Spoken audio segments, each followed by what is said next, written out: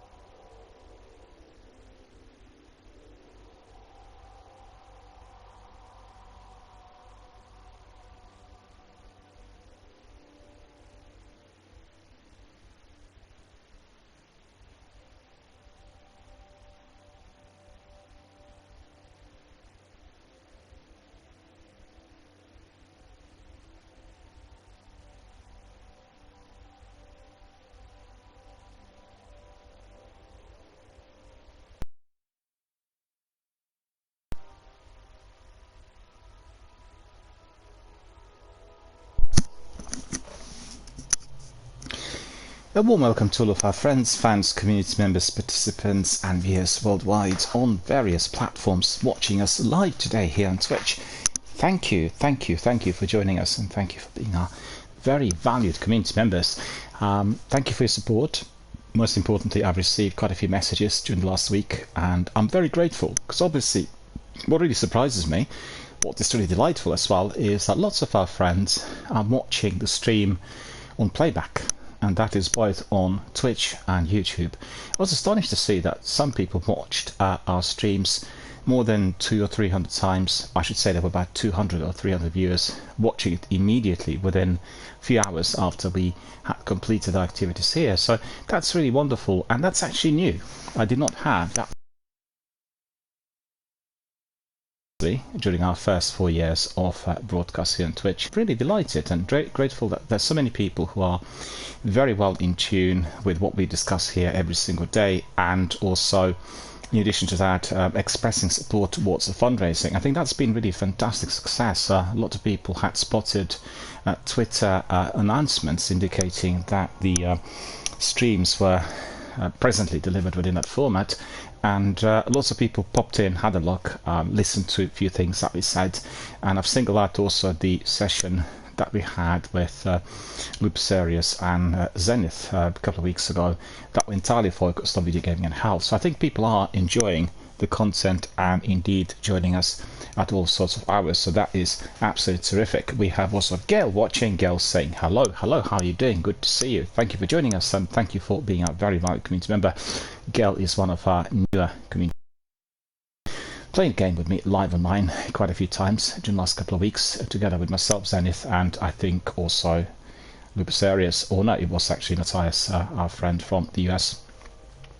Right, so first of all, thank you to everyone for the support, and the questions that keep coming in are, well, I guess divided into two different sections. One is focus on Destiny and anything which will be happening to the game in the near future, and that's in view of these discussions and Reddit postings that we were debating and exposing here live on air. The other questions were linked and are linked with the charitable fundraising, so I'll come back to them a bit later, because today we have lots of news. I've got to say it's been very busy during the last couple of days with all the things happening, and you will be delighted to hear about some of those as they are actually answering the questions that some of the community members asked recently. We are very gratified. We are really in the middle of it. We are debating the topics that are very much at the very peak of everyone's interest, and that is just what I want to see. To summarize, I want to thank everyone for watching us already now for about 6 weeks roughly since we resumed with broadcasts here after a lengthy break, and as you know, a couple of weeks of that period were dedicated to beta tests. I had been testing the new setup that so far had worked really well, and the picture, sound quality, the overlays and all other additions, particularly with alerts, animations and subscriptions, had worked very, very well. I would even say better than expected, so I'm very, very happy with all that has been achieved. And then we've had our regular streams. Presently I'm delivering the streams in afternoons, and that is between 1 and 6 UK time, and sometimes just and a lot of community participants joining us at other times with the introductions and then the gameplay. So that's been very, very successful. I'd like to ask actually our community, and I'll be posting some polls and quizzes through which I would want to get to know what really the best time for you is. The difficulty I have here is very much connected with the global access to the platform. The global access means that people are living in various time zones, and that itself is certainly causing sometimes issues for people who are perhaps in Australia, New Zealand, South Africa, who actually cannot watch us live online due to the fact that they're asleep. And that itself is something I cannot easily change. But having a sort of time that is adequate for the vast majority of the people is certainly going to be always of great significance, and members to what times might be the very best for you. I can see that Mila Sweden is here. Hello Mila Sweden, how are you doing? Good to see you, long time no see indeed. I did notice, and I did mention it the other day live on air, that you also had been setting up your own stream, which is absolutely terrific, and I'm very glad to see that our participation and all we did within our Warzone community indeed was providing you with some experience and some ideas on how to do things on Twitch. And I'm truly delighted to see our community members who are indeed coming up with various ideas that will be fertilizing their own creative endeavors in the near future. So that is really terrific. And our friend Mila is asking, no more Warzone. At the moment there is going to be no Warzone on the channel as a regular stream, but we are going to be having streams which will be based on our community activity, and that itself will be within a different format. At the moment I'm fundraising for Mind, and we have Destiny as the main game, which is generating both interest and participants, and Destiny's been the main game on the channel right from the start. It's already now the channel moving into its 5th year, so that is what the plan is. So just bear with me. I'm actually receiving a call which I need to answer. I will be away for a couple of minutes, and then I will be indeed getting back to you straight away. So I apologize for this. We have some major building works done here, the property, and I think it's regarding what they are to be doing. So I'm just wondering whether I'm going to let me know that the power supply is going to be temporarily suspended due to some of the electrical works that they're doing, or something else. So I really have to answer that. I'll be back very, very shortly. So back literally in a couple of minutes.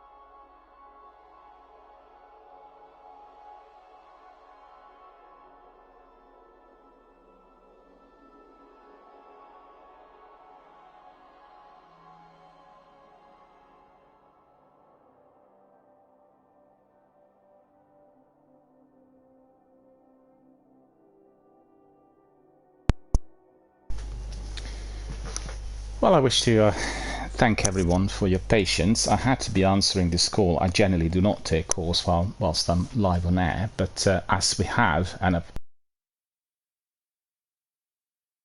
with the sudden power cut due to the fact that under the property, basically what it is we have a very sophisticated, very expensive brand new fire alarm system, and to test the fire alarm, and then I have to be disconnecting the power supply, you know, to test it properly, as well as a new gate which is coming to the compound where I live.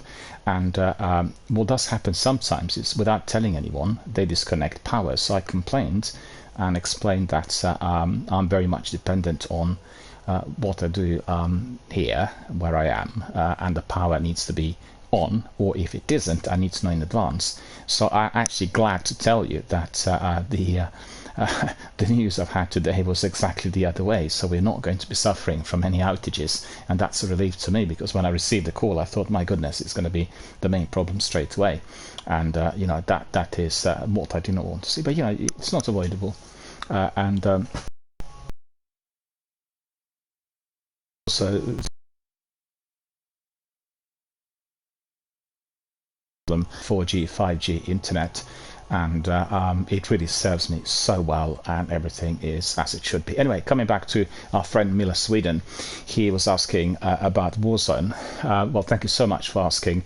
Miller Sweden is a member of our regiment in Warzone, and the regiment was created by one of our community members, James Carter, and we had a wonderful time during the pandemic.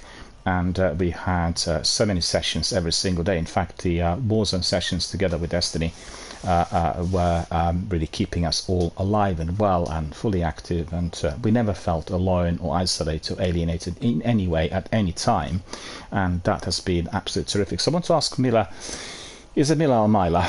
Just correct me if I'm pronouncing it wrongly. How is your stream going? I'm quite curious. I mean, what's happening? You've been streaming, actually have a lot of time to watch my colleagues and my community members' streams, but I've seen that it's been successful, and that you are indeed engaged with the same community, and were you able to bring in anybody else new, and or anybody else who would have joined the regiment, and how are things? I've been in contact with Spurs and with our friend Carter and Paphos, you know, the original members of the regiment, and we touched base, but I don't think that they've been as busy or as engaged with the everyday gameplay due to their work commitments. Paphos had a child, got married, went to Brazil, came back. Spurs was also busy with some of his work. Carter had been setting up some businesses on side, running DJ sessions on Fridays and Saturdays. So, you know, it's just been, I guess, after the pandemic ended, people got back to some of the other everyday. Played Warzone with Miller a long time ago, but then I got lost in time. Well, isn't that just right? When we have fun, the time just flies. And Milo says, no, Miller, many left who haven't been online for a long time, so we haven't had any contact.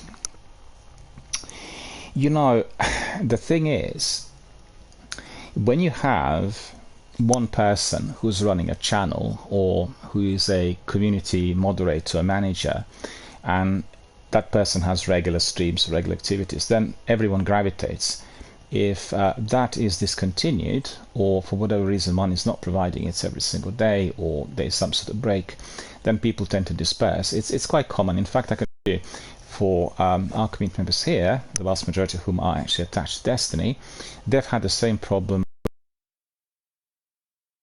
Community management. There was a chap doing that for quite some time. If I'm not mistaken, some of the veterans could correct me, I think he was doing it even before Destiny came out, because he was linked with Halo and, you know, a few other projects in the past. And they've changed the person, and they've changed the system, and therefore the regularity of contact, the regularity of activity, and most importantly a kind of personalized contact, you know, because he was the community manager for 10 plus years, and he would know exactly what people were doing, and he would know them by their user IDs or names, etc. So it's an immediate personal type of contact that really keeps everything going. And I think that both Carter and Spurs did tell me that the community dispersed somewhat as we weren't having the regular everyday streams. You know, it's a bit like Task. You've got your times and you've got your schedule. People come at the same time.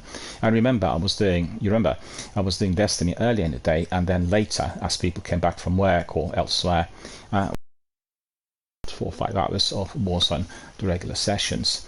So, well, at the same time, the best way of doing it is setting up a Discord account, and then you can invite the regimental participants or the guys from the clan directly to your Discord. And then, you know, on Discord they're likely to be, it's a bit like WhatsApp, and they will be simply connecting, and it's easier for them to get alerts, because a lot of people switch off alerts on Twitch and Facebook because, you know, you get very many randomly sent, and the ones which come through the algorithms and, you know, the adverts, and generally people switch off the alerts completely. It's funny because I double checked this, and I've seen that about more than 1,500 people have been actually members of this channel, and then the vast majority, so that's more than 90%, have switched off the alerts, because the exactly how many people have the alerts switched on. And you know, and that's one of those things that is certainly worth considering, because with Discord it is like having somebody's mobile, you know, like a WhatsApp group. It's exactly the same. It's just like branching out into the world of gaming, and it's the most popular mobile app that people use for gaming. And most importantly, everyone who is on a PC is using Discord. You know, they all talk on Discord. People who game and they don't stream, right? They all talk to Discord channel. They connect each other, and then the voice goes to Discord rather than to the game, because it's better quality sound, and it's in real time. There's no major lag or delay, and you know, so that's what people do. And I've not really utilized Discord too much, I have to say, and maybe have to spend some time really having sessions that would be dealing with the learning of integrated. What it does disturb me a bit with Discord is they have lots of bots. What you get is automated messages telling you about certain things, and, you know, some people will be throwing in bots for, and actually I don't think they have, maybe they have full control, I'm not sure, but I've seen that Discord, a bit like Twitch, have been reducing the overall control that the streamer or the user has, and they keep flogging some other aspects like advertising. And it becomes seriously interfering into people's streams, because the other day we had a stream, and in the past I was able to time the adverts exactly, but I don't have any more, you know, the control over this, and they keep throwing in sometimes 5 ads which will last several minutes, and they minimize the stream. The stream comes up to the top right corner, and people can't hear it because it's muted. So, like in this sort of discussion forum, if you get the ads coming in, you know, it kills off the discussion. And I've had actually a few people and I'm not 100% sure whether the ads will be, because some viewers who are also streamers, they are likely to be having more ads than some of the ordinary viewers. I mean, it's hard to tell because they keep changing the system all the time.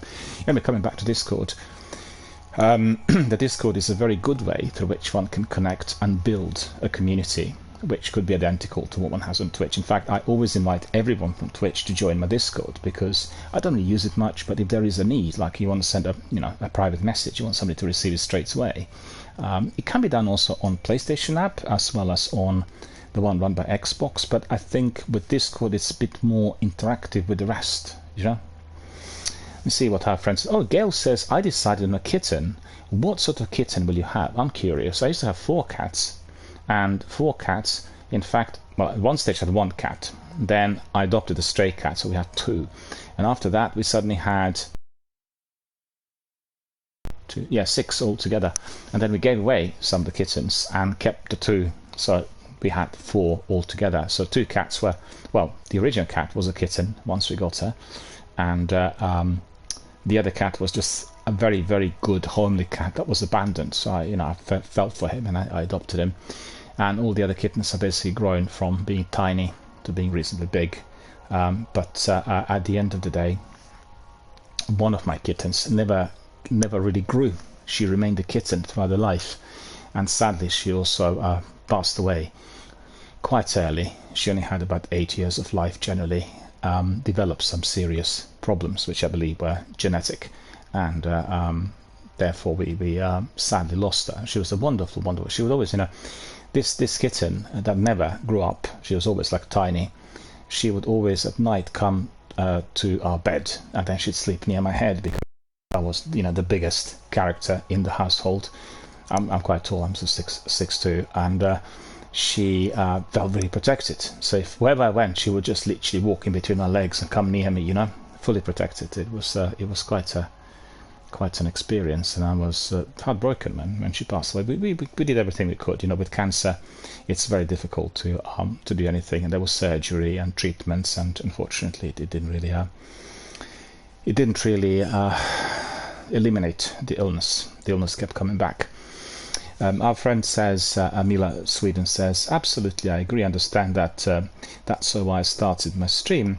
It's a bit different now. Now I have 106 followers, and a squad of 9, and that is who I play with. Yeah, that I noticed I'm on PC also now, but I'm still on controller. And Gail says, I'll be getting a Siberian kitten. What sort of Siamese cat or so? Coming back to our friend Mila Sweet, I just want to say that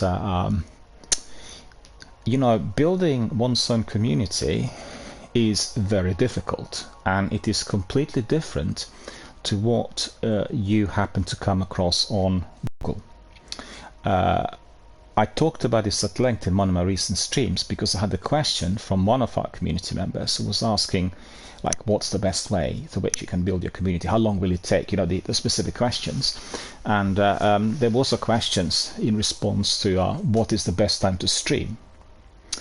And I researched that somewhat prior to the question being answered on air, and I actually was researching it for my own kind of reasons, as I wanted to see what would be the best time to stream Destiny and what would be the best time to stream Warzone, because family-friendly games, they're better streamed during the day. And FPS shooters and tacticals and battle royale and death matches, they're better.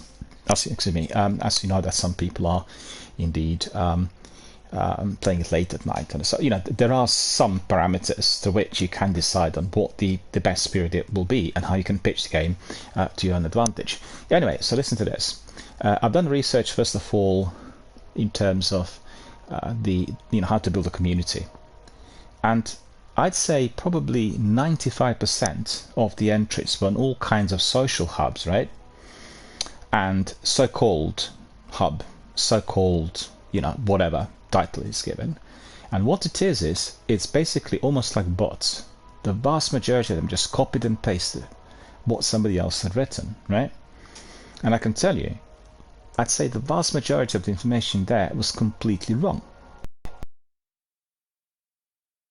The content creators with a completely unrealistic goal. And also, in addition to that, completely unrealistic timeline.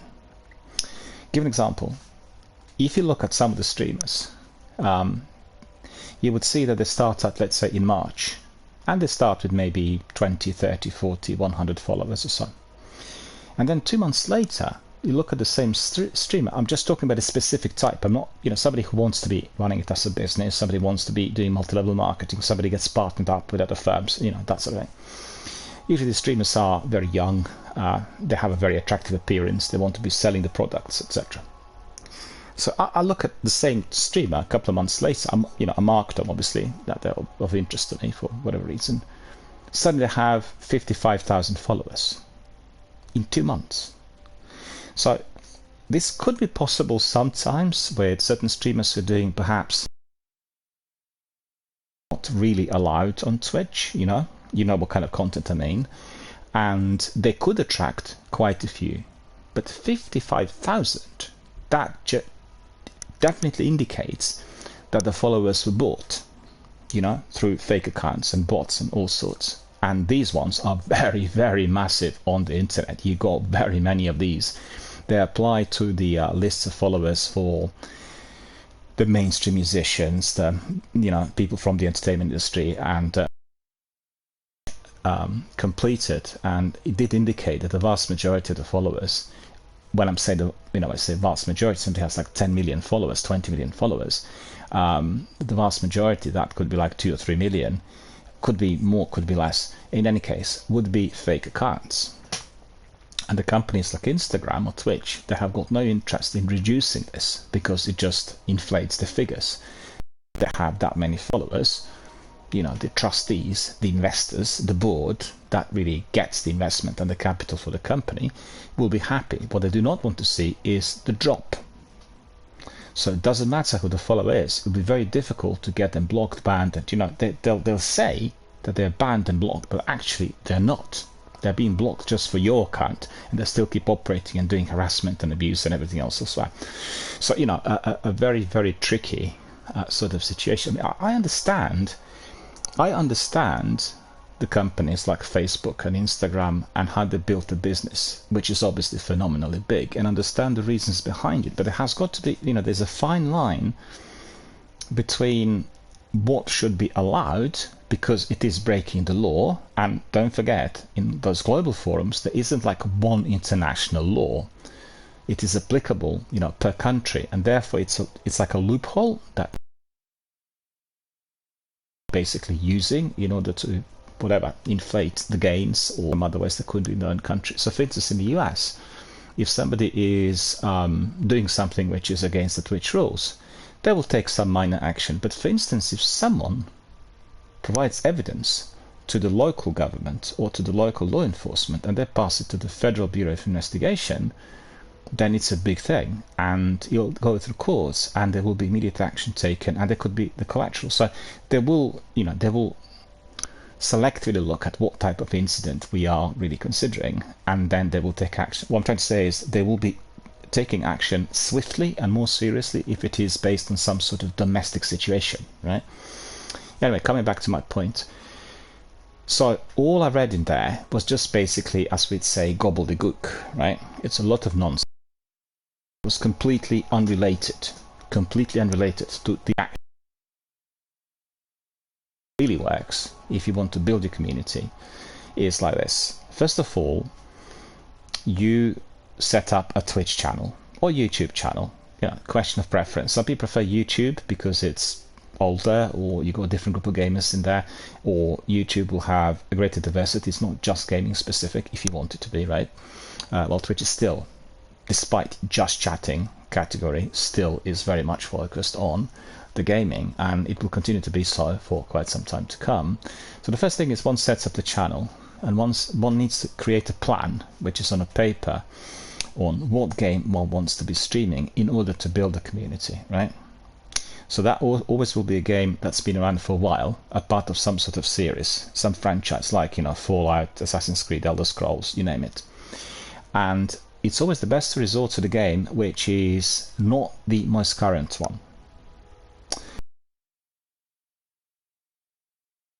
To be looking at, let's say, and you look at Far Cry 6, right? There'll be many streamers and many viewers. But if you went, for instance, for Far Cry 3 or Far Cry 4, these games are still visited every single day on this category by many, many people, right? And these people will want to be engaging with newish members in order to play the game together with them or discuss. So they will pop in for 20 minutes, half hour every single day. So the traffic on these games, the older games, is massive on Twitch, yet it doesn't appear to be visible because people don't stay for too long, right? The same thing with Destiny. Destiny 1 is massively visited every single day. When you look at the category, you usually have anything between 50 to 100 people watching at any moment in time. But I get on my channel very large numbers of people coming and having a look and then departing. So that's the key issue, what game must be carefully selected. And through a game like Destiny or Elder Scrolls or Far Cry, you are going to be able to build a massive community because there are very many, hundreds of millions of people worldwide playing these games. And the other thing is you need to have a selection of social networking channels, and that includes Twitter, Facebook, Reddit, Discord. Reddit is extremely important. Reddit is not like other forums because it's based on simply text and discussions, and the discussions are giving a huge way in for those people who are interested in discussing the games as something serious. So it's a very scientific, very methodical type of approach when discussing a problem, like for instance the issues with glitches, Destiny presently, problems with the servers. Got loads of people, mature gamers, coming and discussing it, and younger gamers also chip in with the comments. They don't come in with nonsense because they know that this is like a forum run by mature gamers, the gamers like ourselves, right?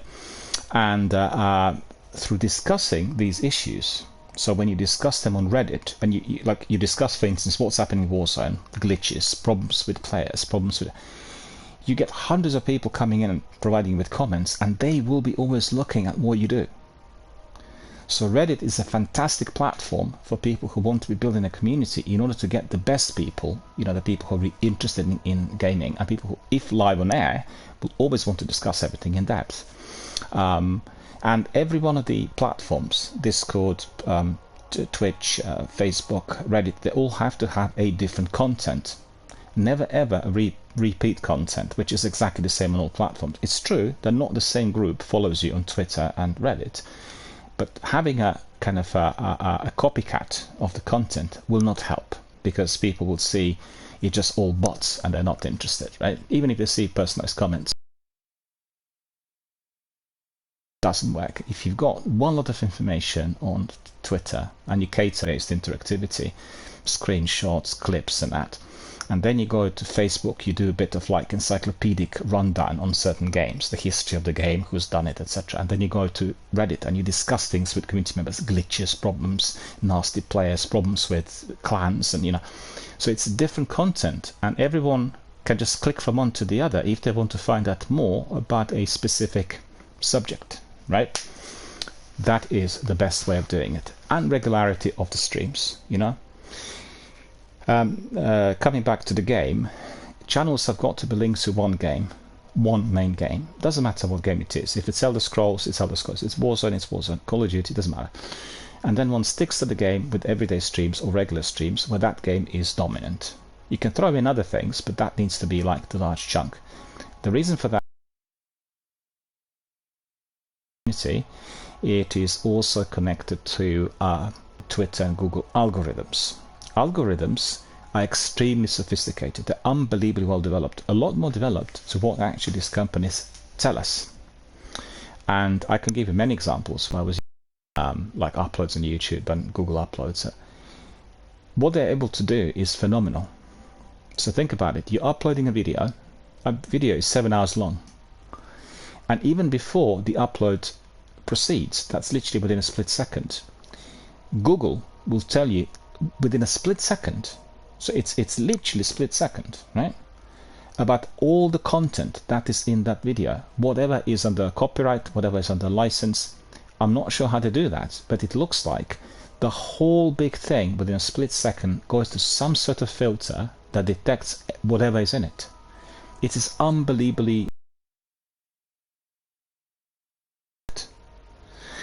So having the same on the channel and having it done on the regular basis within a certain stretch, let's say 3 to 5 hours on average, which is the kind of industry standard, the algorithms will pick up on the channel, because you are contributing, you've got that degree of regularity. So that is on the structural side what one needs to do. In terms of the actual community, people who are playing the game and not talking to whoever comes in, any participants, any viewers, they'll shoot themselves in the foot, because gaming as it stands today is all about talking, it's all about communication, it's all about audio or video or chat, text wise, where people are constantly connecting, all about that. I've seen people doing streams and basically they have 3 hours in a day game, and that's the only time I can actually play a game.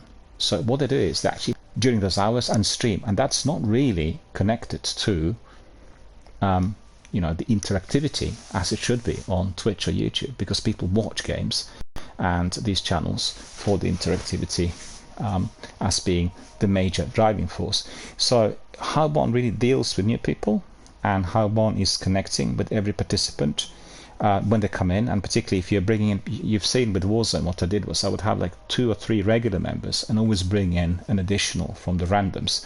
So the random comes in, and he's a good gamer and somebody who's amicable and friendly. He can see what the subculture of the channel is straight away, to the way people talk. They're friendly, very chatty. You've seen, for instance, with Carter and with Spurs, both very, very chatty people and very, very engaged with whoever came in.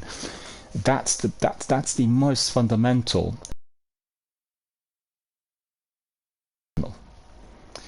People will base the judgment on, what they see in terms of how people behave, and that can really fertilize the community tremendously.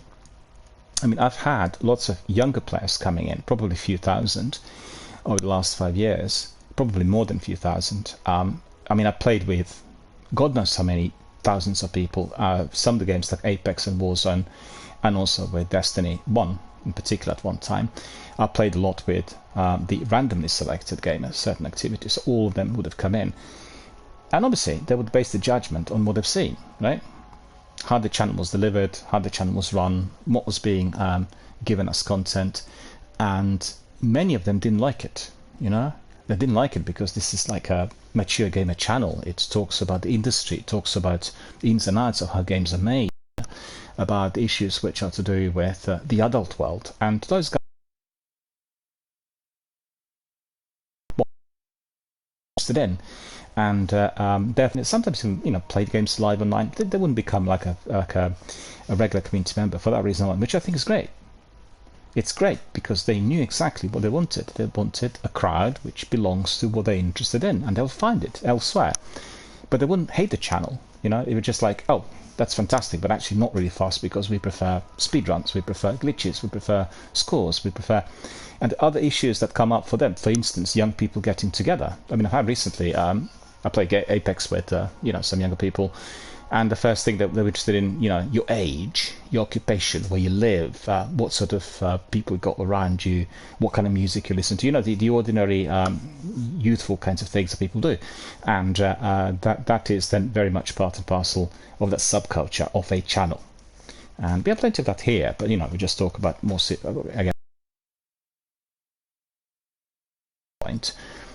And when we play games, we have a lot of fun, and sometimes we talk about other subjects as we are. So, anyway, let's see what our friend said. Our friend Mala says, Gail says, I can't play Destiny 1 right now. I will have to go, but the cat is coming today, I think. Well, that's no worries, Gail. Well, thanks very much for popping in, saying hello. And if you have time later, just let us know. I'll be here until about between 6 and 7 p.m. UK time. Not sure. I think you're 5 or 6 hours back in the US, so that would be about 1 or 2 o'clock p.m. Your time. No problem at all. And our community is always open for people to pop in on Twitch. If they want to talk on Android, if they want to talk on tablet or on their computer, if they're actually doing some other work. In fact, we have our friend Zenith as well, who frequently both does work online and sometimes plays games, plays Destiny. He would be sometimes, doing the 2 or 3 different activities together, which is quite common nowadays. And many people in Britain work from home after the pandemic, and many people work for the statutory services like the local authority. They work from home, and it was astonishing that I discovered the other day our town hall is now being closed down. In fact, in that building they had up to 2,000 people who would be usually working at the premises, but since the pandemic they only had about less than 200 attending it every single day. So it's like a tenfold decrease of the numbers of people who are using the property, and they all work from home, and they work for local government. So many people who work from home can actually combine different activities. They can be doing some admin, could be doing some paperwork, they could be doing something trivial, like, for instance, store, and they can at the same time do other tasks, and therefore they become very, very productive. And Gail says, I think I can play Destiny 1 later. It's no problem. Just ping us a message. Tell us when you're ready or when you want to come in. We'll see who else is out there. That our friend Zenith and perhaps a dog haunting, and maybe our friend Lupus Arias will want to join us. And, we will we are always welcoming to everyone, and sometimes if we have quite a few people who want to play Destiny Live Online, then we have like a rota with a waiting list, 90 minutes per session, and then other people come in, and as obviously that was the system that worked really well in the past. So no worries. Mala says, oh yes, very different and hard, but it's just for fun. But I'm surprised on the response. Yeah, but if you really run your channel on the at the same time, so that's critical. The actual timing, the timing has got to be always the same. You know, I had people in the US literally waking up 3 o'clock in the morning, and just in order to be here with our community. We talked about this the other day, where one of our founding members here, one of the very early Destiny community here on the channel members, Dark Haunting, popped in, and we had a very enjoyable online session. Talked about lots of different issues and connected to video gaming and other things. And I never forget that he would actually get up at 3 in the morning in order to guide me and other community members in order to complete certain tasks, and he would then go to work. It was unbelievable commitment, and that is linked with the regularity of the stream, the regular schedule. Doesn't particular time, because people will know, doesn't matter whether we've seen announcements or alerts, but we know that the stream is going to be at that time. If it's not online at that time, then he's obviously not streaming that day. It's very simple. It's a basic logic. And also, to tell you something, Myla, I was very surprised when I looked at the stats recently. Prior to the pandemic, the vast majority of people watching Twitch were doing so on their PCs. The vast majority, I would say probably more than 75%. Today, more than 85% of the viewers are watching the stream on their handheld devices, and that's Android and iOS, Apple phones, iPhones and any other Android phone. So the vast majority of people are watching our streams on mobile phones, and then they communicate through the chat, which is on mobile phone. It is different with a live online session if they want to be playing together with us or Destiny. But don't forget, what we also get is that person playing the game and then also watching the stream on their handheld device. So a very good way through which one can build one's own community is by connecting all of that together. It's regularity, it's the same game, it's the same crowd. You've seen that at one time we had Carter, Paphos and Spurs together with me every single day, and the actual communication, the activity and everything that we'd had was attracting interest from others. Because, for instance, you will get random people coming in and watching, and they'll hear that this is on a Twitch channel, and they hear what the channel is, and then they'll ask their friends to come in. It's just like it's similar to multi-level marketing. It spreads, and it is definitely a very good way to which one to hear that indeed you're doing it for fun, but the response has been very good, and more than 100 people who are your regulars. That's fantastic. That is a wonderful result. And for instance, Danus D, Dana from Latvia, she is one of the best world's PUBG players. She goes to competitions and conventions. In fact, she just went to TwitchCon in Paris the other day. I watched some of her videos earlier today. And she's been partnered now with Samsung. Samsung is running a few games on the mobile phone, and now because she's partnered, she'll go to another convention where she will be, I guess, playing the game on Samsung handheld devices. Why is that important? Samsung new TVs are integrating gaming within the hardware, so they will have apps already introduced for people, to play games straight away. So it's the next stage of gaming. Anyway, what I'm trying to tell you is, watch her channel.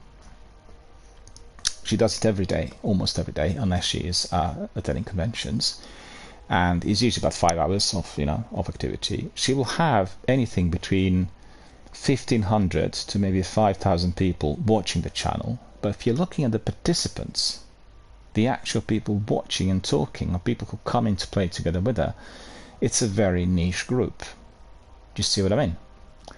So the actual number of the followers and viewers is quite irrelevant. What is relevant is the high quality of those guys who are talking live on air together with her or communicating on the chat. And it's a small number of people. I mean, small compared to, you know, whatever she has. I can't actually remember, many followers. It's the quality of that interaction, and it's the quality of that regular presence that is really highly significant and greatly interactive for anyone who pops in. And don't forget, people watch streams now on playback quite frequently, even if they, you know, don't know the streamer or the participants. And if something catches the eye, either the fun element or, you know, puns or funny exchanges or the overall discussion content, they'll come back to it. And you know, it's that. What I'm trying to say is, a lot of people get misled by the number of followers per channel or the number of subscribers, but that is not going to be helping the build-up of a community, and that's not going to be helping the quality of the content. In order to get this, one has got to have the high quality content, and that starts small with 2 or 3 people, and then 9 people, and then 18, and then 36, and then 72. Do you see what I mean? And then it multiplies. But it's down to the quality is what is absolutely critical. And I always had this in mind with other entertainment industries, most notably film and music, and very well aware of how these things work in a wider community or on site. But you know, the psychology and everything else that we have online is different, and it certainly does have its own specifics. One has to kind of, you know, analyze it a bit and find out what the best ways about it really are.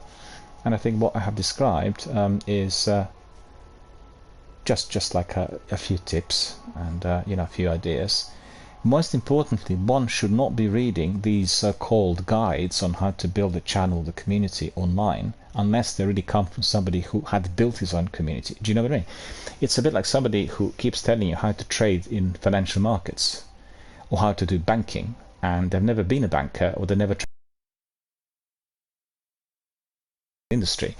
Well, how on earth are these people going to know how the markets really are? They'll just give you some information that they've spotted, copied and pasted. It's completely misleading, completely useless. The best way of learning how to build one's own community is through the active involvement with a community. So, you know, or with a streamer who had built his own community, and you can talk about it with the community members live on air, or indeed outside of the broadcasting hours through, you know, Skype discussions with that particular person who had built it. And he, you know, if he is amicable, friendly, and someone who is dedicated to community participation, he definitely very much of assistance with some tips, advice, and everything else. But you know, it's just like anything; it takes time, and I always think that in order to have a very live, active, and high-quality community, one has to allow time. You know, it cannot be happening overnight. People of in 6 months I'll have like 100,000 followers. Well, maybe. I mean, if you are unbelievably talented, successful, and if you partner up with certain firms that are promoting you, maybe. But we've seen that from all of those around the world who are streaming, there's only a very small number who actually make any revenue. And there's been some controversy recently about the new Twitch rules. I talked about them here live on air quite a bit. And I did receive the stats from Twitch on the people who will qualify for the new partner program, which is a kind of a premium partner program. What does this mean? Anyone who's on a premium partner program, the actual investment share, the capital share from whatever people generate on Twitch will be 30-70 in favor of the streamer. As it stands, for everyone else, is 50-50. Unless they're qualified for that. So think about how many people stream, how many people are trying to monetize. Less than 1,300 will qualify because the conditions were very strict in terms, first of all, of the revenue that they have, the turnover, and then secondly, in terms of the hours they stream. And that is a very specific criteria, which are actually very daunting. But the main criteria is how much you are actually already making on the Twitch if you're monetizing your channel. So that should be a very good picture to everyone who thinks that they can, make all of that overnight, because obviously that is not the case, and could lead to very, very large, huge disappointments, which indeed sometimes are causing major upheavals. The people who invested time and money, and I've seen the other day, for instance, Twitch began to ban certain channels without warning that are considered to be not following the rules according to the latest amendment of the rules that came out about 2 or 3 weeks ago. It was a huge action, but they reserve this right, and people need to really read the rules and find out what Twitch allow and what they do not. And if they think that someone's watching these videos, they're wrong. It's the algorithm detecting the content, and sometimes it can be detecting the wrong content for whatever reason, right? So people need to be prepared in advance, and like any other business, if one wants to build on some community, there needs to be a lot of hard work put into it, a lot of thought, a lot of planning, a lot of consultations with other streamers, gamers and community members, and then eventually there are going to be results. Alright, let me see. Our friend Gail says, I have to go, see you all later. Well, thank you for popping in, and thank you for watching the channel, supporting the stream and everything else. So, I was going to say to our community members a few words about the last few days and where I've been. You did see that there was no stream on Friday and on Sunday or yesterday, as it goes, and mainly spent in London.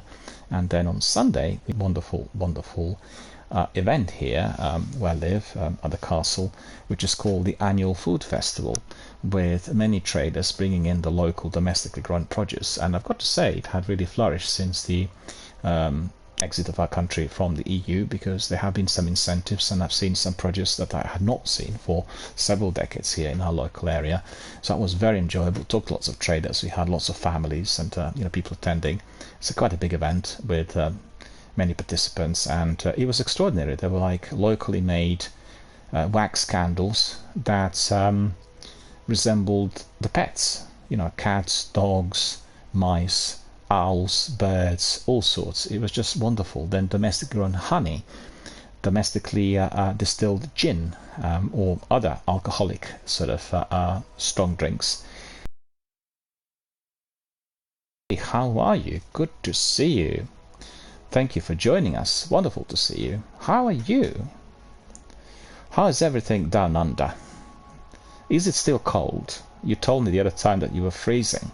And we were baking. On Friday I went to London with a colleague, and we went through the very central areas. We walked outside the bank, went to East End. We had a bite to eat, and we discussed all sorts of issues related to the world of today. And it was scorching hot. I was in my short sleeves and shorts, and honestly it was baking hot. London, when it hits like 30 plus, is unbelievably difficult for us all. It's scorching hot, it's humid, it's polluted, you name it. But I had a very pleasant walk, and it was extremely hot. And then the hot weather continued somewhat, but I got to say we didn't get any thunderstorms, as in fact would have ruined this food festival here with us. But we did get a bit of breezy air, gone down somewhat, so it's no longer in the 30s. It's gone down to about 22, 23, but still, proper summer temperature. Very pleasant to be outside, I have to say. On Sunday after that food festival, I went to the neighboring town, had something to eat, had a special dinner. I didn't actually buy anything at the food festival because the actual prices are very, very high. I've got to say, the retailers and the traders have just increased their prices twofold, threefold, and quite frankly, it's 150% more expensive than before the pandemic. So I don't, it just I don't really support that. But I just think that the quality versus quantity versus price, etc. So anyway, that's a story for another day. But I'm just curious about when it's cold in Australia, and you were telling us that it's been very, very cold and windy, whilst we are getting scorched. Month of June had been the hottest that I've ever seen since we began recording the temperature. So we go back probably 200 years, and it's been unbelievably hot, I've got to say. I've not experienced this in Hertfordshire for ever. We had maybe 1 or 2 days in the past, where you have like a weekend with very hot weather, but to carry on nearly 30 every single day, and 30 plus, like 32, 33 degrees for a month is just unheard of. Our friend Ali says, yeah, I'm doing great. Yes, it's still freezing, not as bad as some nights. How are you today? Well, I'm very good.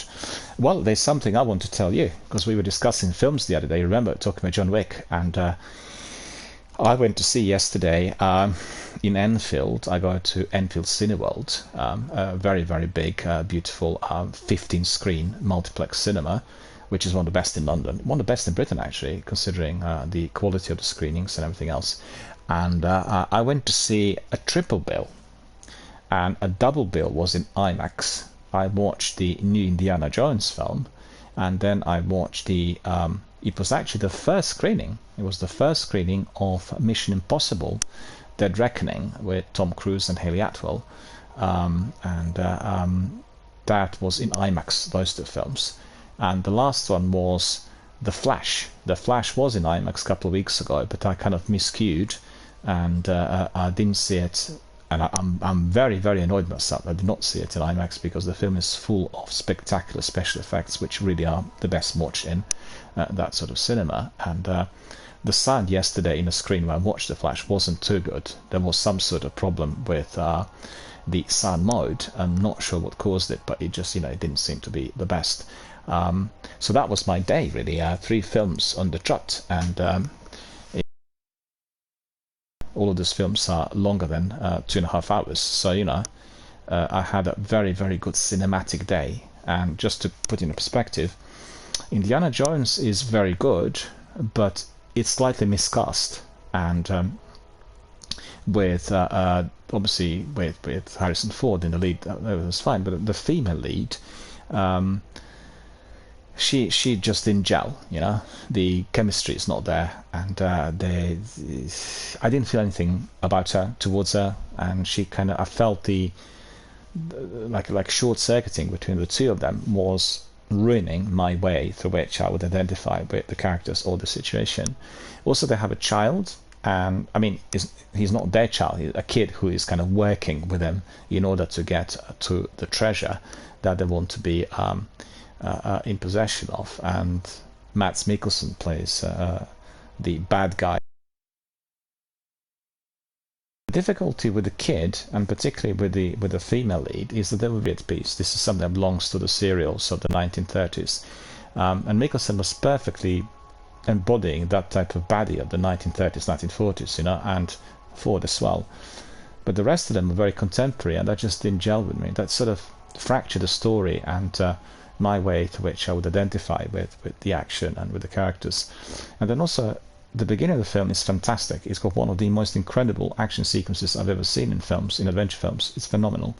And it's interesting that they were able to the use of the latest digital technology, make Harrison Ford very young. So the head that he has in the first section of the game is the head you would have seen during the first Indiana Jones. And it's just quite extraordinary. I'm not sure how they've done it, but it was certainly absolutely terrific. The first section of the film is absolutely astonishing. I thought it was going to be, the best ever Indiana Jones, the masterpiece, but it sort of goes flat halfway through, and the whole quest becomes a bit stretched. It's a very unusual ending. I'm not going to provide any spoilers, obviously, for anyone who will be watching the film. So overall, it's a very good film, but it's really like a feature that had a much greater potential. And also, one thing I didn't like is in the film they have a section when like the present day and age in Indiana Jones, the latest film, is taking place in the early 70s. So you've got the atmosphere of the early 70s, Vietnam War, left-wing politics, Black Panthers, people of different ethnicities involved with some government institutions, and just suddenly he chucked in this politics, which I thought was completely unnecessary considering the story and everything else.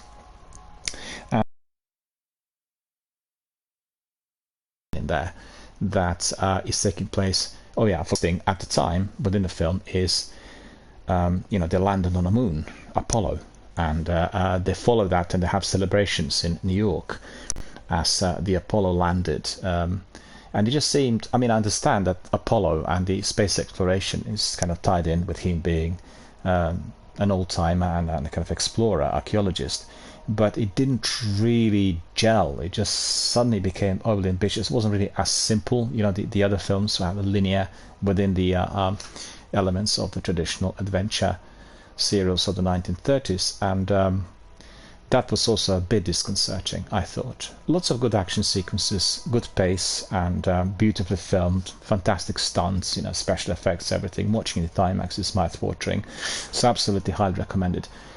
Mission Impossible: Dead Reckoning is possible. It is a staggering film. It is incredibly suspenseful. It's got a very good story, highly believable, despite all of these insane acrobatics by Cruise and Atwill.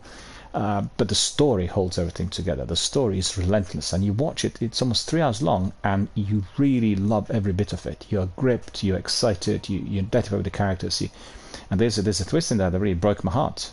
My favorite character in the film, something happens to her, I don't want to tell you what. That was really absolutely heartbreaking, and you know, just everything gels, everything's perfect. And also it's interesting that this is like part one, and it doesn't feel like a film that doesn't conclude, albeit they didn't get to the bottom of it. It doesn't feel like that, because there is a conclusion of the main part of the saga, or the main part of the story that is concluded successfully. So it's a very, very, very good film, and I would say 5 out of 5, 10 out of 10 for out of all Mission Impossible films I've seen so far. I actually quite liked the last 3. I thought were excellent, but this one is really excelling. It's really pushing the boundary, maybe wanting to make it a kind of a pivotal film for Cruise. It's questionable whether he will carry on with Jack Reacher or Mission Impossible in the future, considering his age and everything. And maybe they have flicks like the one we've just seen with Harrison Ford, the latest Indiana Jones, which should in fact conclude the series as far as Harrison Ford is concerned. And you know, remains to be seen. But that was really terrific. I really enjoyed it and really had a lot of fun. And watching it at IMAX is a must. You've got to see that film in IMAX. And then the next thing is The Flash. The Flash is a very ambitious film. A film that I guess is very unusual for me compared to what I've known of The Flash through the graphic novels. And it's somewhat confusing because you've got Ezra Miller there going at a different age, and fantastic special effects. But I thought the problem with the film was, first of all, in the overall hugely pretentious, very over-the-top, ambitious aura that the director was throwing in, and that didn't work for me. It was confusing, the story was quite complicated, and I couldn't really identify with the characters in full. Albeit, got to say, with some sequences they were very emotional, and I felt really kind of fully bonded and connected with the some. So it has its own strengths, and also a very long film as well, best seen in IMAX. But where the fractures occurred for me were definitely connected with the narrative. I thought he should have spent more time telling us a simple story that could have been similar to the first Spider-Man with Andrew Garfield. And I hope it was absolutely fantastic. If he resolved the concept, but no, he went down Ben Affleck and George Clooney, and it was overtaken. How put it? It just went into a different dimension.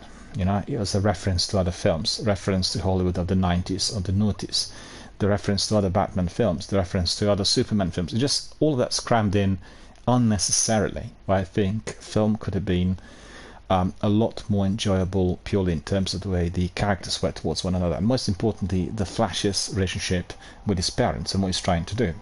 I'm not giving you the ideas in order to avoid spoilers, but he was there pivotally trying to fix the past or fix the future by doing what he's doing, and that didn't really, for me, materialize in full because of all that's been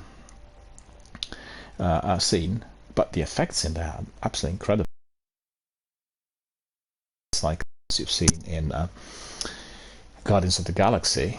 This is on the same level, and anyone who is in awe of special effects will have a real treat. The film didn't really do well at the box office, And also Indiana Jones didn't perform as well as they expected. And I think if you're looking at the reasons, I think the reason for The Flash is probably the choice of the lead character. I don't think that Ezra Miller does have that appeal, and maybe because of some of the things that were happening in his private life and the court case and everything else could have affected the overall perception. It's a huge risk for the producers to take. I don't think the film was as bad as classified in medias because of that, lack of success at the box office. It has its own bright moments. I just don't think that the humor that is inherent to the film, the character, comes across as strongly as it could.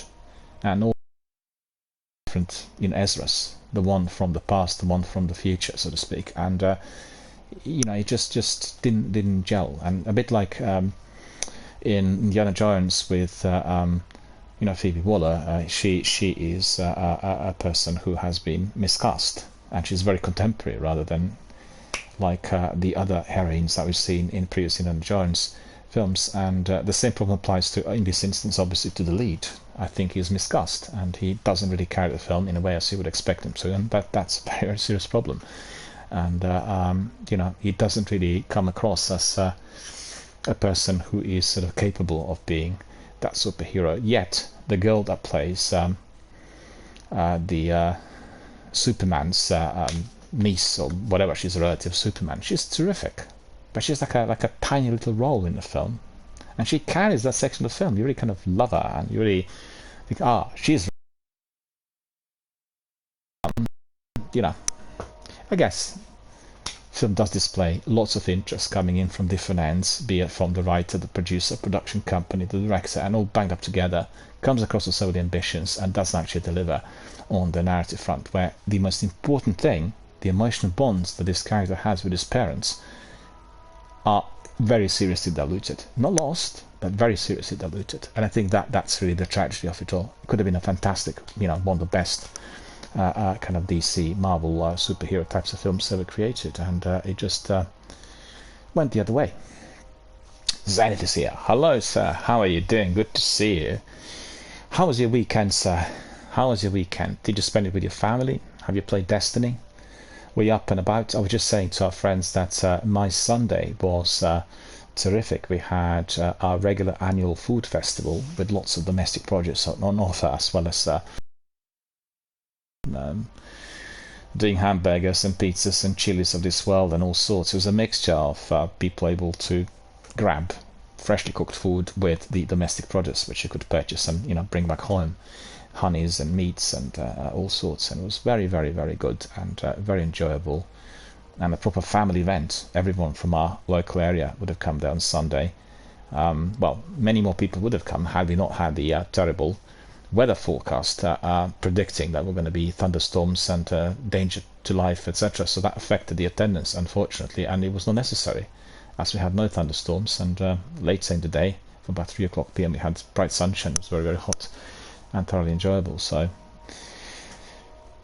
well, like yourself, you went to see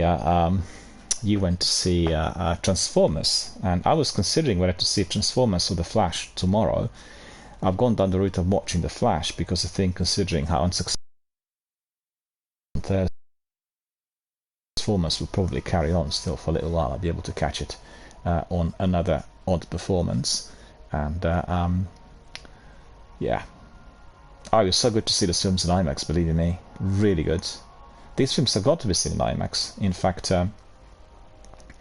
it's only saying, I'm good, how's everyone doing? Well, we had Myla from Sweden who popped in and said hello, and Myla is one of our community members who was attached to Warzone rather than Destiny. We played lots of sessions with Spurs, with Carter, with Paphos, with lots of other community members during the pandemic, and when we had this major dreadful lockdown here in Britain. So we talked a bit about Myla's new channel on Twitch and the fact that he's streaming Warzone, also building his own community. Community already has about more than 100 regular. It's a phenomenal success, and absolutely congratulate Myla on the creation of his channel and everything else associated. And also I've heard that since I wasn't streaming Warzone, not many of our friends were participating, which is frequently the case. People, are attached to a channel or community membership in the same way as they would be to a venue. You get people who go to a certain music venue or to a certain gallery or to a certain cinema. They always meet there. So if the venue closes down, the groups disperse. It's a very, very common fact. It shouldn't be like this today on the internet, but it does happen. And I'll try to rope everyone in. I've not been in contact with our friends from the Warzone community because obviously we are focusing on Destiny here, but I'll try to throw in maybe a few community-based sessions so that we get them back in. We do it on the weekend, 3 or 4 hours of activity in Warzone, and then we can see how everybody's doing. At the end of the day, there's only that many hours in a day, and we can't squeeze in everything at once. And Destiny has always been the main game here on the channel, and therefore we are connecting the charitable fundraising with Destiny, and that's basically what the plan is for the time being. And that's Destiny World. So it's not just Destiny 1, it's Destiny 1 and 2 joined together. And for all of you who are watching, you'll know that I have a problem with Destiny 2 on my Xbox, because Twitch app on Xbox is useless. We can't stream off Xbox due to its horrendous sound problems, also picture problems and other technical issues which have been persisting for a few months. And we had few streams here of Destiny 2 through my PlayStation, but unfortunately it doesn't have the full content. We have cross save, but we don't have the full content, and that's I mean, people want to watch some activities, well, we can still do it, and we can hop on Xbox and then maybe attempt to talk, or we'll if we actually just play the game because somebody requested it, it won't be this sort of in-depth discussion with our community, and there'll be no news. It's just going to be actually that activity, and that will be fine for that short period of time. The only problem there is that the streams end suddenly without any warning. So you're playing the game, suddenly you realize, the stream's gone, and it's all down to that dreadful app and the dreadful integration of Twitch app into the main Xbox menu. So if anyone out there is streaming off Xbox and you managed to resolve this, or you had some any advice from the US offices, ping me a message and tell me what you've done, because I've been in contact with the UK support. They're run in Egypt, and these guys have been much worse than useless. They were just utterly, dreadfully abysmal. What they did say, actually, and I still have several outstanding complaints against that company that does they're basically outsourcing their customer services. Absolutely dreadful. I didn't want to waste my time anymore, and eventually they have to pay me compensation for what they did or what they did not do. Just really, really bad. And I couldn't get hold of anybody in the US because they're not connecting me. When I call, always go to this office in Egypt, and that's just the way that set up the systems. And sadly, Sony did exactly the same. It's probably the same company servicing both of these corporates, and they're absolutely useless. So any stream out there, if you want to resolve it, get in touch through emails with the US offices, and if you manage to do that, just ping me a message indicating how you succeeded, what the method was, because I've been unsuccessful, and I've had these problems really for months. And I've got a brand new Xbox which I want to use for our Twitch streams, make sure that everything worked, that everything was as it should be, and prevented from doing so due to the Twitch problem and due to the non-existent customer services. I mean, they exist, but it'd be better if they were not there, because they'd be providing few of those nonsensical views, which in fact had caused me to lose some data on my Xbox, and I was absolutely livid and furious. It's been already 3 months since I reported that and raised it to the executive level. I still haven't had any responses whatsoever. I will go to the US offices through my lawyers eventually if this doesn't get resolved, because it is just completely ridiculous. And then obviously there will be serious problems for people who work at that department, or indeed the whole system will have to change. But anyway, I'll still allow them a bit more time to perhaps provide me with some sort of response or remedy. All right, well, I talked quite a bit, and I'm afraid we've now gone to how to put it, I probably will not have a lot of time to go through the news, but let me just quickly look at what lots of news coming in the last few days, so I do apologize, but we've had our old community members coming in, and therefore I felt it was extremely important that we indeed touched base and shared some of our views and recent experiences. And once again, I want to congratulate Mala Sweden from our Warzone community for the new content creation and for his new channel on Twitch. So if anyone's interested in Warzone, or you want to be doing a bit of that, you can just hit him up and join him.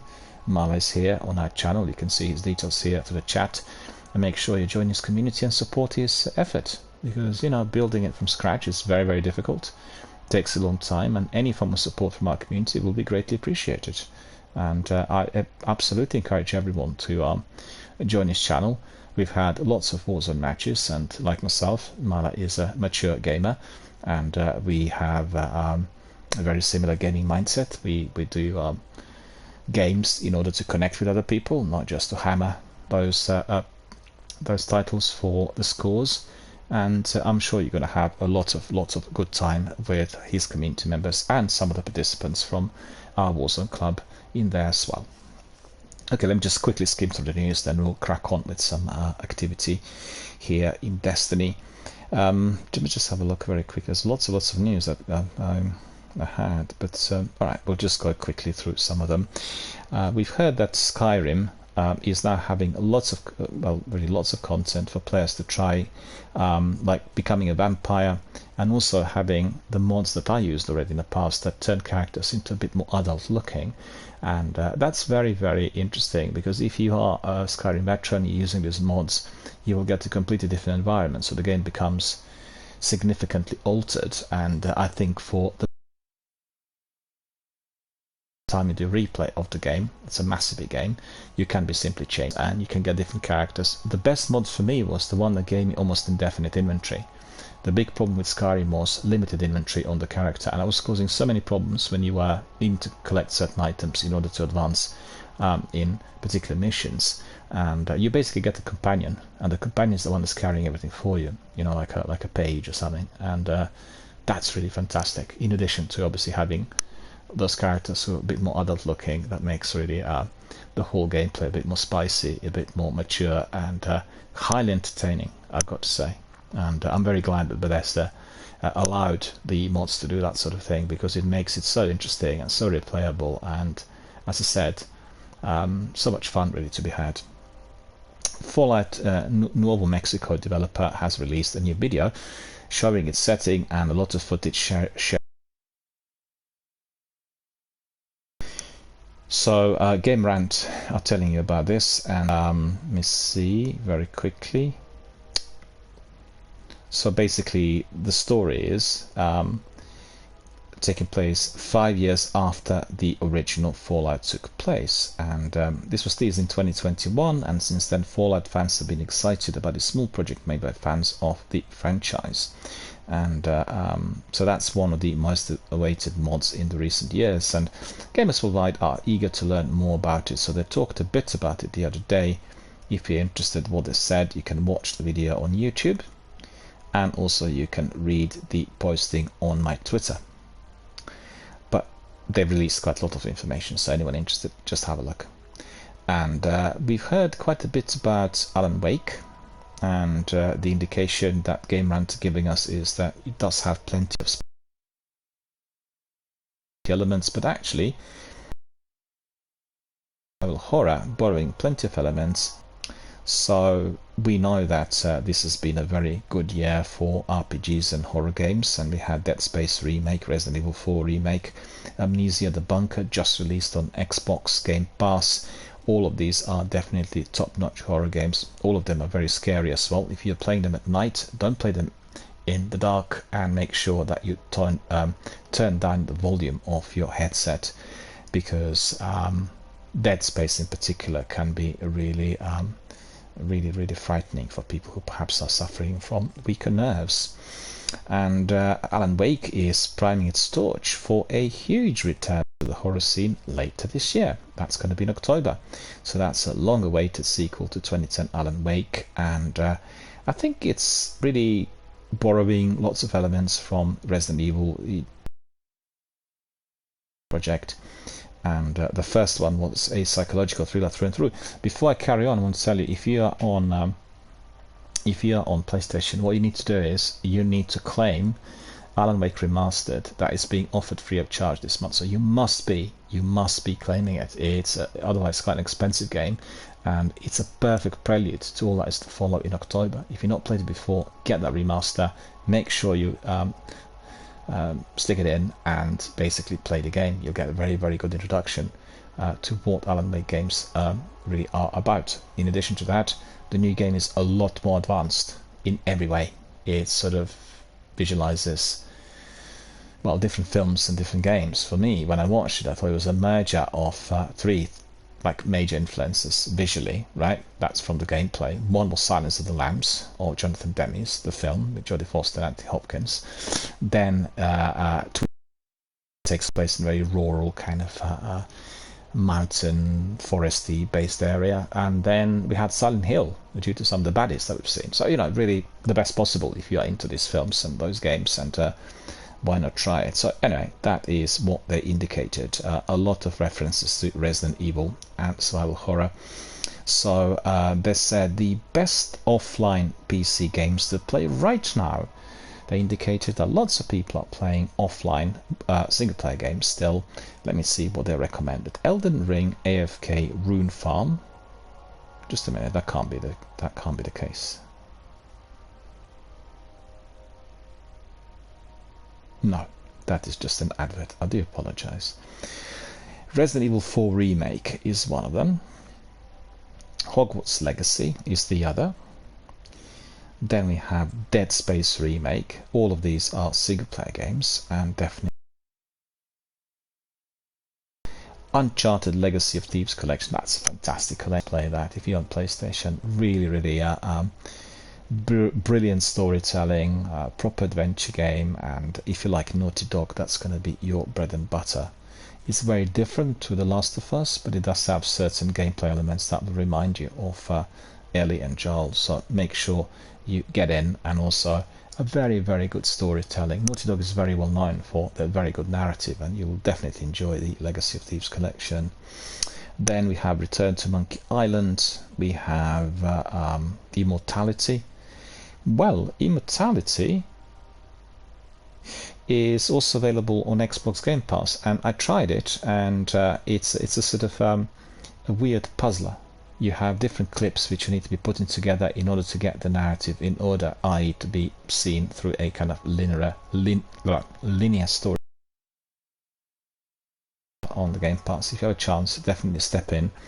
It's not very long, it's only about 6 hours, but it will take you a lot longer to get these bits of puzzle back together. Believe you me, I couldn't work out head or tail of it really initially, and I'm a great fan of detective stroke investigation types of games, like LA Noire, where you're investigating somebody. And in fact, I can recommend you a game that I still have on PC, and it's called Tender Loving Care, and you play a psychiatrist who is basically analyzing a couple who are having lots of marital problems. It's a very, very good game, and it's I played it in the 90s, and I bought it at the time of its release, and I also have it on Good Old Games, so definitely most highly recommended. If you're into that sort of investigative mode, be like a detective, well, these are the games for you. Definitely Immortality definitely being one of them. Telling Lies was the other. I played it recently, and it was quite tricky, as you had to be going to someone's computer and then unlocking different video clips in order to get to know who was doing what and who was treacherous, who was honest. Very interesting concept, but it was a bit complicated, really. I couldn't work out some of the in-game mechanics with these, which I thought was probably the most important part of it, and still need to finish it. I've not finished it. Prey is the other. It's a Bethesda game done by Arcane Studios. A very, very good and very popular shooter, one of the most popular games of that year, or I should say of the last decade, a predecessor of Dishonored and Deathloop.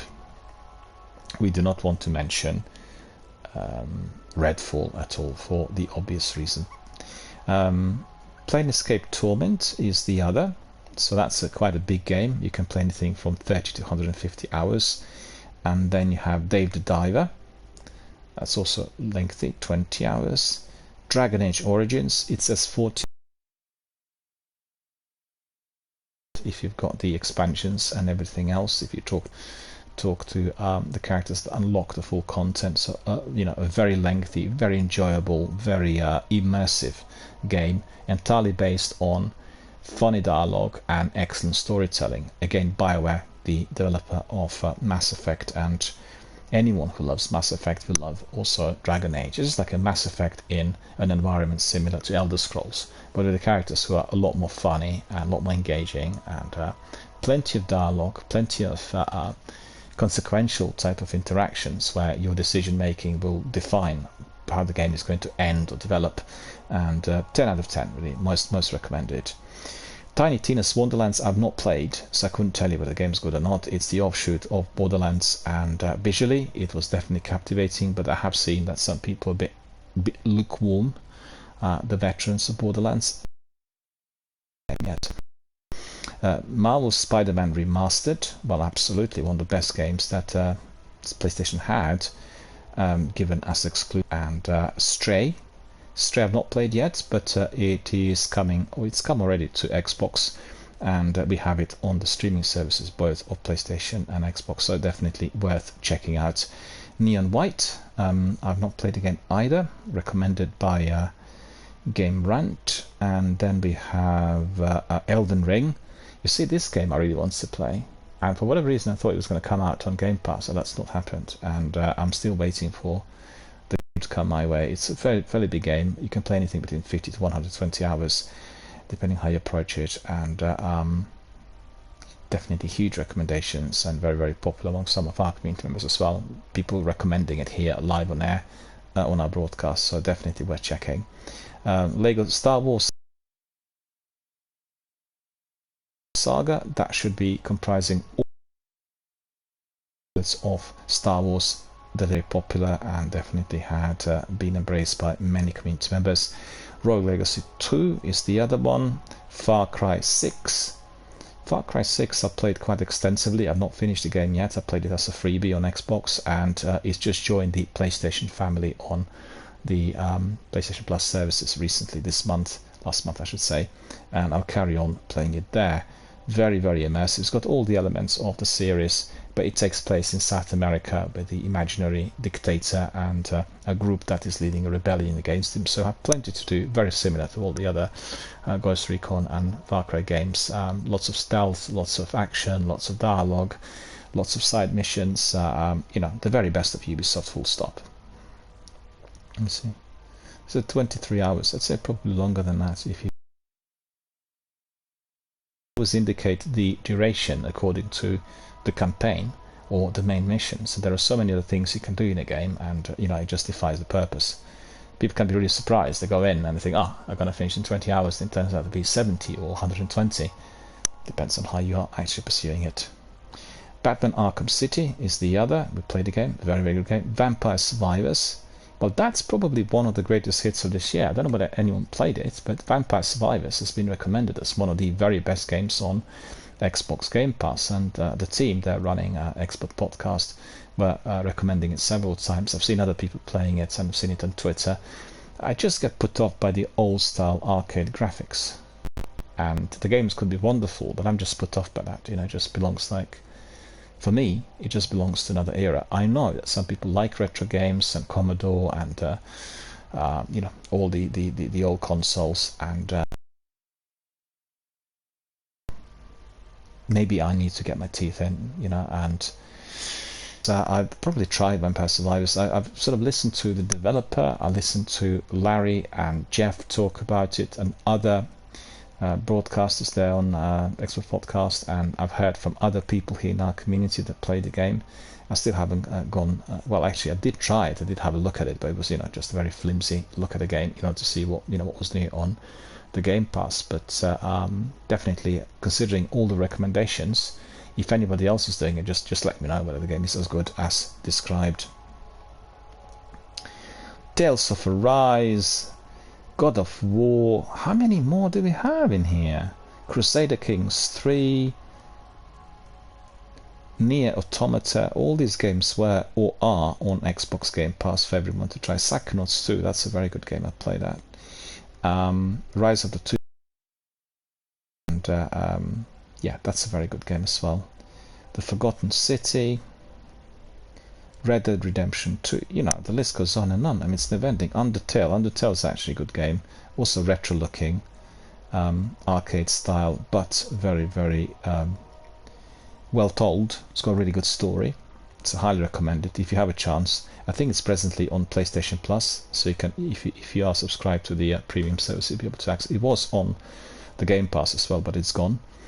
Subnautica Below Zero, also a very good game. Devil May Cry 5, definitely. System Shock, you know what, I'm actually tired of reading the list, so there are too many games in there. Bioshock Infinite, Dead Ringer, Clockwork Revolution, indicated, while the developer said that the game is more influenced by two other games rather than Bioshock Infinite, which was actually seen as the main reference point after the trailers. And apparently the two other games are Arcanum and Vampire the Masquerade Bloodlines. So I think it's more to do with the actual story and the gameplay than the environment, because you can't really tell us that it doesn't remind us of Bioshock because it looks exactly the same. It may be that the story and the character behave completely differently, but you know, that is a story for another day. We certainly can see the references. If you are interested in purchasing new equipment or new games, Amazon Prime Day, I think it's today. Let me just have a look. And you should be able to access all the discounts. Yeah, that's correct, it's today. So the Amazon Prime Day has now begun, and you're around it. So they're giving us some recommendations on the best deals in the US and in the UK. I don't really want to read the deals. If you're interested in purchasing the new equipment, if you are generally a regular Amazon buyer. Final Fantasy XVI is being adapted into a Japanese musical. Well, I'm very excited about this. If they stage that at West End, I'll go and see it. A wave of Xbox demos are popping up ahead of the ID at Xbox Demo Festival, and here's what we found so far, says True Achievements. Well, I would most highly recommend any of these festivals and watch the presentations and showcase events. They give you wealth of information on the developers and the new titles. Also, you're given lots of freebies, and the freebies are always much appreciated. So in here they said something like, we are going to be giving you 5 demos, but the guys from True Achievements had discovered 40. And that's very similar to what I've seen with Steam Festival recently. I thought the suggestion was that they'll have about 100, but I've probably seen 500 or 600. And, you know, it's just very unusual that there will be downsizing down to a number, but if anyone is still doing Steam demos, tell me whether they've been unlocked for everyday use, because I've been very interested in a number of titles, but I didn't have enough space or time or anything to do them in one weekend, so I've downloaded only 5, and 2 of them didn't really work properly on my computer, indicating that the graphics card wasn't up to scratch, or there was some other system configuration problem, and I just brought them back to the old times where I just hated buying anything you know, for PC, because many games didn't really work on the system that I did have, which had never happened on consoles. And anyway, cut a story short, if you are going to be looking at the presentation, that will be tomorrow. Well, that's today actually. It's June the 11th, and the actual festival will last for 6 days. Actually, I'm completely wrong. No, that's completely wrong. Hang on a minute. That's wrong. I'm so sorry about this. I'm just reading it off directly of the True Achievements, and it's not June 11th, it's July the 11th. So it is from July 11th until July the 17th. And they said that there will be about 40 demos, and they've given a big list in here. If you're interested, they start with Alchemist, a list of developers cut Astria, Bang & Bulls Chronicles, Black Skylands, etc., and they will end with Wordless or WrestleQuest. The big list is on my Twitter. Anyone interested, just you know, go to my Twitter. You'll be able to get the whole list, and just click on the name of the game you're interested in, and you'll be able to access the demo, download it, and play it on any platform really. I think ID at Xbox is primarily providing it with information that is watchable and playable on Xbox, but don't forget, many of these games are also cross-platform, so you are, but you know, quite a number on PCs and PlayStation. Worth exploring if you're interested in any of them, right? So just look at the list, Twitter, and you'll be able to get the games. Larian Studios, the developer behind the upcoming RPG Baldur's Gate 3, confirms the players will be able to respec their characters if necessary throughout the game.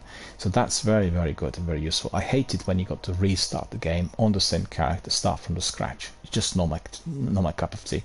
I mean, we have it here in Destiny, but that's a different sort of concept. I'm just thinking of the games like Diablo and Elder Scrolls, and anyway, they will be allowing that respec. And also I've seen that, don't know what I've singled it out here, they have about 170 hours of cinematics, so cutscenes, and all the other cinematics coming to about 170 hours alone. And they said that this is basically comprising the overall activity that comes out with different content, with different endings, with different options. So it's not going to be just within one gameplay. But I would quite like to see it within one gameplay. I love cutscenes, I love the cinematics, which isn't always appreciated by some community members, I know. But I'm very excited about Baldur's Gate. In fact, they've been offering it on the reduced price through various platforms recently. I've seen it introduced on Steam, seen it introduced on Xbox. So if you have a chance, get the remastered top tier editions of 1 and 2, and you can play them before the game comes out. So we've seen that we have Far Cry games here described and ranked. Basically, they've gone down the route of indicating what the very best one was. So let me just see, this was Far Cry 3, and I agree with them. Far Cry 3 and Far Cry 5 are for me the very best because they're most well developed and the concept of the game really flourishes. If you have a chance, get the article and read about it on discounted prices, both on Xbox and PlayStation. Make sure you buy the whole series. Far Cry, one of the very best series of Ubisoft, and you will not regret playing number 3 or number 5. In fact, number 3, the remastered version, I got for I think £2.50 or something. It was like a 90% sale offer a little while back, and I purchased also Far Cry 5 for about £4.75. Again, a major discounted offer. What I do have on Xbox is Ubisoft is frequently offering the reductions and the sales of certain series. So have the Division, you'll have Assassin's Creed, you'll have Ghost Recon, or sometimes even combined, and that's the time where you need to purchase these titles. Just wait for the sales. They're not always the same, but you will be getting them on very, very good prices. Blizzard confirmed that the Xbox Game Pass, because there have been some speculations and rumors on Reddit, but they just confirmed that is going to be happening. We've heard yesterday from Paul Tassi on post-Final Shape storyline. Obviously you will know that the Final Shape is the next DLC of Destiny 2, and I talked about it at length the other day. We've gone through the article and the interview and what they said. The conclusion of it, I don't want to go through it again today, is that there is going to be a lot more of that new content after the battle between darkness and light ends, and that will end at the conclusion of the Final Shape season, or even within the game. I'm not sure, they've not confirmed, but there is going to be a lot more fuss to be had from Bungie and Destiny, and they are working on the new ideas and concepts, and as they go along, he's not giving anything away, but he just indicated that we don't have will not be interfering with the future of I guess similar to Halo. They will carry on working on the project, and we'll see what comes to Bungie from the community as well. I think that is very, very important, as we've seen some sort of disgruntled souls and people being not too happy in recent times. The bottom line is, it's all about the content. It's all about the gameplay. If the content is of high quality, if the gameplay is enjoyable, the players will stay there. If we feel that the content is dropping and they're trying to monetize everything aggressively, then the vast majority of people leave. In order to have a game with that degree of longevity, 10 plus years, you've got to have a good story. The games with a good story, they're almost everlasting. Whether people from the PvP community want to agree with this or not, I guess it's neither here nor there, because that's the stats, that's the empirical research that tell you. People who played that play Fallout today. So that's literally, what is it, more than 30 years later. People played Elite 80s, early 90s, they are still with the game today. Prince of Persia, the list just goes on and on. It's about the storytelling, it's about the characters, about the saga, it's about the immersive elements of the story. Obviously, we can have everything else, but as we've seen with some other formats of gaming, like Battle Royale, for instance, certain death matches, these matches are going to be interested to people for a certain period of time. But if we're looking at the concept that will be long lasting, then that concept always will be based on some degree of storytelling. Doesn't mean that the game is just based on a story. It can have other elements brought in. Storytelling, just think about The Last of Us. How many people watched the series? How many people played the game? How many people replayed the game? It's an astounding number of people, and it's all about the story. It's a single player game. It's very different to Destiny, but at the same time, if Destiny is being considered as a game with longevity, with long time community that's going to stay with the player base, then we are going to be seeing also what is most significant, and that is the long tradition of good gameplay, high quality content, and further development on the story front. Bear with me, I'm receiving another phone call from the same group of people who are developing the building where I live, so I just need to answer it. I will be right back.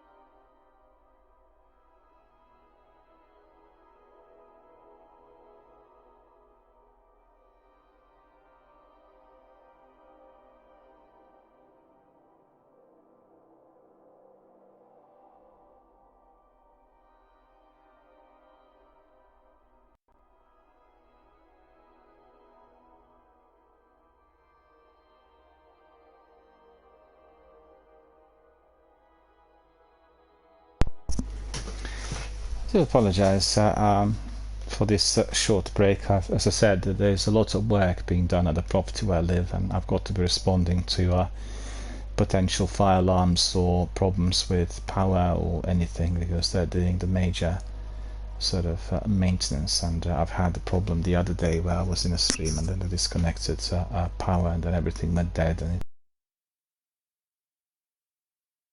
it's just the way these workers are. But I can't really see that they've been just calling me about some other works. Somebody's painting the corridor outside of my flat, and they just want to make sure that no one will be affected by, you know, the paint or the fumes or whatever. And that's one of those things that I couldn't really avoid. Anyway, so we are here back again. I think that's probably all about the news that I wanted to tell you. Just see if I got anything else. No, actually, we can probably just last thing is that Displate is producing very nice steel sheets with Destiny posters and Destiny characters. If you're interested, and if you want to have a very large display of Guardians and anything Destiny related, Displate is the company that is offering it. And I have been posting some of the photographs and news there on my Twitter. You'll be able to see, and these ones look very, very good. They basically provide metal posters, basically stick somewhere outside of your property, or anywhere. They could be obviously used indoors. And I was in Vienna recently, in the Austrian capital, and I have seen some really absolutely amazing steel signs that were very much sort of 1920s, 1930s retro, with some having posters of various films from the period of 1940s and 1950s. So they look really spectacular. So if anyone's interested, if you want to have anything which is properly Destiny based and Destiny related, well, Displate is the company that will be providing you with everything that will look beautiful on your wall, or indeed anywhere within your property. Alright, so we've got all the news. We talked about our community content. We talked a lot about everything else here. I can see that we have Youngman, who had been given some by Zenith, and Youngman has subscribed. So I want to thank Zenith for gifting the subscription to Youngman. Really appreciate it. Every bit of help with the subscription from any of our community members helps everyone who is involved with Twitch. So just remember, any subscriptions are divided 50% and 50%. It's 50-50 between Twitch and the streamer. So 50% of any subscription will go to other content creators and to the Twitch in order to develop this platform further.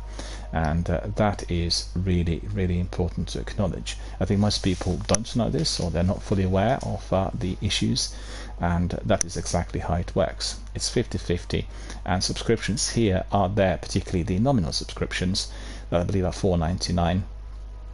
They really are helping everyone who is participating here on Twitch. As I said, one part of that 50% will go to the streamer, and then the other 50% will go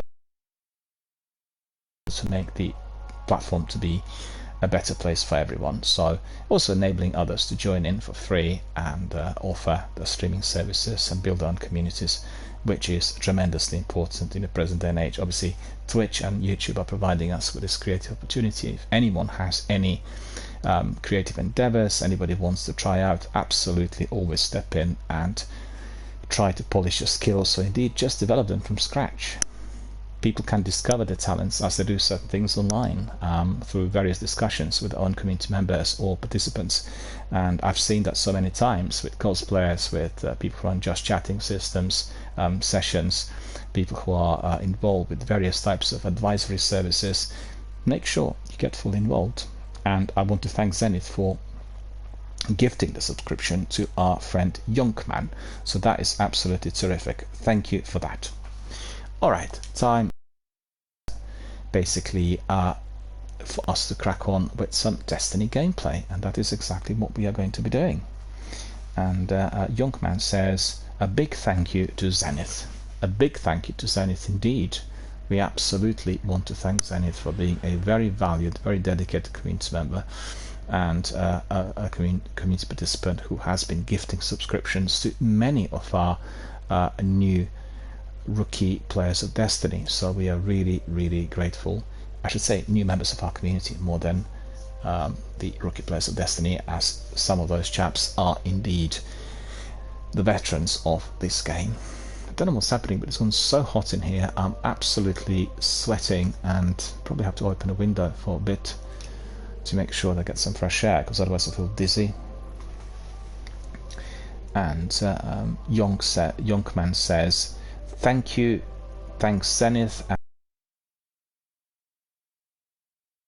Zenith, fantastic. Many of our community members providing that sort of support to others, as well as to the charity that we are supporting at present, and that is our UK-based charity called Mind. I'm supporting them through charitable fundraising. The links are everywhere on my About page on Twitch, on Twitter, on Instagram. So if you are a person who wants to help not just the charity but everyone who is using their services in order to get better mentally, as the charity provides services for people experiencing mental health problems or emotional difficulties, you are going to be saving lives by doing so. So just remember, click on the link, have a look at the information, and join forces with the rest of us. We've had some donations already, but you know, it's still early days. Hoping to raise £1,000 for the charity by the end of this year. Okay, let me see if anybody wants to join us so that we are doing everything together with us. I'll invite Zenith first of all, because I'm sure Zenith would like to join us, and we'll send the invite.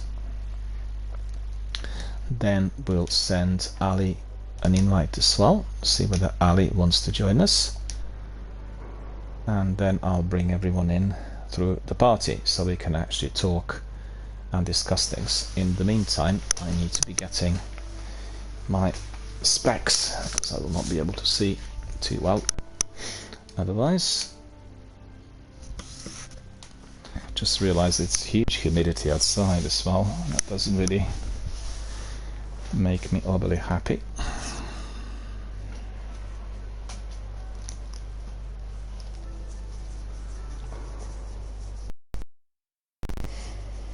Alright, so I invited Zenith and Ali. If Zenith and Ali are there watching the stream, you should have received our invitations. Just let me know whether you want to join in, and if not, it's all good. It's just that I'd like to have, you know, some idea on what we are going to be doing today. I said I was going to do some admin, but there's been absolutely no time for that of late, and let me see. I've got some of these. Yeah, we need to liberate space in here. We can't really do it like this. It's too many things that need to be placed elsewhere. I've got some space there, so that's good. Let me just hopscotch will put in, and then from here I guess we can put Light of the Abyss. I want to see whether we can increase the value. Arc damage.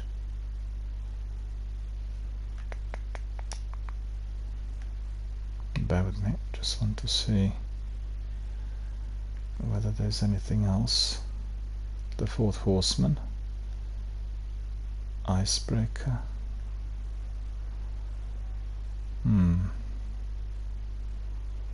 Trespasser. Okay, Trespasser I can put in. And then in here we have Rosebane.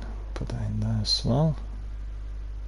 So do we have any other space for anything? I need to see. Again, no space in there. That's annoying. Need to delete some of the not necessary. Disassembly required. Okay, the wheel breaker we can delete. Disassembly required, we can delete. LDR we can delete. So just delete all of these. Oh, I see. We got this Darkblade. Oh no, that's Grasp of Malok. I thought it was a Darkblade Spite. Alright.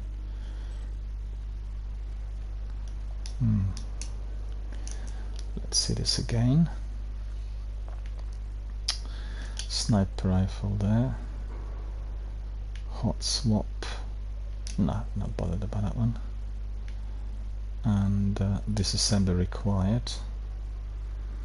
Let me see, linear compensator. No, not bothered. Used it quite a bit actually, but what we want is the best weapons, and we want them all masterwork. So you can see I'm just keeping masterwork weapons. And this is a shotgun that I also want to masterwork. Okay, so that's liberated. In here we need to liberate some space. One helmet needs to go into the vault.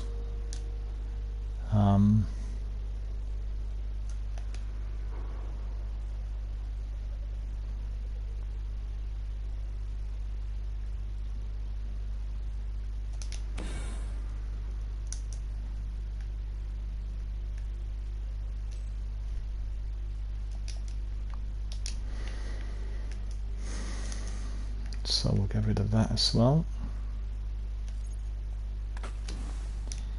Don't play tighten that frequently either. And mark of the Undying Mind.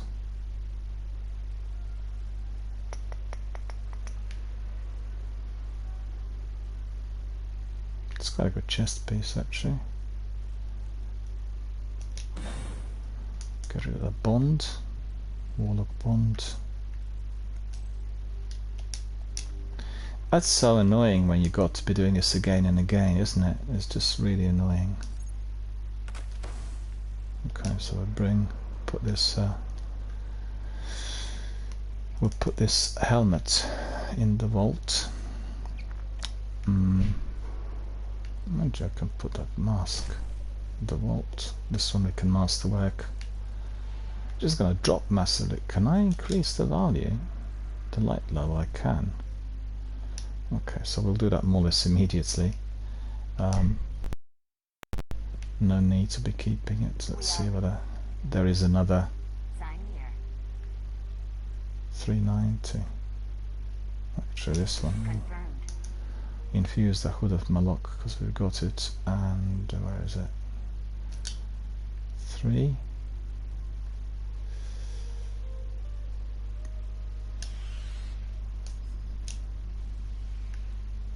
Must be careful not to delete the masterworked one, right? Didn't make that mistake. Let's face the facts. So that's 400 now. That's cool. And this one could also go 400 if I pick up another one. Let me see. Ah, Desert Cover. Okay. Desertified Crown, Desertified Crown. It's two different ones. That's Titan. That's Warlock.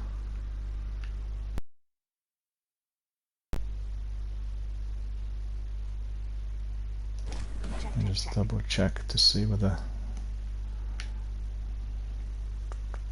it's 390. Right, could probably do that as well. 390. So that looks better than just ditching it. This one, this one. Ah, Desolate Cover. Curious about that one. Let's see, Infusion. Well, that's quite, you know, it's not that powerful, but I just like the look of it. Looks amazing. So we'll keep it for the time being. That's one engram. Not enough space. Not enough space. Let's see. Okay, this one 390. So then actually yes, there is.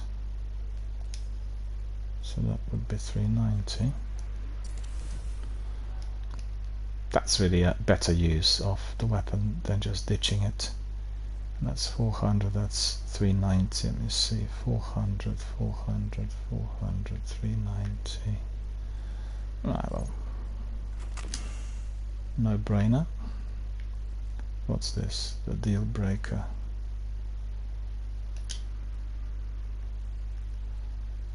Snapshot. Well, that's not too bad either.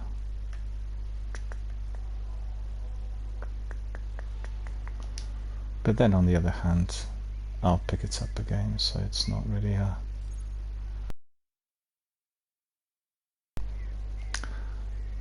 legendary marks I've picked up, okay. Maybe another exotic item, maybe. Machine gun, stolen bow. Okay, I can still leave a few, don't have to be bothered immediately. We'll pick up... No idea what they are. Gail's back. Hello Gail, do you want to join us? I can bring you in if you want. Dine and Doubt. Let me see, Dine and Doubt we picked up. Stolen Will. Just a minute, Stolen Will. So this one will have crowd control, lightweight, underdog. Okay, so the other one.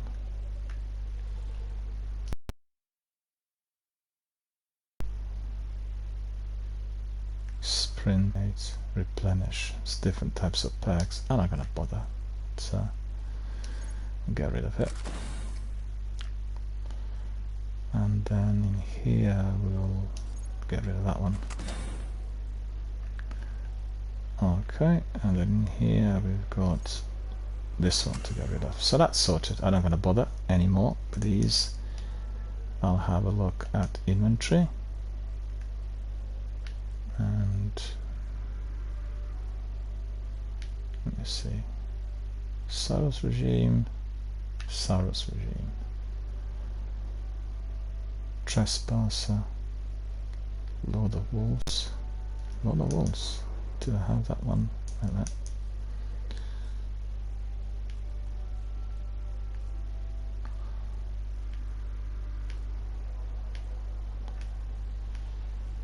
Yeah, okay. So we've got here.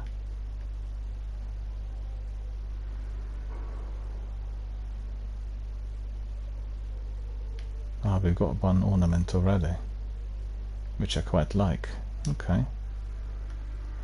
So this inventory. Trespasser.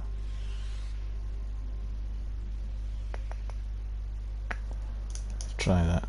Let me try that. Where is it now?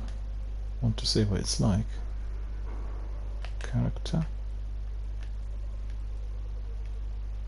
Okay. Details.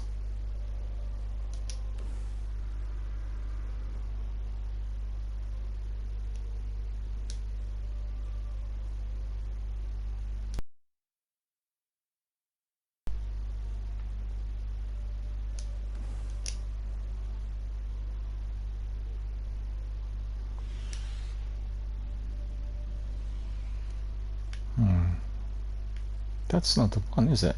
I don't think it is the one.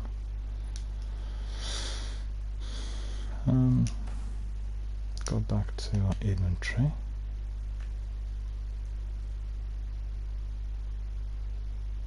Oh, maybe it is. Maybe it is exactly the one. Hang on, that's Touch of Malice. Okay.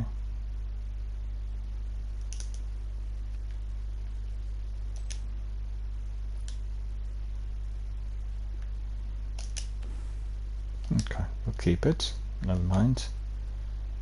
Inventory.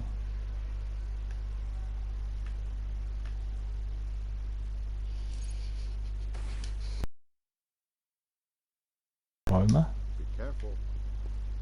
There is one left in my poise box, I think. Gail says, do you want me to join? That's the name of the ornament. Yeah, I mean, it's the...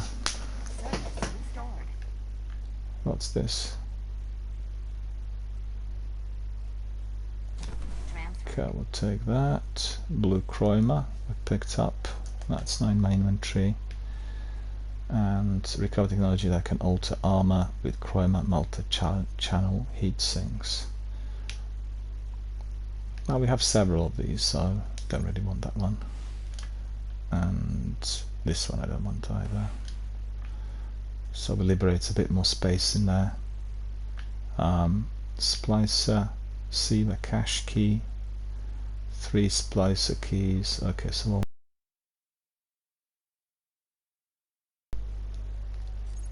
that will take, that will take,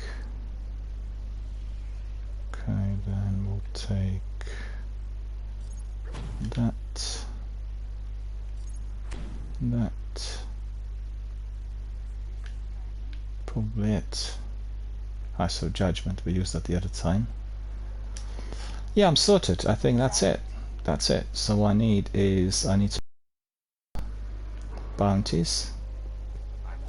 And let me just see, Gail said she wanted to join us.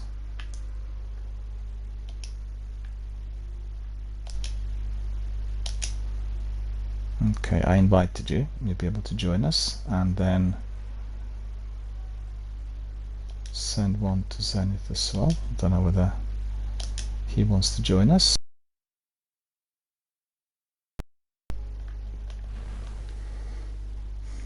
I need to pick up some bounties.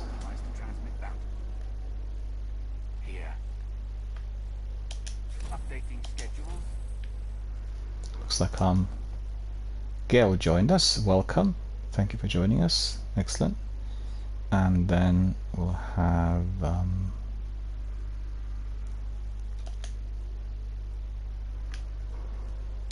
no, I'm doing something wrong. What am I doing? Yeah, there's plenty of we have plenty of bounties for the Sivas, so they need to bother about this. And what was this? Ah, orbs generated. Okay, that's for the House of Judgment. We'll see if anybody else joins us, and maybe we'll get back to it.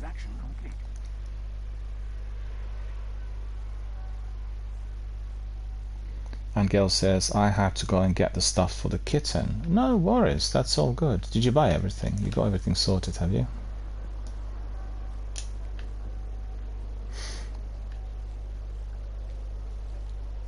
So we'll sit in here for a minute.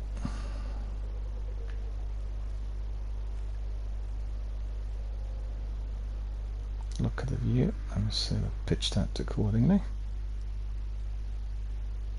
A bit of a traveller up there.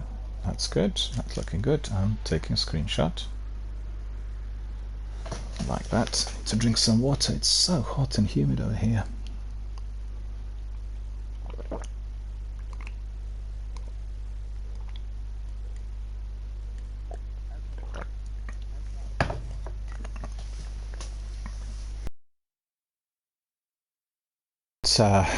Don't know whether Zenith is watching. Just tell us whether you'd like to do. Or, oh, that's quite good. Our friends come in and it's gonna dance. Okay, we'll dance as well. Like that. But our friend had enough by the looks of it. Really fast. That's right, that's right. We'll do the same. We'll go up here. Ah! Just bear with me. I need to open my window because it's really, really stuffy in here, and I need to get some fresh air.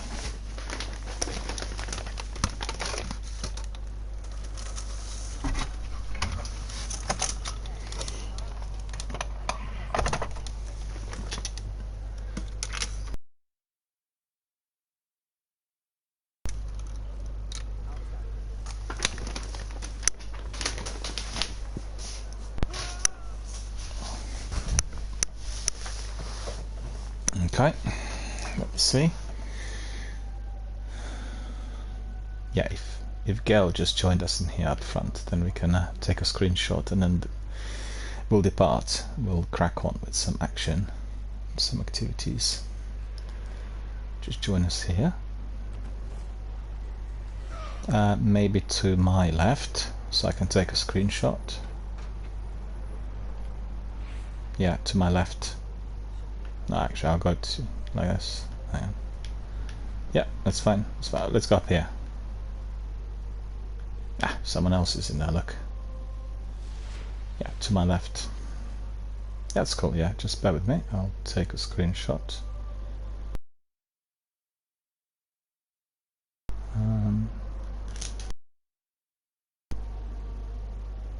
I'll go here and then we'll look at the traveler. No, that's fine, stay where you are. That's it, got it all. Right, so we'll go up in orbit. You can always go to my Twitter, you know, and have a look at the screenshots I posted. Because I usually post about 6 to 10 a day. And then we've got our community activity fully immortalized and documented.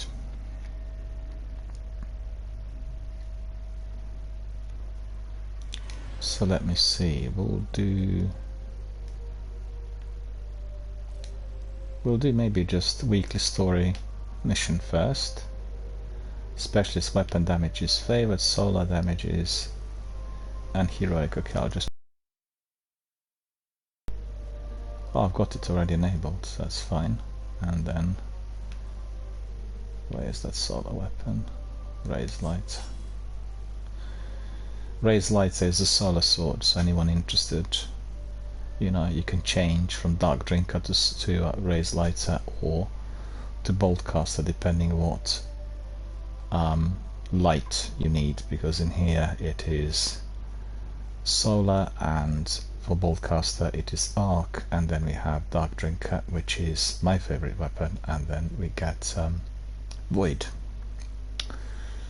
Alrighty, so ghost is there still as usual. And let me see, masterwork that, so that's fine. Knucklehead radar, let's see whether I can get this. Innovation, bonus grenade, super energy, ashes to assets. No, I can try that knucklehead radar for change, why not?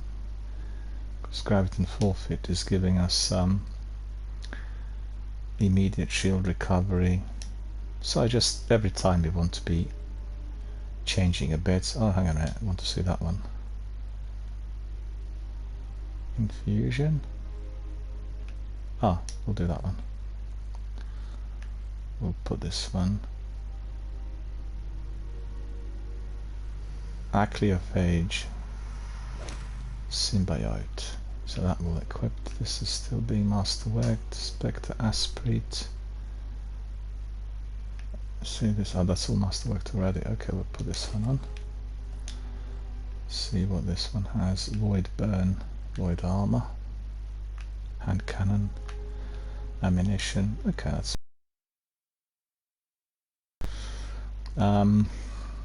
Dream Eater, Bogatire, Ion Tracer. These are not 400 though. That's annoying. Okay, we'll keep these ones on for the time being. And these ones are still leveling up. Alright, no problem. So we'll go to story missions, weekly story playlist. There we are. Let's crack on. We're gonna have some fierce action in our weekly story missions in Destiny 1, so just get ready for a lot more.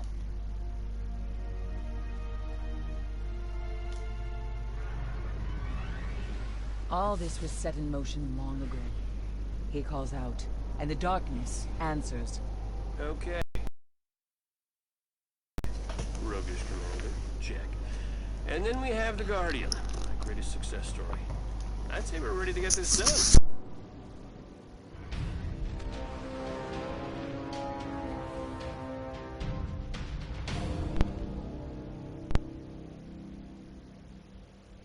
Push back the dark. End it. She's right, Guardian. There's no doubt in my mind this could possibly work.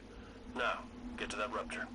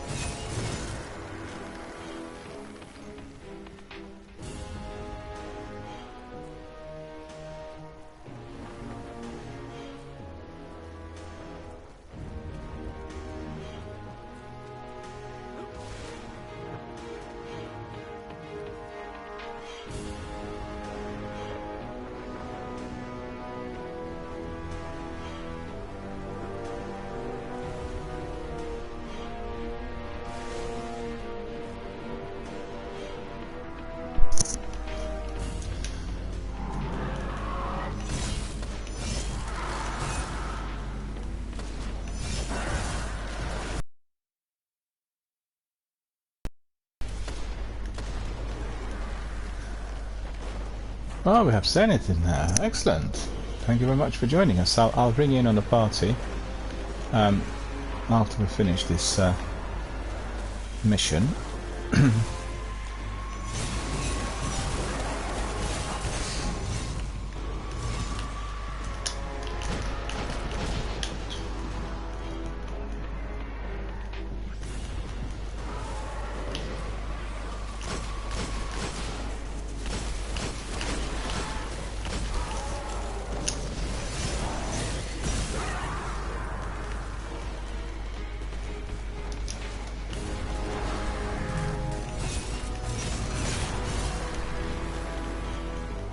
Floors, enemies.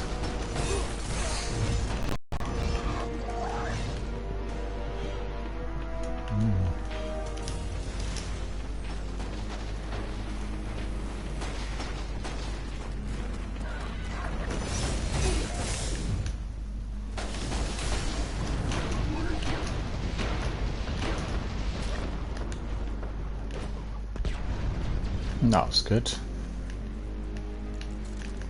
Alright, let's go in.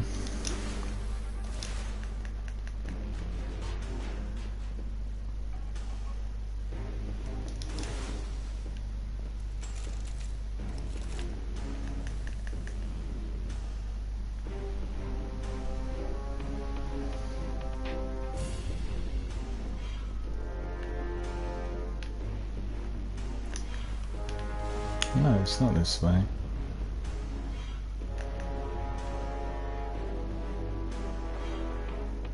That's a bit odd. No, I know what's this. I've gone the other way.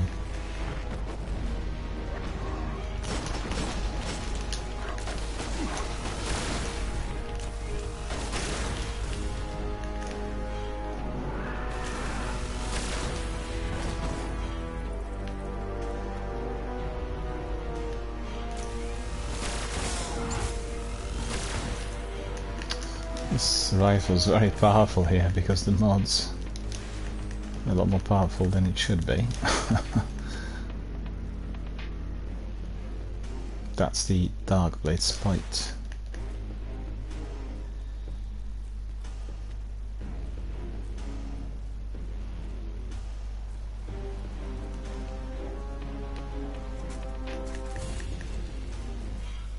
Having a cup of tea in here as well, yeah.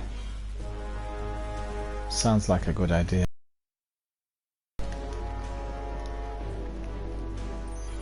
Okay, that's where the rupture should be. Get it open. Once you're through, send your coordinates. We'll lock down your signal and deploy reinforcements.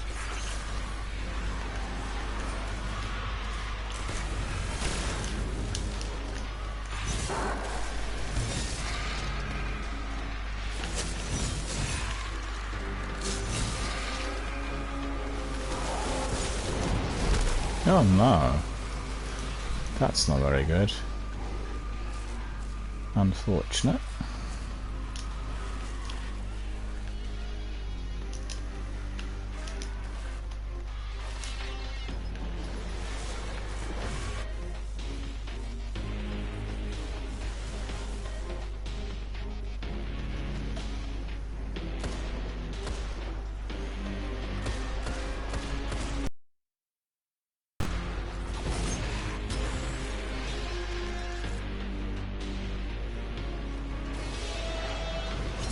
Thank you.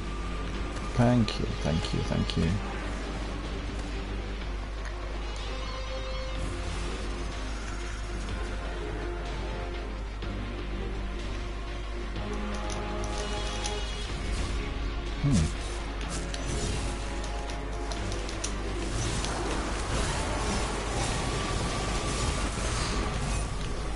Oh, come on. Am I not 400? I am.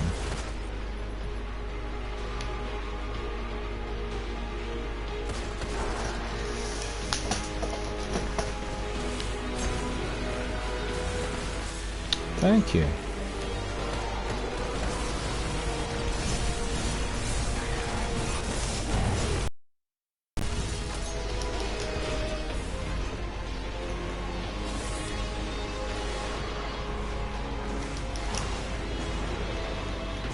Guardian down. Nope.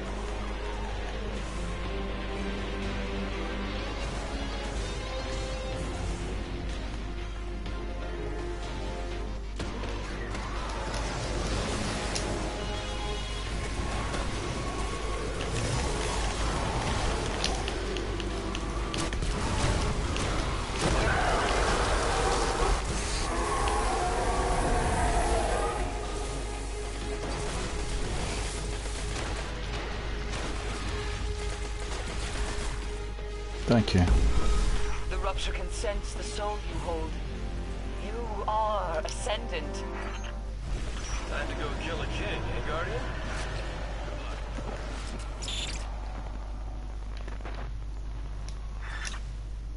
And Time to go kill a king, eh, Guardian? Good luck. We're going to have to finish this on our own. My scans are returning nothing. We're definitely somewhere, but no sign of Oryx.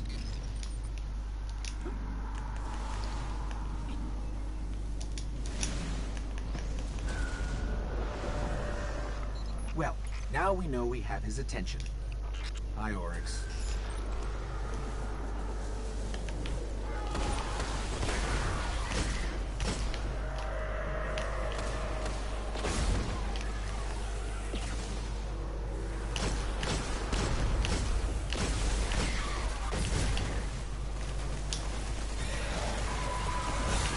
Guardian down.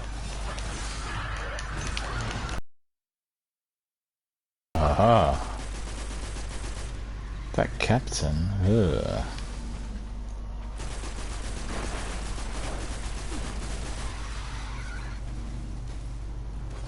Yeah, whilst I'm waiting, I need to close the window because otherwise we'll be attracting some unwarranted audiences down here.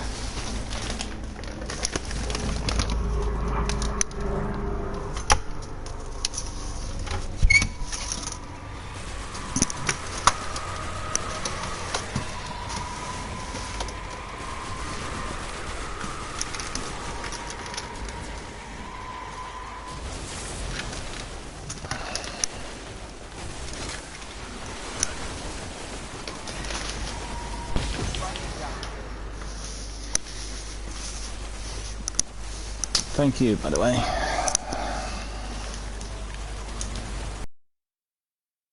Hang on.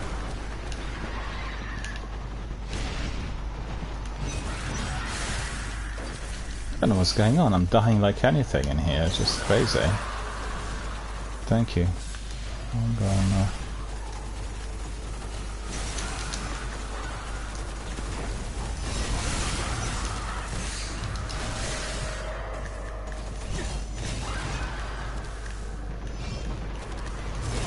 They're very powerful, actually. They're a bit overpowered, these red bar enemies in here.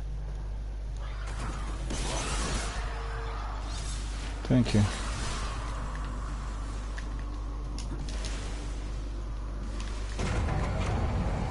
So we all sorted.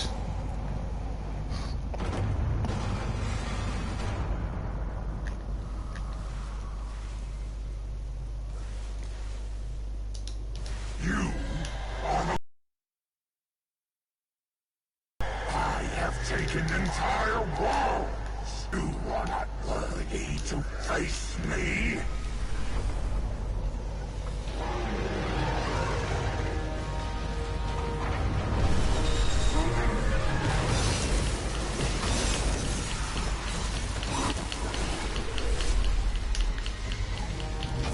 Oh, we both died. He was a bit too powerful, I guess.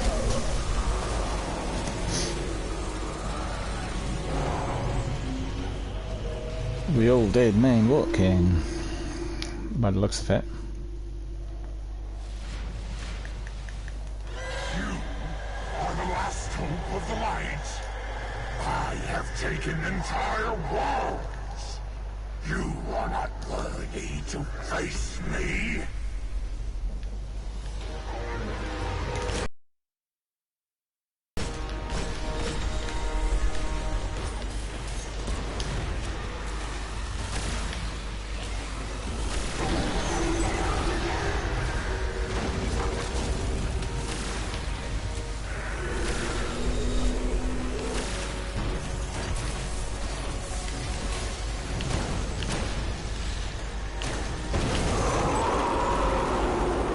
That was good, really. Super did it. No, Super did it. Huh. Well, I guess we're worthy now.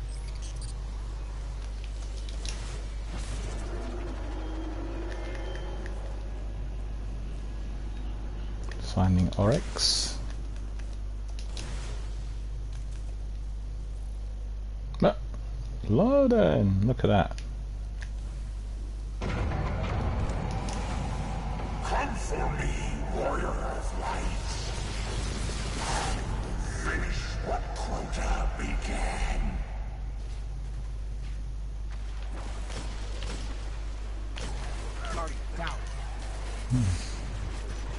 Oh, I've been pushed.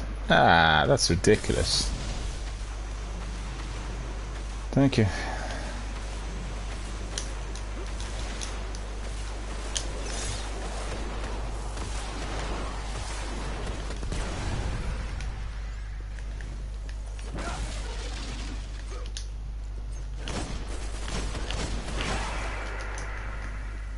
Team effort, team effort.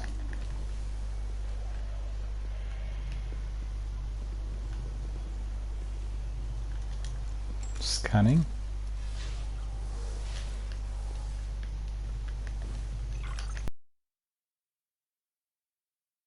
Everything here was created before Earth was formed. Oryx has taken.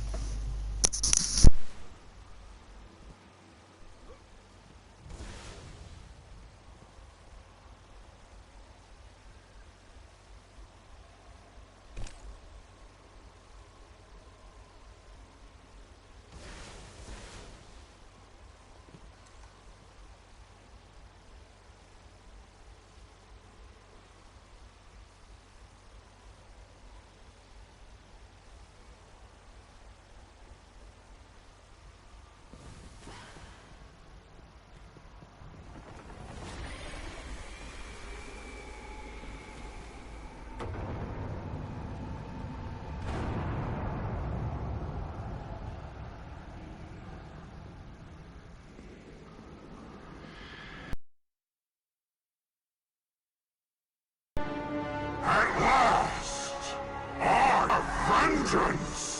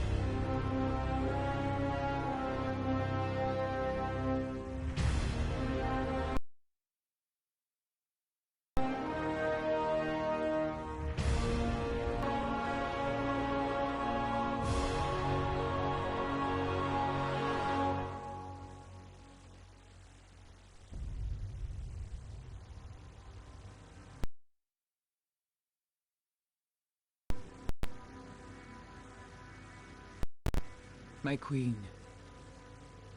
You were right. The Guardian was the key. For the first time, the whispers are silent. It is done.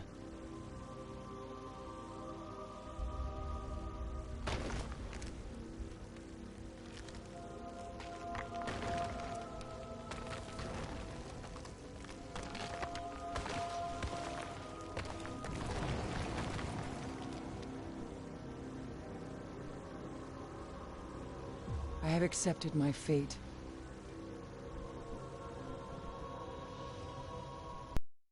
I will not fail.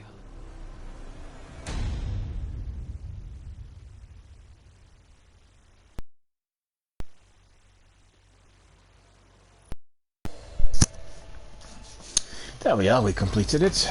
Whilst we are waiting, I'll bring in our friend Zenith, bring him to the party. And let me see, what do we got there? Just bear with us.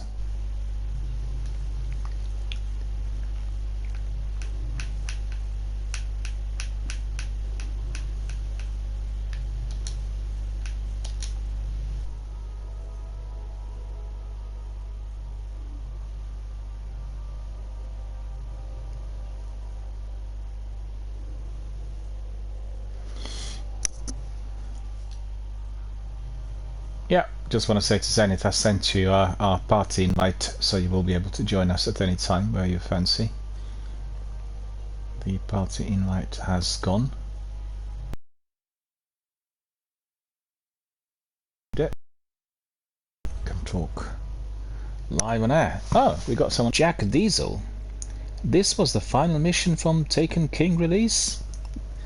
Our friend's asking, yes, that is correct. This was the end of the Taken King DLC, yeah, when it was released. And incidentally, we played this mission a couple of times recently. One of the reasons was that we got it for, I think, through weekly missions. And then Gale was still doing her Guardian on the Taken King, which was not completed. And we helped Gale the other day, it was last week if I'm not mistaken, to complete this section. Zenith, have you received the invite for the party? I've just sent you the party. You received it, we'll be able to talk live on air. Have a look, whether you received. If not, I'll send you another invite, it's no big deal. The party is up and running, I think. Should be. Oh, I unlocked something on my Memory of Perun. Let's see what this is. Increased discipline. Good, I'll get that. Yep, I want to say that again, this was the final mission of the Taken King. Oh, there we are. Zenith is here. Hello, how are you doing? Can you hear me? Let me see whether we can hear Zenith.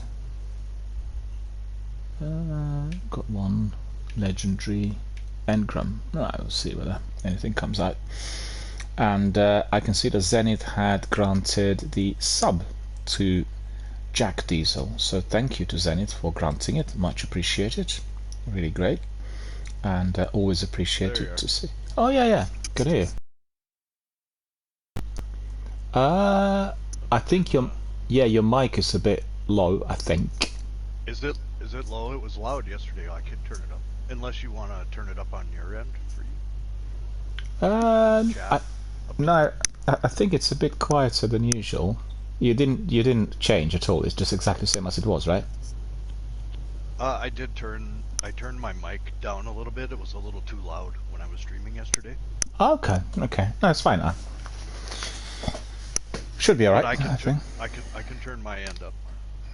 Just a bit, not a lot. Not a lot. It's just that we are more or less on the same level on the playback. You know, that's the only thing. Because I can hear you well, but I can see that the level is somewhat lower than usual. How about now? No, it's fine. That's good now. Yeah. It's perfect. Yeah, perfect as it should be. Awesome. Hi. Oh, it's great. Oh, it was really good. Really good weekend. Terrific.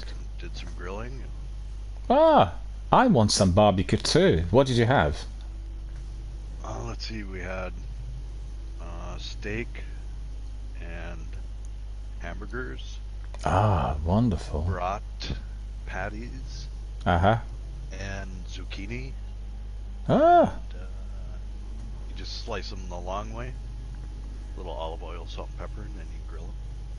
Really good. yeah, I'm already hungry Oh, just by chicken, hearing it chicken. all. Chicken as Yeah, well. it was really good. It's summer here. Winters are very long here. Yes, of So course. in the summer, we really take advantage of that. Although I 'Cause- will grill in the winter once in a while. It's not frigid all the time. You can still grill. But I Yeah, get it's it. grilling season here. You have like a proper grill outside, it's properly built.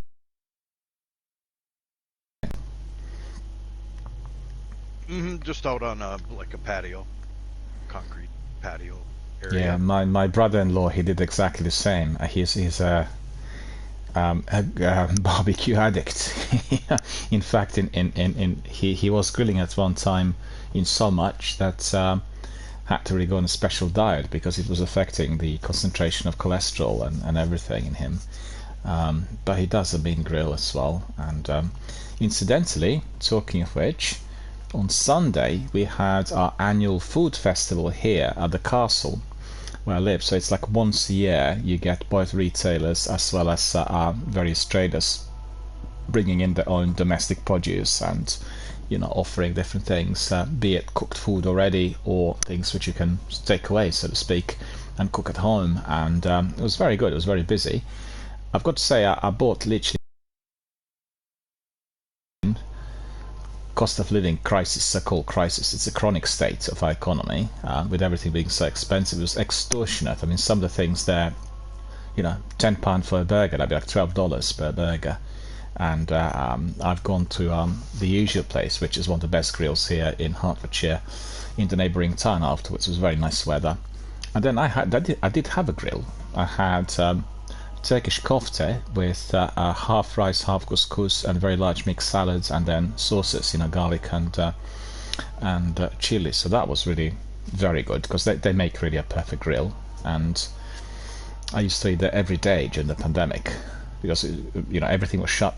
Just the takeaway places were open here in Britain for 18 months or so,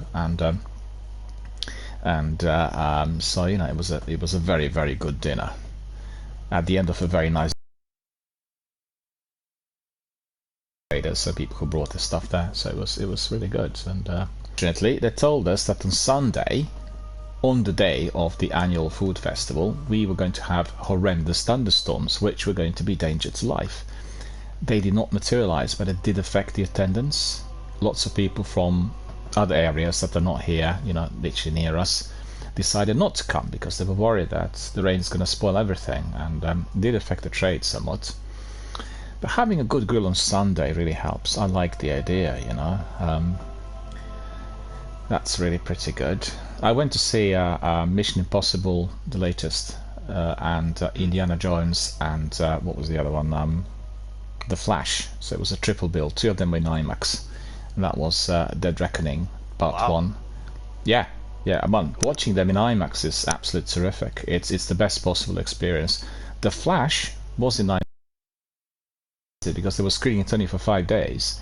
And I always expect the new release to come out on Friday, but what they've done recently is they bring it forwards. Like, for instance, Mission Impossible is to be released on Friday of this week, coming week, right? They already started with pre-release screenings on Monday, and this is how I actually missed out on The Flash. I really want to see it in IMAX because of special effects and everything. But to be fair, The Flash was the weakest of the 3. I thought Indiana Jones also was a bit of a missed opportunity. It was a very good film, very entertaining, but miscast. The protagonist, the female lead in there, she's very contemporary, and this is very much like a period piece of the adventure films of the 1930s and 40s, and that just ruined it for me. I couldn't really identify either with her, or no chemistry between her and Harrison Ford, as well as there's a kid there who's a thief, and you see do business together with him, and also he was very contemporary, I thought. small line to the kids we've seen in films like Thief of Baghdad in the old days. The best of three was obviously Tom Cruise's spectacular Mission Impossible, and I've got to say it's one of the best action thrillers I've seen in years. It's incredible. It's 10 out of 10. Don't miss it if you have a chance. Absolutely, you'll love it. The stunts, the acrobatics, but most importantly the story in the film are second to none. It's incredible how they're told, and also considering it's part one and you have a conclusion of part one, although you know that something else will be still happening in the next one, full of surprises, twists, and heartbreaks. My favorite character in there, something happened to her, I'm not giving any spoilers, I nearly cried. So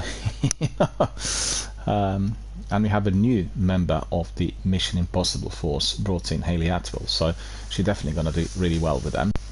So definitely most highly recommend it to everyone if you have a chance, and also just wants to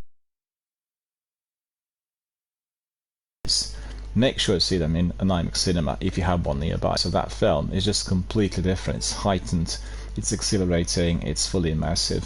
Obviously it will be great in any other cinema, but IMAX will just boost up the volume, so to speak, with the atmosphere and everything else. So it was a good day, and all these each one of them is more than 2.5 hours long, so you know, I had a very, very good day. You did all three of those in one day?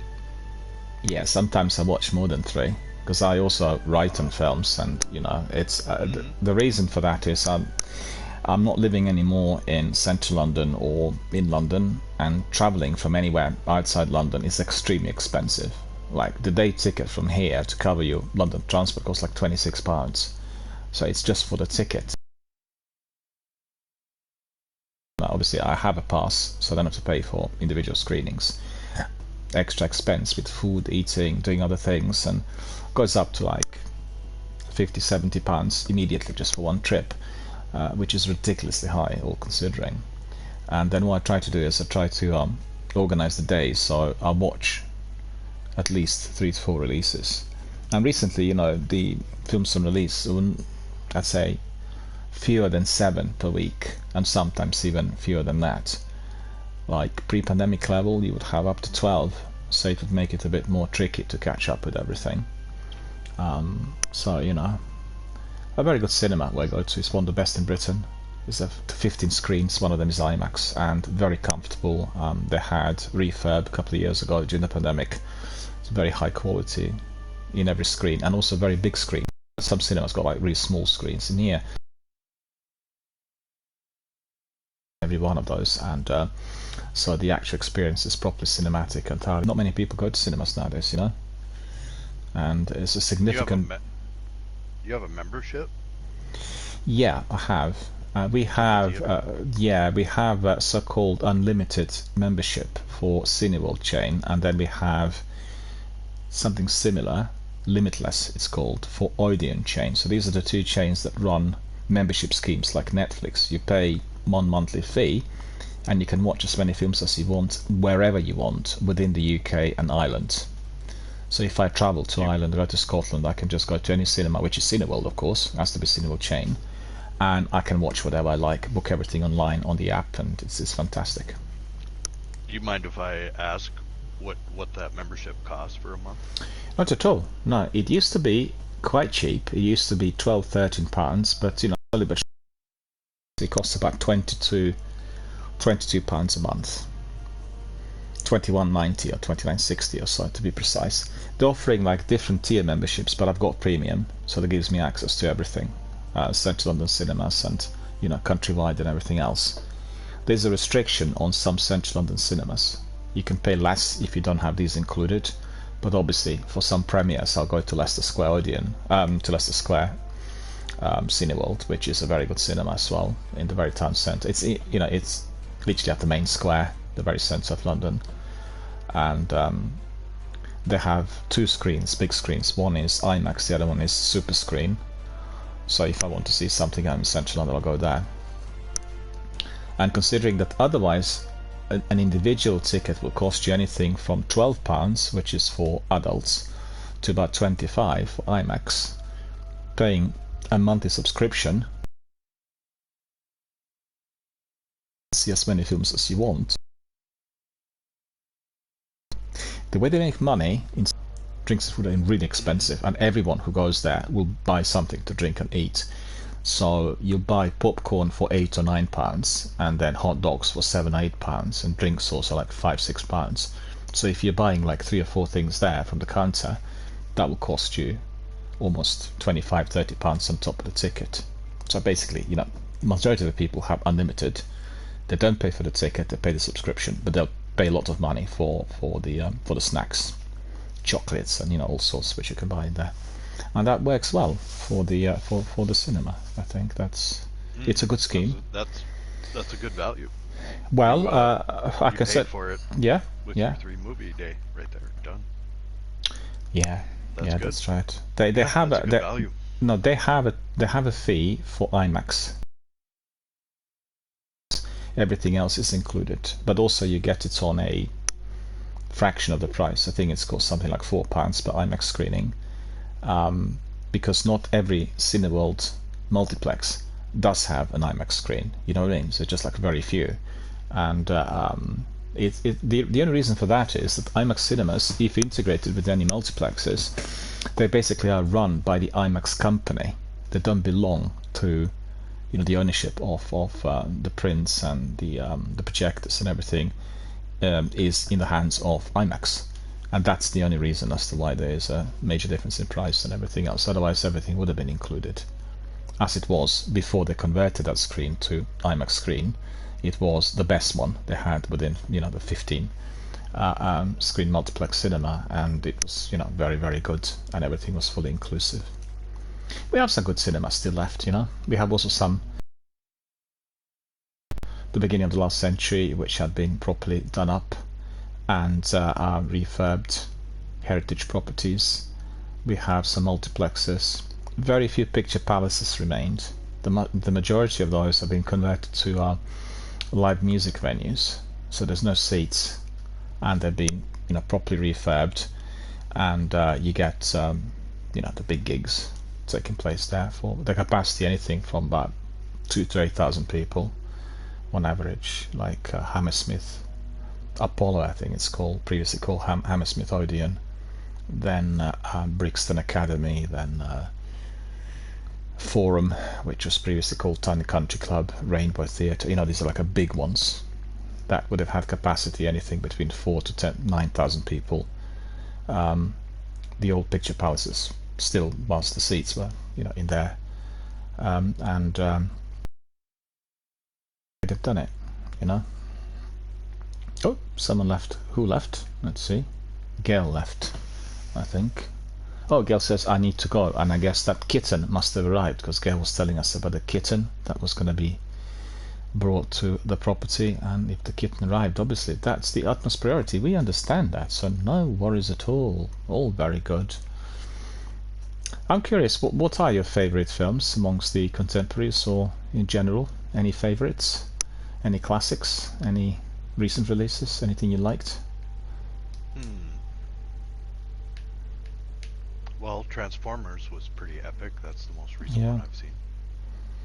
I've watched the other installments. I've not pretty seen I've not watched the recent one. In fact, I've seen yesterday Megan Fox together with Jason Statham. She was in a trailer for one of their new films that's going to be coming out within the next couple of months, and I always remember her from the original Transformers. She was in the first two. That was with Shia LaBeouf, wasn't it? That's right. That's right. Yeah, I don't know what happened to him, but he was a bit like a loose cannon for a while. He was all over the tabloids. You remember? And it's funny because he was truly a loose cannon. And then Andrea Arnold, the British film director, she was making this indie film called American Honey, about this girl who's traveling across America and kind of a semi-runaway from home, and things happening to her, and then she meets Shia LaBeouf on his journey. And then it's so funny because I can't remember, she's selling something, comes to a sort of a swimming pool party where it's some serious right-wingers in there, and they want to take advantage of her, right? And they don't realize that he's somewhere in the car, and he's got like 2 guns, and then in that film, exactly like he was described in the tabloids, a proper loose cannon. It's so hilarious because the director managed to combine his kind of real life experience with a scene in the film. If you have a chance, see it on YouTube. I'm sure he put on Shia LaBeouf swimming pool scene in American Honey, and it's hilarious. It's so funny, but it's so real at the same time. It's a very good film as well. I've not seen him for a while. The last I saw him in, he played a US Marine in Iraq who suffers injuries and then his PTSD, then comes back home. It's pushing it a bit, a few years back, 6-7 years ago at least. And that's the last I've heard of him, really. I've not seen him in anything else. Has he been on TV at all, or any programs or television series? Don't think he did. Well, it's the reputation, you know. Once you get that reputation, then all the Hollywood studios turn their backs on you for whatever reason, just to protect the, you know, like in the old days with the Christian organizations that were rebelling against the bad culture, and no, there was a particular phrase they used when they introduced that Hays Code. They had demonstrations on the streets. It was a big thing in the 1920s with the talkies, because they thought, oh, the silence was still silence, so different from what happens in real life. But with the talkies being so similar to what happened, you know, in your local community, obviously being American films, they raised eyebrows and huge demonstrations, many problems, and then they introduced that code. So the code was persisting over the years. Initially it was very strict for about 6 years. And then actually it was pre-code era between 27 and 1934, and they introduced the code, and they kept it ever since, but in various formats. You know, when they introduced the PGs and, but prior to that he was quite strict in terms of what studios were able to make, like what type of film, what kind of scenery they could be presenting. So much stricter to what you'd have had from, let's say, the early 60s onwards. Well, even late 60s onwards. You know, the film that really broke all the rules and changed the code, the big film from the 60s, Bonnie and Clyde. That caused a scandal. That was like absolutely scandalous when it came out, and with Faye Dunaway and Warren Beatty. And that changed the whole subculture of violence in films. It was a very violent film, and ever since they had other directors chipping in with similar films, and I guess the code changed. No longer did it apply to violence. Funny, isn't it? Didn't apply to violence. It did apply to sex. It's a really unusual step to take. But actually, I and, you know, all these guys, Don Siegel, from the late 60s films, and that was significantly different to anything you would have seen in the 50s and the early 60s, or the 40s, of course. And well, most of these films are true classics today.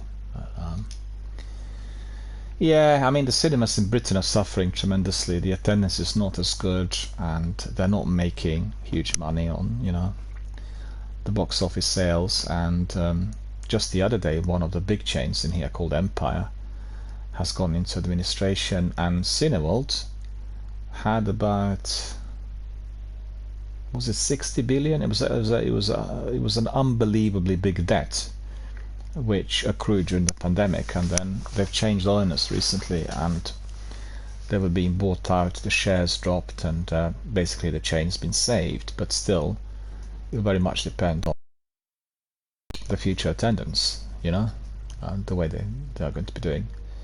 And I'm certainly hoping that it will carry on, because this scheme through which you have a subscription and then you can see all the films, that's just revolutionized the whole thing, because this was the only chain until quite recently, a few years back, that did have this membership scheme, and they must have secured it somehow so that other competitors couldn't pursue the same thing. I'm not sure what the way was, but certainly they managed to secure.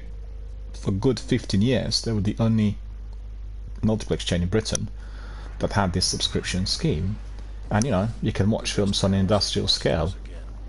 Otherwise it's expensive, you know, every film you have to pay for, so a very different story. And also what we did have was double and triple bills in repertory cinemas. the past, you would pay for a triple bill, like one ticket, and you could stay there everything that was screening, usually 3 films that were rotating from, let's say, 9 o'clock in the morning to midnight.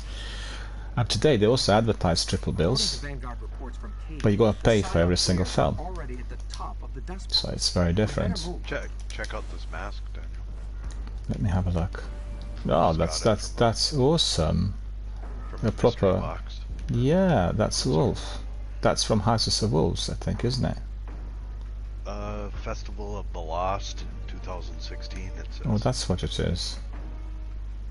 That's really cool. Hang on, let me just take a screenshot of this. I really love that. I don't even think that Sekapupu has this mask. I'll ask him. I'll send him a screenshot. I'm quite curious because he collects everything in the original game and the sequel. And that's really terrific. Look. Just want to be masterworking everything, and then, you know, we'll keep it in the vault. And everything else will have to be ditched. No space otherwise.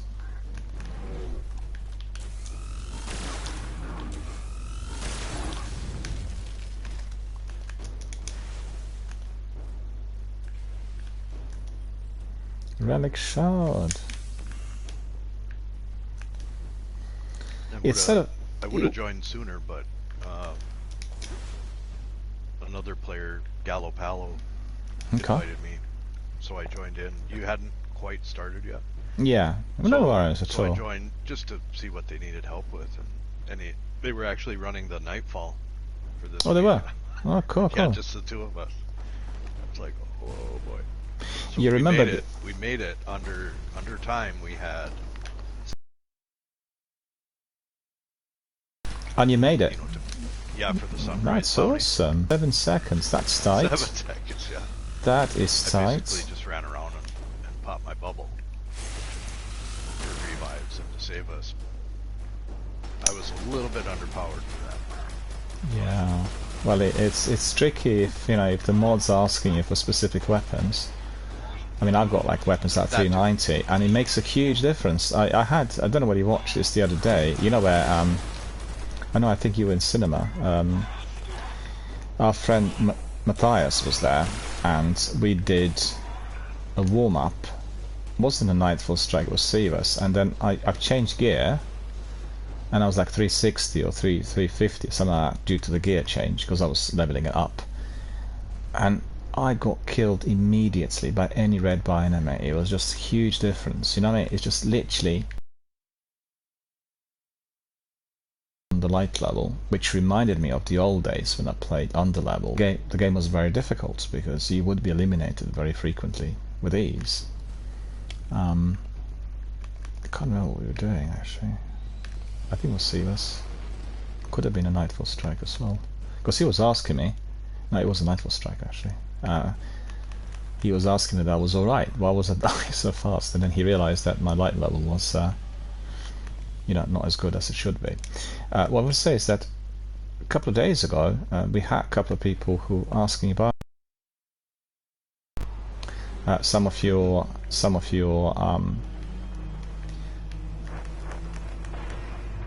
community members or people who you played Destiny with, Destiny 2 I think that was, and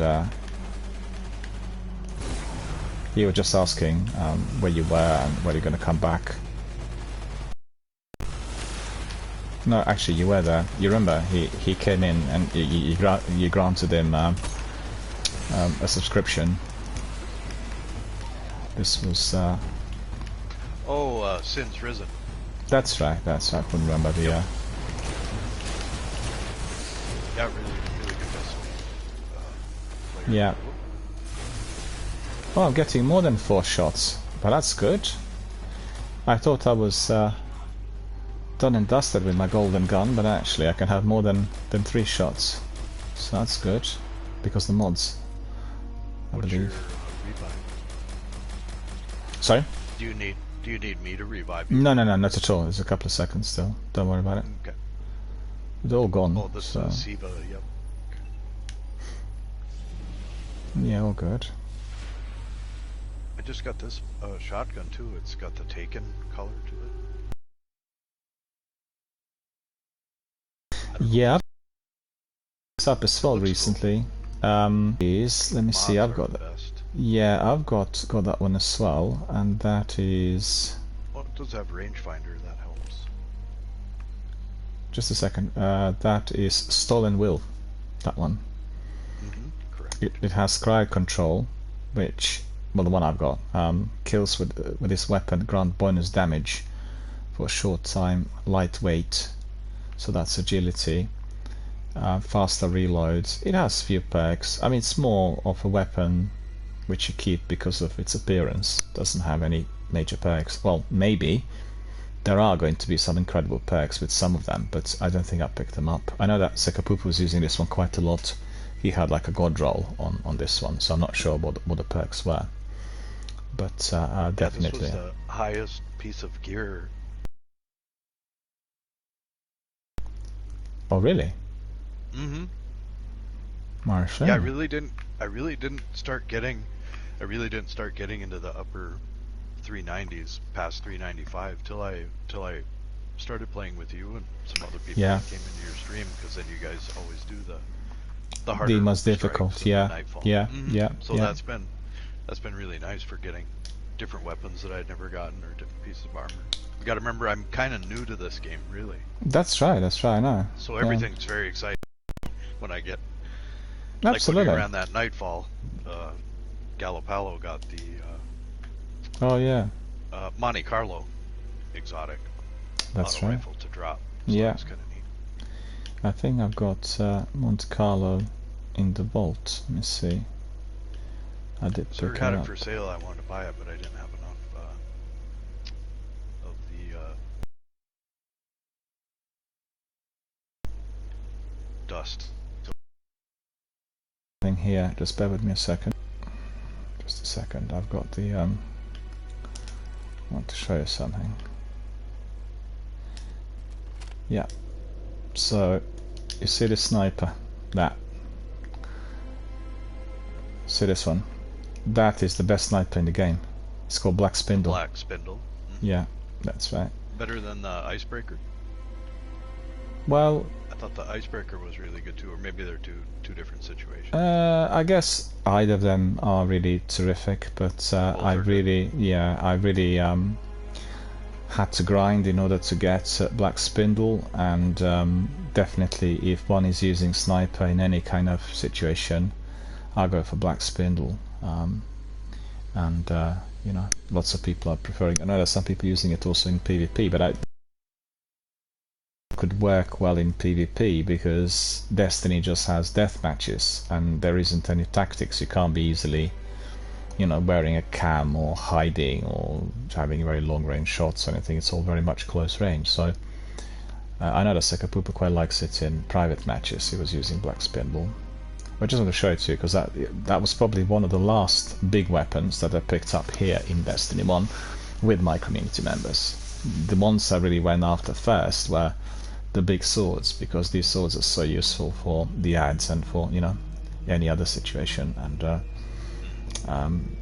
Dark Drinker, Ballcaster, and Raise Lighter. So I kind of use them. I mean, Dark Drinker's my favorites, but if you get the mods like in what we just had earlier, then definitely worth using the one which is solar. And that, what was it, Ballcaster, wasn't it? Was it? Let me just see. The Raise Lighter, actually, not Ballcaster. Raise Lighter is solar, and then Dark Drinker is void, and Ballcaster is arc. I think generally, probably the best approach is we have the mods indicating that either of these abilities will have greater impact, then it's the best to use the sword which is having that power, you know. There's obviously, like in the last story mission I played, Raise Lighter was actually, or was it Ballcaster? Raise Lighter was more powerful than Dark Drinker, just because of the mods. So one hack and the red ads were disappearing. I was able to eliminate some of the mini bosses there, the yellow enemies, with 2 or 3 hacks, which was also quite good. Alright, so let me just see. I need to put the other, also solar weapon.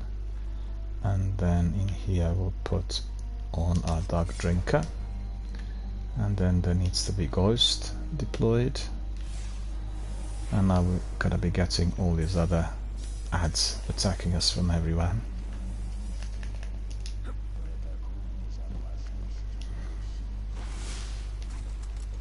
It's been no rain, but it's unbelievably humid in here today. It's just really very, very hard to breathe. And I don't know what's making it so hot, because I didn't see much sun or anything.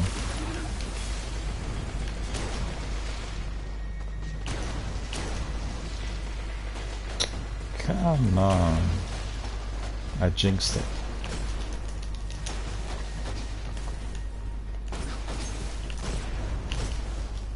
Oh, that's good. An extra sword ammunition. I see a Scion. Yeah.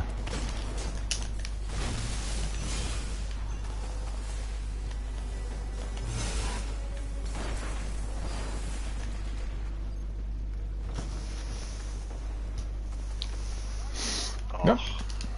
Yeah, it's this one. I've seen him just now.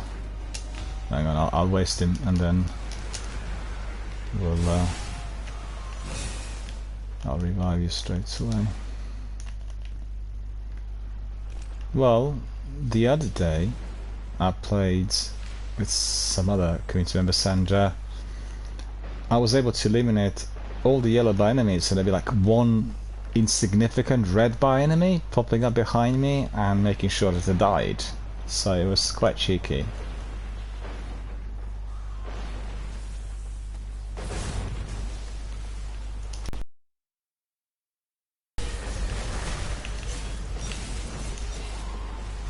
Oh. He lived? What? That's ridiculous. He was too strong. He was too strong. That red bar enemy. He just literally punched me with his shield and I was gone. That's too difficult. I mean, too powerful.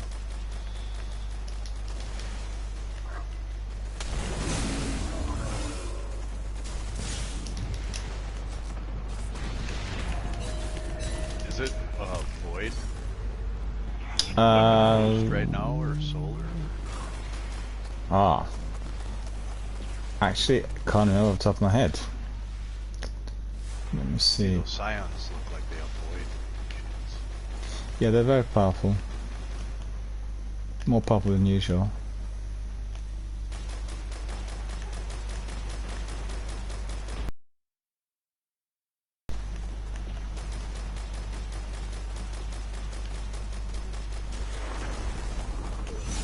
Yeah, they look like Void, these Scions. And they're very, very powerful. Like, literally, 2 punches and I'm dead.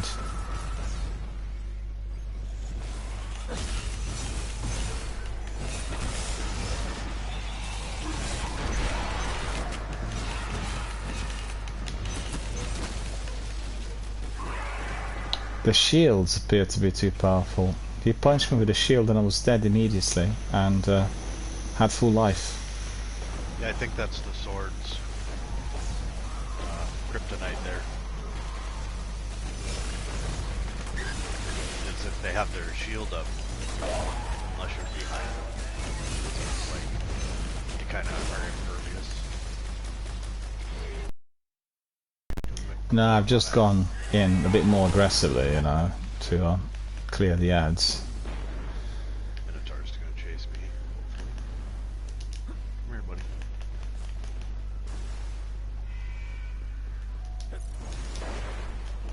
Supercharged, that's good. Let's see, anyone else there for my super? Yeah.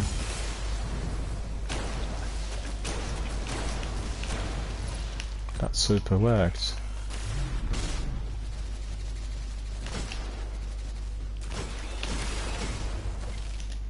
Harpy's gone. Okay, that's all sorted. Now we need to go up here. I've not actually played Destiny 2 during the weekend because I was kind of busy with all these activities. And anything interesting last week? We've been trying to newer exotic quest for an exotic scout. That's right. That's right. The advertise I've So we've been seen. trying to do that, but it's we're just average. Just lengthy grind probably as well. It's not that. It's just the boss fight. There's a timer, and it's Oh, it's timed. Yeah, you said. I remember now. so we haven't completed it quite yet. So we tried that a little bit. I've not watched the cutscene yet. You know, the one that's telling everyone about the traveler and the witness. I don't know why, but I'm gonna put a bubble there.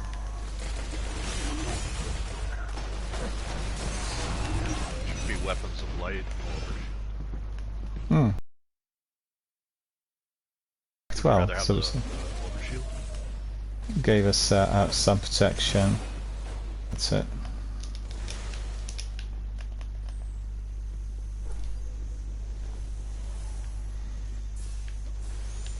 Well, the difficulty is if I'm streaming Destiny 1, then I have very little time for, you know, Destiny 2 or anything else. And Josh Mosh played with us the other day.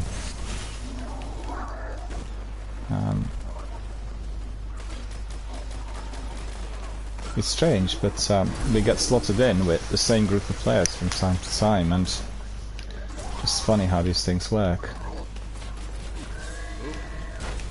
It's not that very few people are playing Destiny, it's just the algorithms, you know.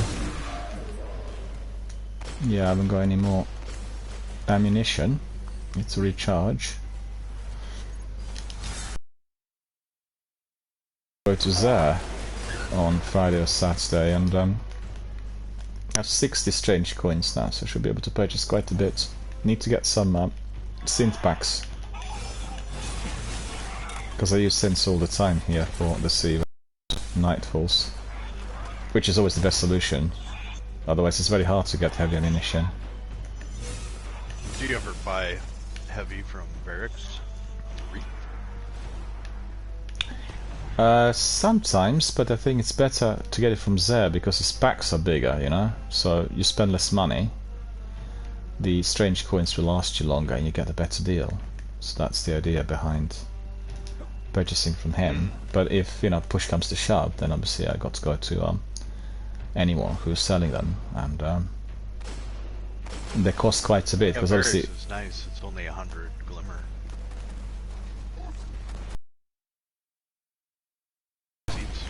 Yeah, if you're kind of short on ether, usually you have a lot of yeah. ethers, or sorry, if you're short on glimmer. Well, I it's usually have a bunch of ether seeds, so you need a ether seed, some ether seeds, and 100 glimmer, so it saves a lot of glimmer. Well, I think it's important to save glimmer. We don't get as much in Destiny 1 compared to the sequel, but actually, if I'm to be honest, in the sequel, there was a time at once where you could pick up a lot of glimmer, but then they reduced it. Because it's used for a different purpose. And in this game, if you're not buying any bounties, and I'm always taking out bounties whenever I go anywhere, then you can keep it for a while. But these packs are generally quite expensive, and you know. Oh no! My sword must have hit that exploding cell. I got killed. I need to change my sword because the let me see. It's Dark Drinker. Okay. It didn't seem to perform too well with his science. The you know, the main ones. They weren't taking up damage with my Dark Drinker. I don't know why.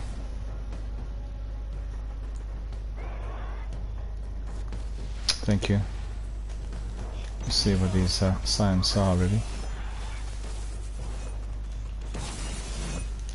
Cyan on me.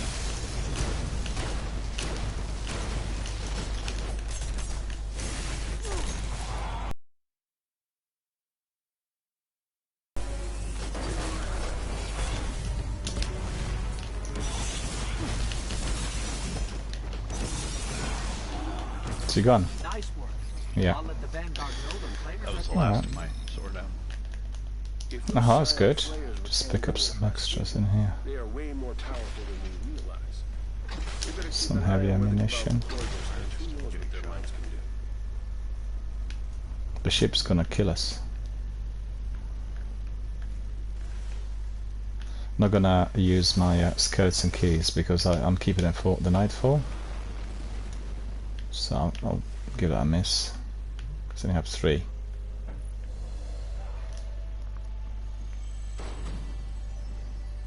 We just heard from Gail that she might be back. Well, if you are back, then just ping us a message. We'll bring you back in. I'm still going to be here for quite a We while. all got boxes. It's really cool. Let's have a look.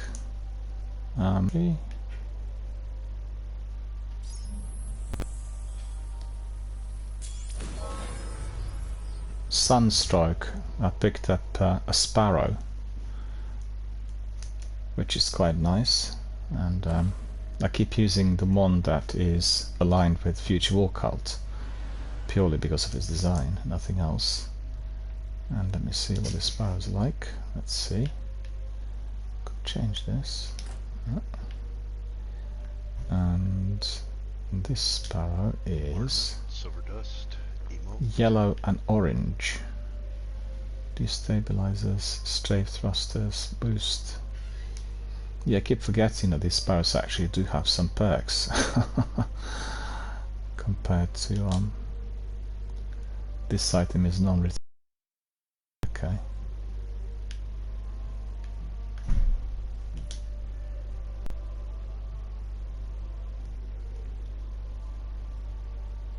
Boost, strafe thrusters and destabilizers. That's what I've got on my sparrow. Change that ship. Let me see. What's the ship gonna look like? Needle and thread. Okay, bit different. Which is not all that different. Ah, I'll take that one. I'll take that one's better.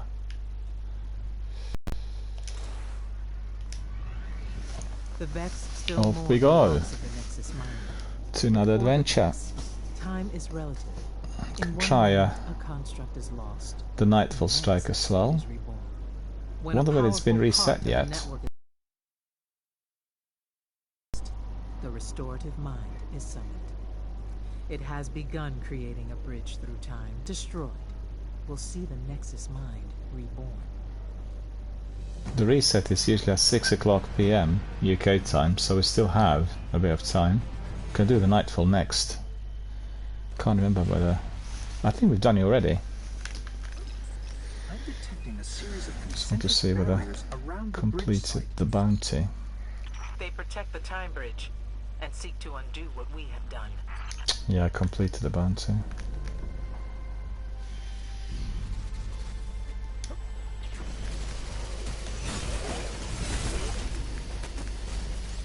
Unless I'm mistaken, barrier technology of this nature is unstable. She's right. Find an arc source. You can use it to short out the barriers.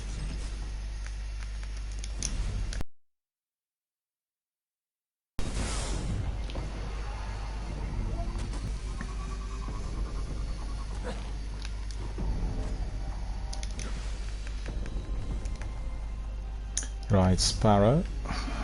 Give that a miss.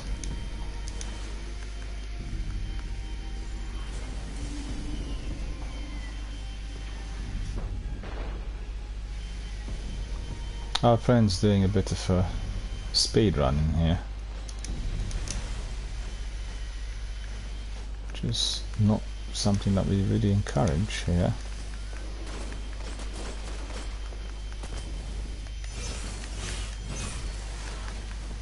Yeah, these ones have been wasted. It's alright. Watch out for those harpies.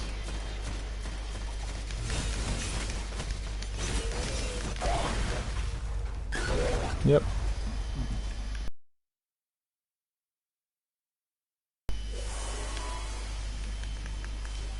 My Mago loop now.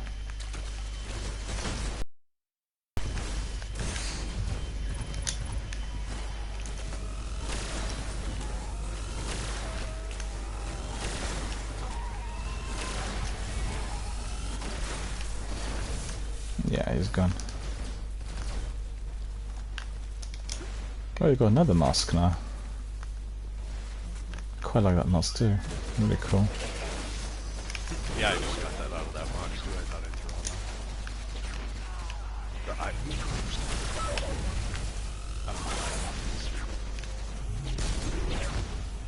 Come on in. Got him. I got him.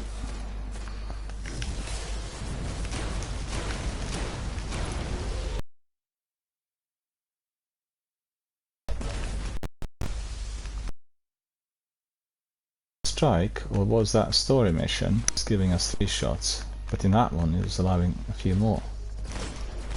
So it must have been a link to that mod. Can't think of anything else.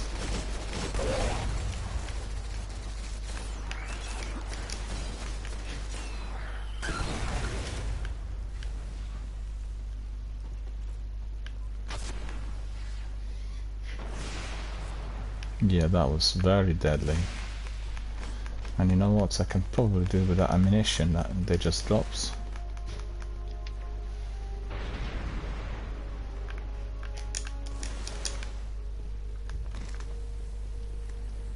Yep, that's good. Got it all. No, no, no, no, no, no, that was not very good. Okay.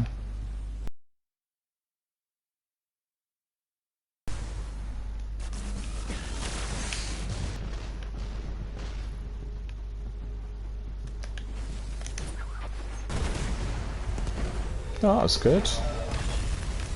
Complete that with the grenades and that flaming knife. Hydra got destroyed.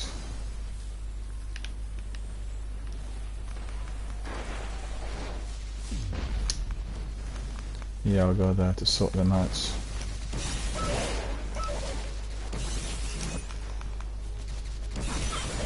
Where we see beauty, the Vex see imperfection. Every planet, every being must be made anew. Apparently, according to that narrative team leader or game designer, whatever the title is, in Destiny, after the chapter concludes, after the final, the Vex are going to be the main integral parts of the future of Destiny, so quite curious to see what they'll do.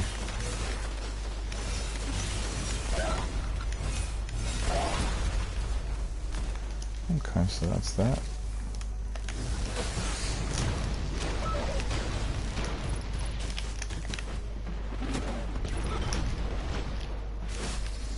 Ah, something hit me from behind.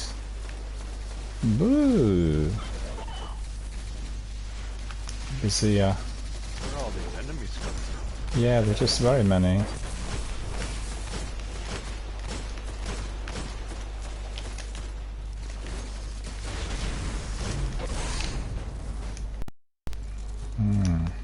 That portal should be, yeah, destroyed.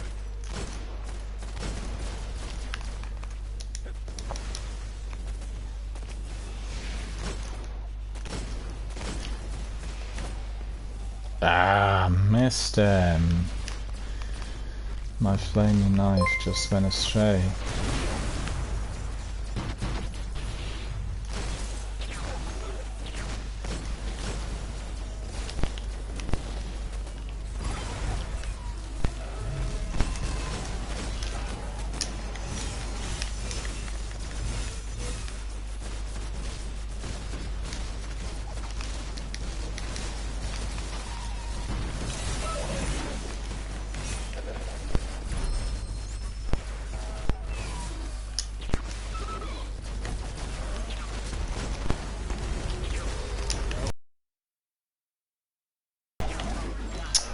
Yeah, it's a slight lag there between the server and me. We must have not eliminated a portal back there. Well, 2 minutes or so popped up in there and they got us. Yeah, I think we must have missed it. Yeah, Arthur needs to wait. Josh, you need to wait because It's going to be tough to survive the whole lot of them in there. Yeah, I'll respawn imminently, so that's okay. I'll respawn miles away.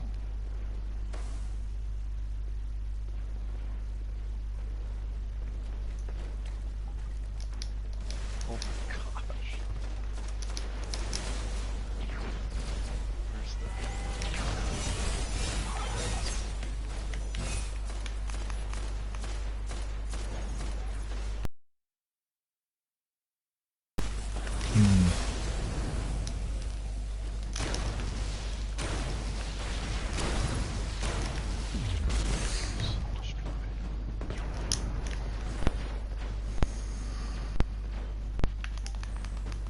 That's all cleared. Okay, good.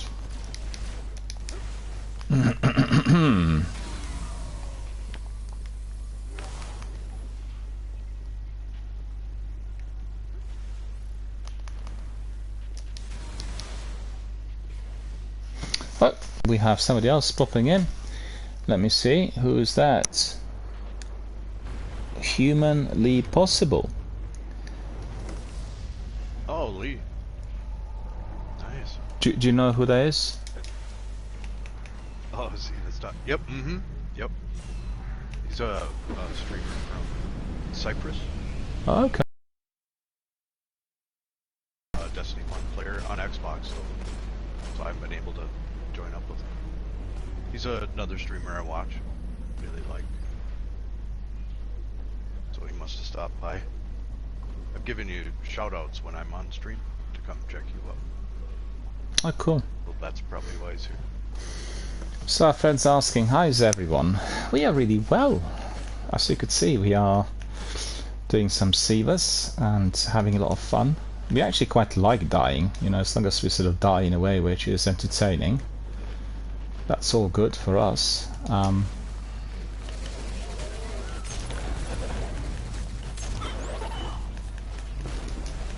Zenith tells us that you are presently in Cyprus, is that right? I bet it's hot in Cyprus. It's actually hot in here as well today.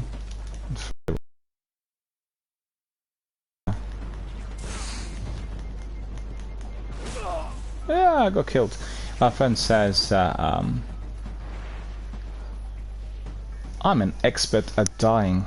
Aren't we all? You know, in certain activities here you just got to be dying because of the way things are really difficult. It's a lot easier to die in Destiny 1 compared to the sequel. It's the fact.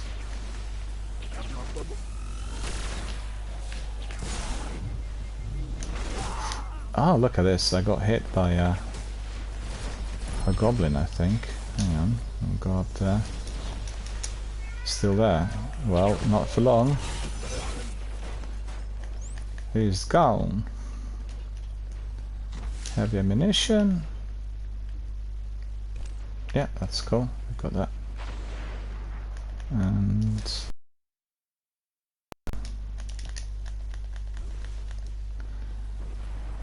yeah, I just want to say to our new friend that many people here talk about the difference between Destiny 1 and the sequel, and you'll find that people who are sort of long-time members of my channel and my community, they really much prefer Destiny 1, and that's one of the main reasons as to why I stream Destiny 1 exclusively, and as to why this game's been really the backbone of the channel from day one. Although I streamed other games, in fact we had our friend from Sweden popping in asking whether we'll be doing some Warzone sessions. Also very, you know, very large, very active community of Warzone players attached to this channel. But he did say because I've not been streaming Warzone for some time, the actual community was not as active in recent months. And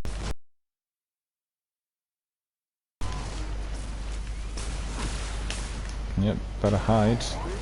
Okay, that's good. We got a Cyclops, but there is another one up there.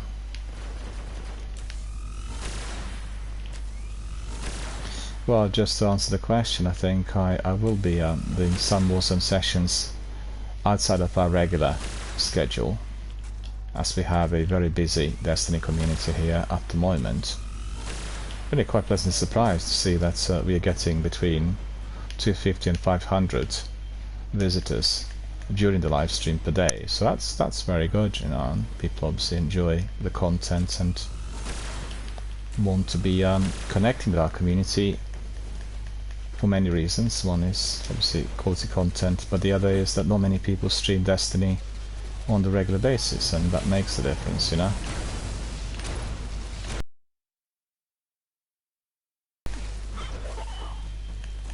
People like talking everything Destiny related.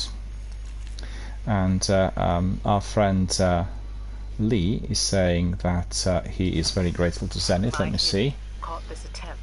You granted him a subscription, so thank you so much for that, Zenith. Really appreciate it. Oh, of course. I'm sure our friend will enjoy. Thank you so much. Yeah, any subscriptions, as I said many times during my live streams, are helping not just this channel and our community, but they're helping Twitch and everyone else, because they're split 50-50, and many people who never tried previously the adventures of online broadcasting will be then given this opportunity, and they'll you know, try out the broadcasting skills, and sometimes they'll discover huge talent that will be fully developed in due course. And that's streaming has been one of the most phenomenal creative endeavors I've seen in my lifetime. You know, people who otherwise would have been stuck by not being able to use some of the skills have this global access and they can build their own communities. It's just incredible, and I've seen so many people develop and thrive. They can thrive on the channel to a degree, and then they expand to other areas of creative life, and you know, creative activities, I mean, in life, and can be quite extraordinary. Let me just see what we've got here. I need to put my Galahorn on. That got its attention.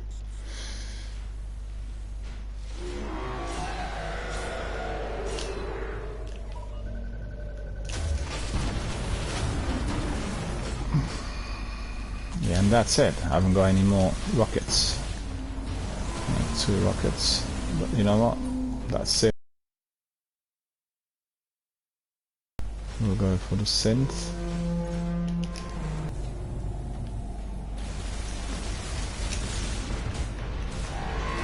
Ah, I got killed. It's too slow. My fault to pick up the relic. The orb, whatever it is.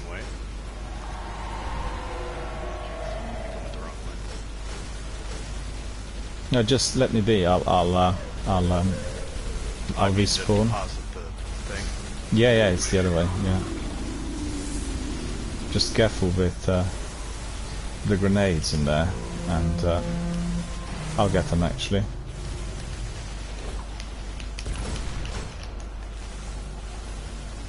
Yeah, that's cleared now. Okay.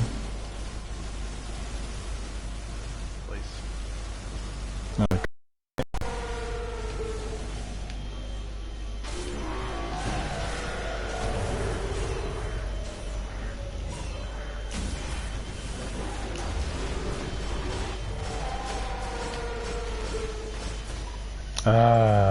Didn't manage to fire off my 3rd rocket.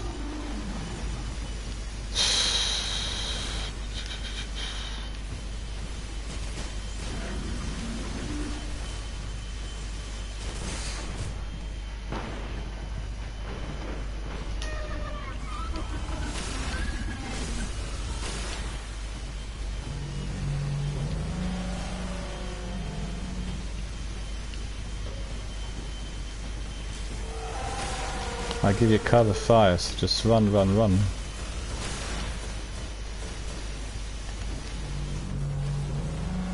Okay.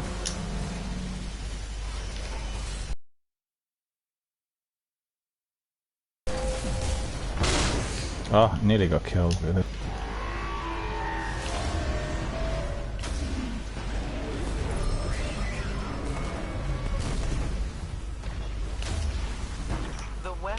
Yeah, we succeeded. You have made whole the So that Undying Mind destruction of the is restorative mind will pretty ripple well across dead, the or stars, and its deeds Restorative will be Mind. undone over and again. No, I'm not Very going to well use done, it. Guardian. Won't be using Skeleton Key because I want to keep it for my Nightfall strikes. Don't get many Skeleton Keys generally. You fancy a Nightfall strike? We migrate to I think we completed ours last week. Or did you complete your bounty? We can go to the to get the bounty if you want. This completed Sunrise that I've been carrying, Yeah. so I might be able to grab that again from Zavala. Oh. If you don't mind going to the top. No, we'll go there straight away. We'll pick up another bounty and I'll go to do the Nightfall. Let's see whether our joint forces will be strong enough to eliminate in time. And let me see if anybody else wants to join us. Let me see. We'll bring in UTF girl if be quite good fun for the Nightfall strike to have 3 people. Makes it much easier. Looks like she's playing the raid. Ah, Wrath of the Machine. Wrath Machine. Yeah, okay, we'll just leave the invite in there. No big deal. They can pop in later if they want. No trouble.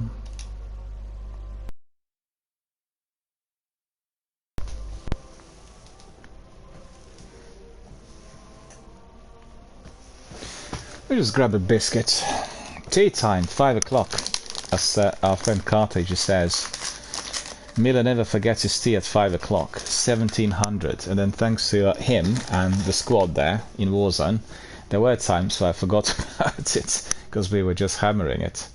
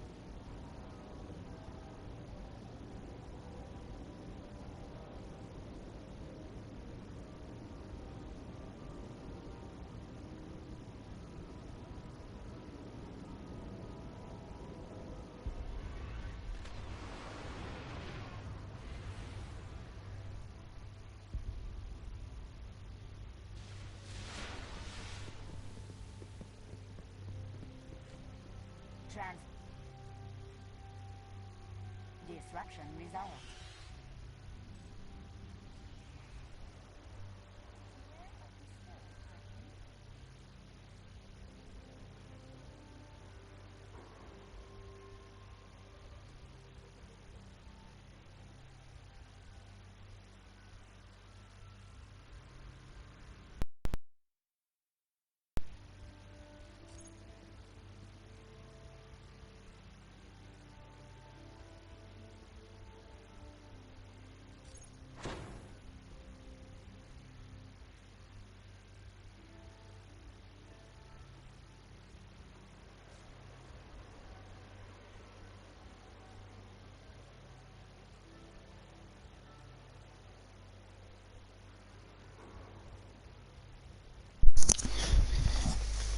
I just muted my mic as I was boiling the kettle in here to get some water for my tea. But what's annoying is I wanted to delete this Crucible Reputation booster as we can't get in because of the lengthy waiting times in there, and still can't get rid of the last one because instead of deleting I activated it, so I got 2 hours for this. For the treasure pack, which is with Katie, and our friend Lee says, hope you get the Icebreaker Zenith. Well, certainly we are hoping that you know, the Icebreaker indeed will be acquired, and you never know, I picked up some really amazing items in Nightfalls recently, and also our friend Matthias picked up one weapon that he had not had before after we completed the Prison of Elders, you know, the rounds and the challenge. He picked up Helix 7. Is that the same friend, or is that somebody else? Do you know, Zenith? Is this our friend Lee, called Felix something, or is that somebody else?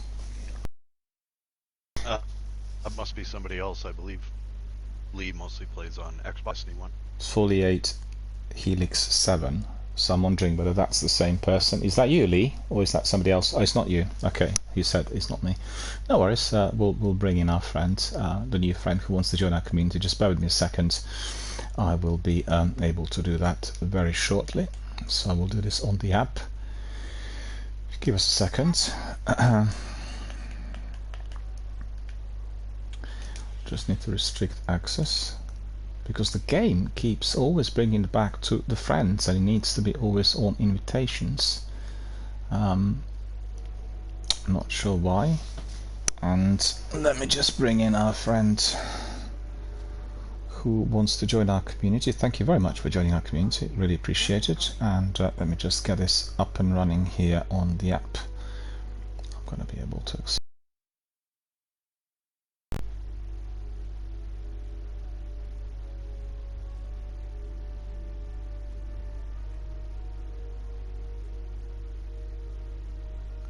Gloved Freeze. Okay, Gloved Freeze, Foliate Helix or Helix 7. Okay, cool. I accepted you. You're in our community now. Really cool. Thank you for that. I'll just see whether you are also here on the roster. Okay, we'll bring you in for the Nightfall, of course. We want that.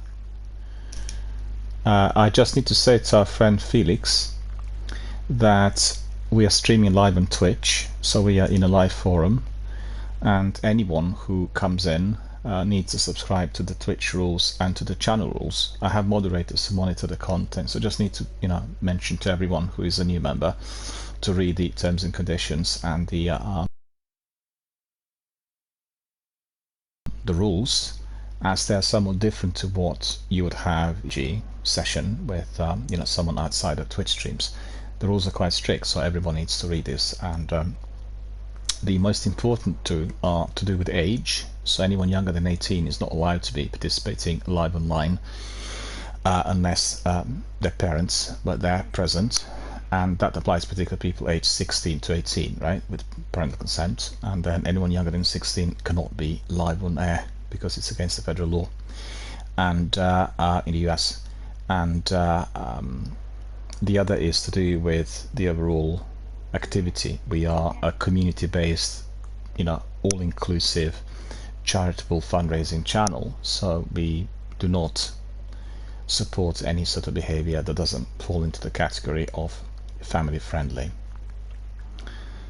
And as I said, we have, you know, they take action, so I actually personally wouldn't be involved immediately unless the report's coming in. Alright, so that's good. Good to see that we have new people coming in. That's excellent. And I'll go and very quickly see whether any of that can be utilized on. But I can use any of these various bits. Not enough space, I think. I'm probably full with everything. Let me see. Yeah, engrams and weapons that are not particularly useful. Maybe some legendary. We'll see. More engrams. And oh, what's this? Sublime Engram, exotic item. Let's see what I'm getting. That's quite good. I picked up a Sublime Engram apparently in the last Siva, so that's quite good. Let us see. Are we going to be getting anything extra? Decoy. Ridiculous. I didn't get an exotic. I only picked up a Long Tomorrow, I think, isn't it? That's ridiculous. It said it was going to be an exotic item. This is not an exotic item. So what are the details on this cloak? Nothing exceptional. Mine, it looks good. Crucible champion, pulse rifle, and increasing intellect. Well, fair enough. I can still keep. Just slightly disappointing. I got excited that perhaps I'm going to get something amazing, and that did not happen. Nox Aster, or 2 other items, and we'll eliminate the unnecessary items. I want to ask our friend whether he wants to join us, or she.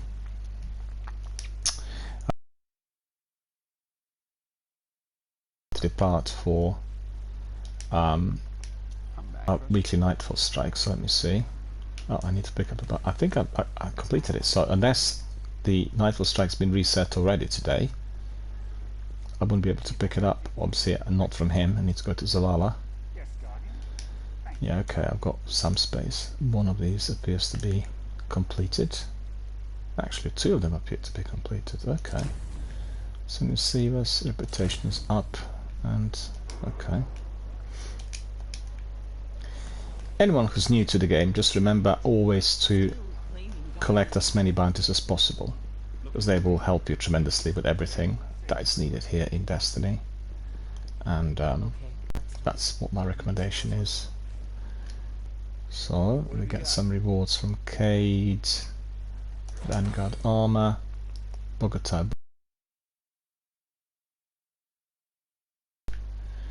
and Zavala Striker. Ah, they've reset it. So we are going to be playing a new. There's going to be a new Nightfall Strike, not the one from last week, you know? Because otherwise I wouldn't have been able to pick it up. I know that a Dark Haunting, Matthias and myself completed it the other day. So therefore... Was it the one with the Cabal and the Taken?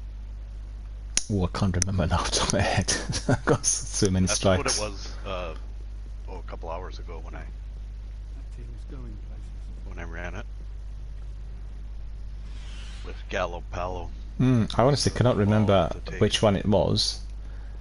I think we've done it twice, but I can't. I mean, I apologize to our viewers. I can't actually remember exactly.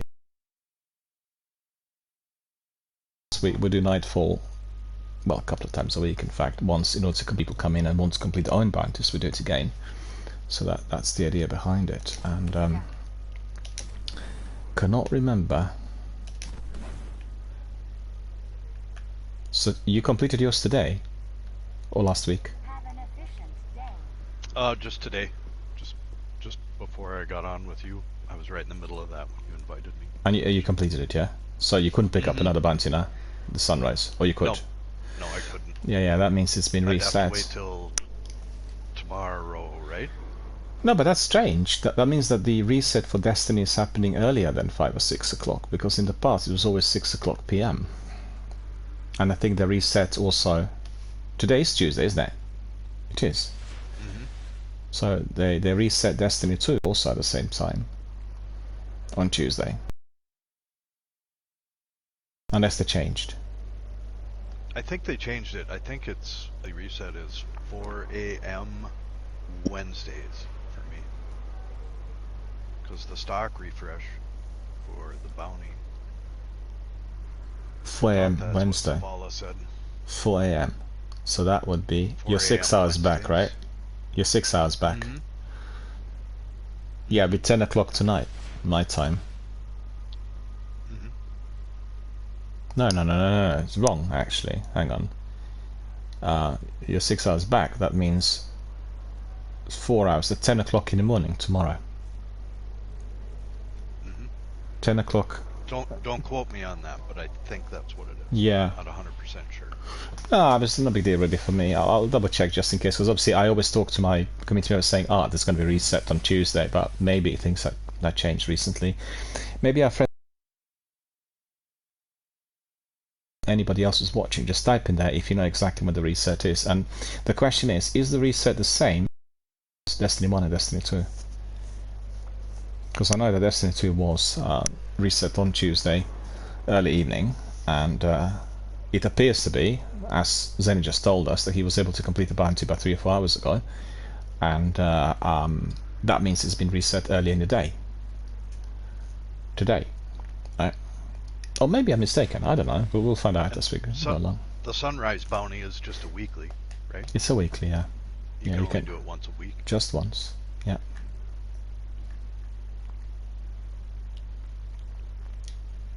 Yeah, I imagine Lino. He would know that. We'll just wait for a moment. I'm inviting us. Whether they want to come in, we'll just wait for a couple. And I guess I could pick up another bounty.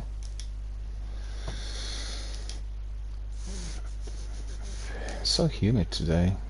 Definitely expecting some rain.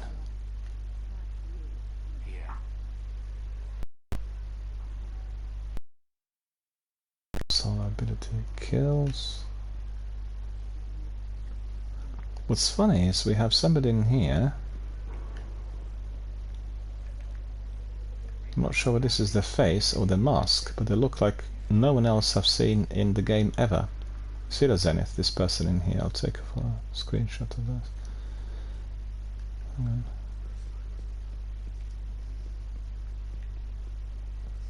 They're trying to get away from me. I'm being a real pest.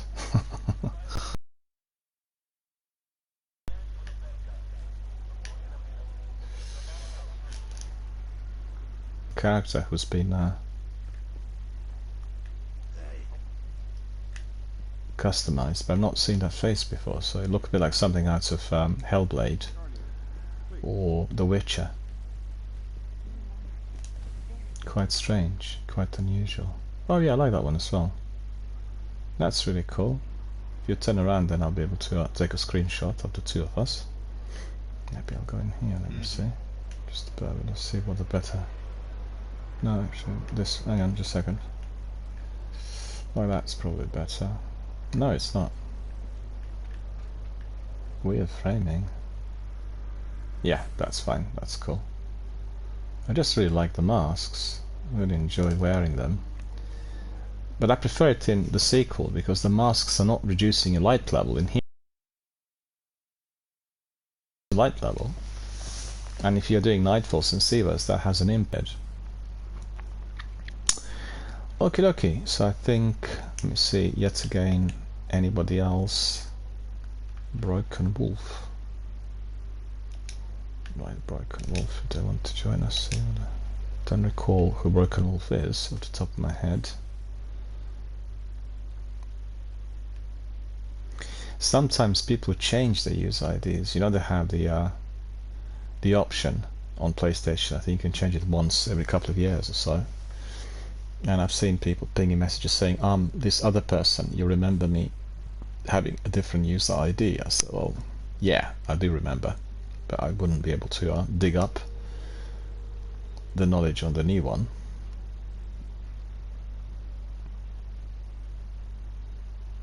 It looks like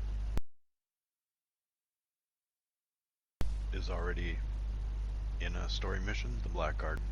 They're level 18, power level 9, so they might not be. Oh, they're probably working Nightfall ready on a different character. That's true. That's true. I've not really inspected. And there is another player that's on right now that I'm friends with, El Adventurer. I think they might be Spanish, so they might not have a mic, but we played with them before, and they were quite good. They're actually playing the Nightfall. All right. Probably join them. Probably the best if we do it from the beginning, rather than just join a strike, because obviously we're doing it for the first time this week, the new strike, purely for the benefit of the viewers. And if they want to come in, try inviting them. See. Yeah, invite them in. Yeah, please do. Yeah. I just seen that there is a message from Lee, and he said, got to take a good one, everybody, and thank you again, Zenith, for the gifted sub. Well, thank you so much for joining our community, much appreciated, and hope you come back again, have some fun with us, and talk to us about everything that's video gaming and health related, which is basically what this channel is about. And yeah, great to see you. I mean, we look forward to seeing you again. And sometimes if you fancy cracking, oh, you can't actually join us if you play on Xbox. Yeah, you can't play. Don't know whether maybe you have PlayStation as well. You play Xbox on Destiny. You know, I have.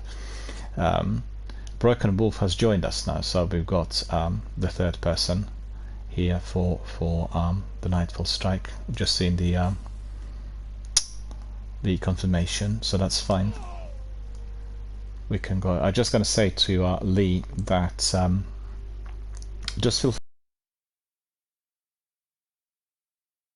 and let me know whether you also have PlayStation and PC, because so we got to be platform specific. But if we do anything Destiny 2 related, we can do it. Well, I can do it either on PlayStation or on Xbox, and I can do it on PC if need be. But generally, I'm not using PC presently because I'm streaming through consoles. It's much easier for me in view of some practical issues or so. And yeah, and Lee's definitely one of those Destiny 1 players that's very knowledgeable about the game and just a very strong player to bring into hard content. I've watched a lot of his stream. Yeah, terrific. And full disclosure, I should say, Lee's he allows swearing in his stream, so it's not quite as family friendly as this stream. Just thought I'd mention that. It's not over the top, but it's not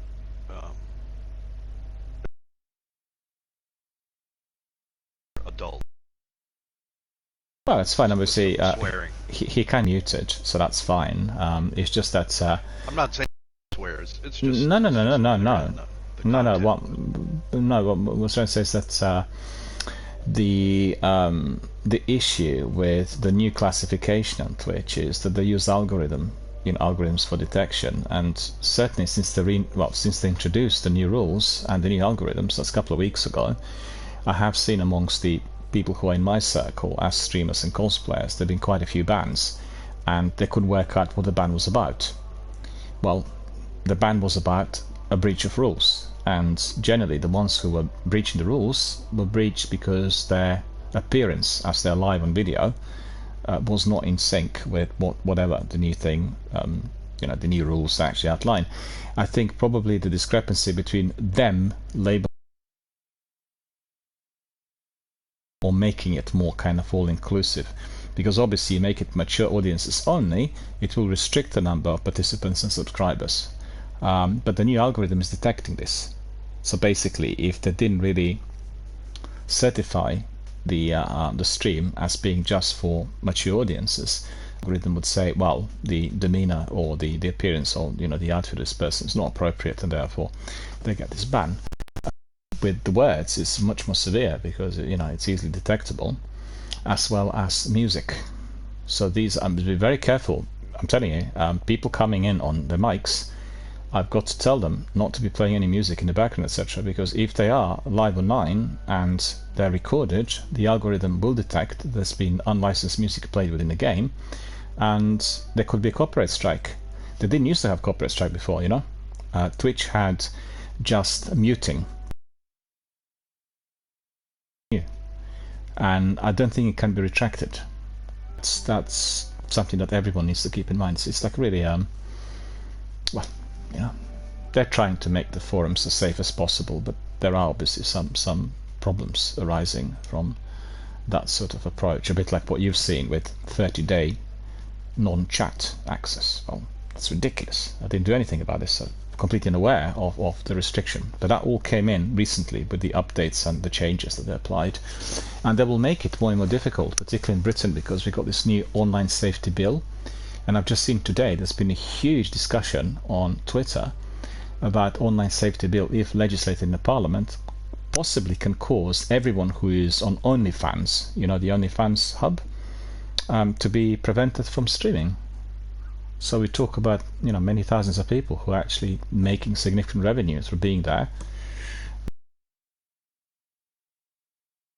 So there's a big debate about this, what sort of implications there will be. I always ask everyone to read the rules, and if they have any issues with it, well, that's just about it. I've got a contract with Twitch for doing what I'm doing, and I've got to abide by it. It's as simple as that, and also make it as friendly as family friendly as possible, as it is also a fundraising channel. So you know, it's altogether kind of heightened to a certain degree. Weekly Nightfall Strike. Our friend's waiting, but I don't want him to wait for too long. Let's see what the mods are. We have Daybreak. So Daybreak is the darkness grows stronger, and so do you. Form a fighting of 3, unleash your light. It's quite good that we have 3 people in here. Ironclad, more enemies have shields. Grounded, we take more damage when jumping, so make sure that nobody jumps. Brawler, guarded melee damage is greatly increased, so melee is useful. And Void damage from any source is greatly increased. All of us need to change to Void. Void enabled together with Void weapons. So let me see. What other Void weapons do I have? Well, not many. Void weapons, Dark Drinker, of course, but my secondary is not ideal. Well, doesn't matter, we'll use the primary and the heavy, so that will do the job, I think. 397. I'm gonna use the restroom real quick. I'll be right back. Okay, I'll wait for you. Just tell me when you get back, yeah? Because we'll go into the strike. Just to mention, yeah, no worries. Mention to the viewers that our friend needs to be going to the loo, so we'll just wait for him and then we'll crack on. This is all looking very good, and we are more than ready to. Who is also there? Our friend Broken Wolf. Void if possible, because obviously we get somewhat greater powers, right? And let me see if I have the armor, which is void resistant, fusion, second thoughts. I did have something earlier, but I think I changed. Sniper rifle, fast ball, increase intellect, and then we have void burn defense. Well, that's right, I've got it, and void armor, so that's the proper vest. The only trouble is the perks have not been unlocked, so it's not going to work. Doesn't matter. Alrighty, so for the benefit of our viewers, I want to tell you that this is going to be our first take on this weekly Nightfall Strike. It looks like it's been reset earlier in the day, and Zenith already had completed it. I've not gone through it today, so that will be the first for me. And I suppose in order to do a variety of different activities in Nightfall, try different weapons and armor, have a lot of fun, complete our bounty, and you know, Sunrise is then done and dusted for that week. And we can revisit many times, but the priority is just to complete it well in time, and that is exactly the way we do it every single week. Sometimes on Tuesday, sometimes during the week, and also on requests from our participants. We'll have sometimes people asking us to create a team of 3 in order to complete Sunrise Bounty. Don't forget, Sunrise Bounty is giving you, together with the successful completion of the strike within 30 minutes, high quality gear, and some of the best weapons and armor will be acquired from some of the Nightfall Strike. So make sure you pick up the bounty and apply it correctly and get the best gear and get a team of 3 excuse me, and then everyone is going to be very happy at the end. Okay, let's see when our friend Zenith came back. Perhaps he is still not back, and we need to wait until he comes back, and then we'll crack on with our Nightfall activity. I want to ask our friend Broken Wolf for a bit of patience. I apologize for the delay, but as you could see, our friend had to nip out for a minute, which is understandable. Having lengthy sessions live online is basically what is sometimes causing it. And I had some breaks earlier today due to unwarranted phone calls that I was getting, and that indeed is not something that I anticipate as some streaming, but you know, real life, you can't avoid everything.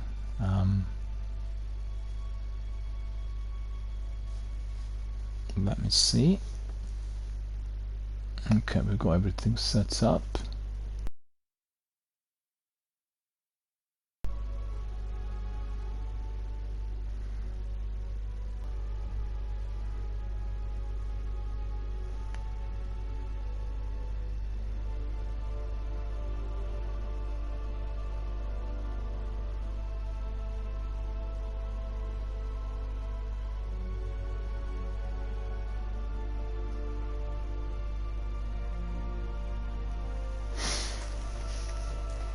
Alright, let's see if our friend came back. Nope, still not back. We'll need to wait still for a little bit. So how is everyone doing, I want to ask? You can launch in, Daniel, if you want. Okay, cool, will do. Just asking our friends about their day and how they're doing today. It's very hot and very humid in my area. We probably are going to be getting but just brought us this dreadful humidity. I don't know why it's so hot in here. The heat, it's more the humidity. So let's get to taking out their command, one by one. Valis D'Arik. From what I can gather, he commands the siege dancers from an Imperial land tank outside of Rubicon. He's well protected. But with the right team, we can punch through those defenses, take this beast out, and break their grip on Freehold.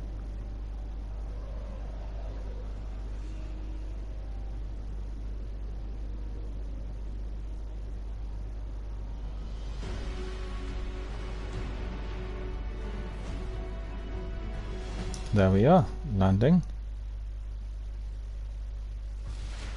Let's find access to their system. See if we can track down Valis D'Arik. Keep forgetting synth. It's always the best to do it right at the start.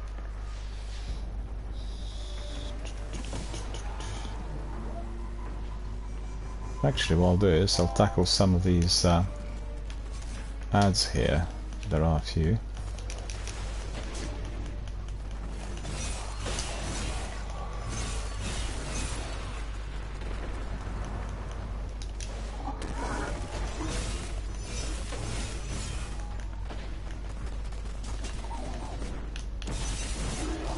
Yeah, I got that Colossus. That's pretty good.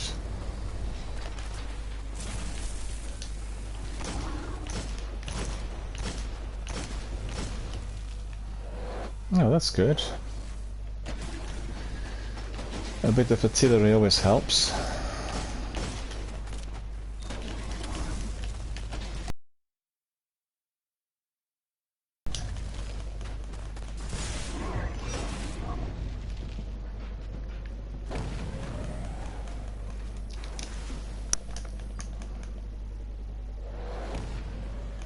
So we'll go in.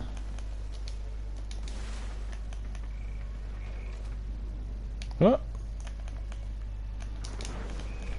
Lost my bearings.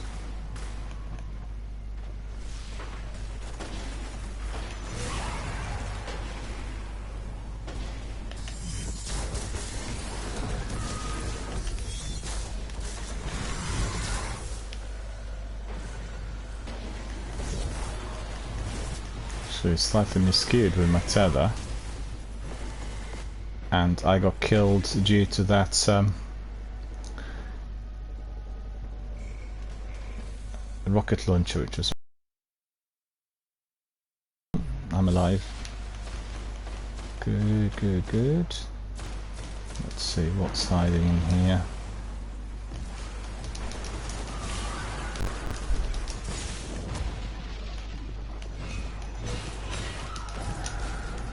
Oh, I'm getting killed really fast. I mean, what's the light level? I got 4400. That's crazy.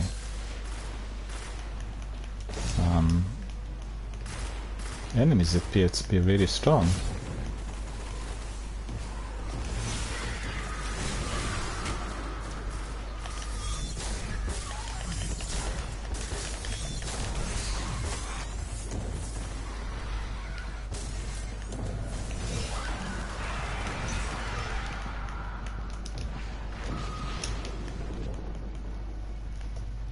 This Nightfall's turning out to be like a nightmare. Very difficult, hard to stay alive.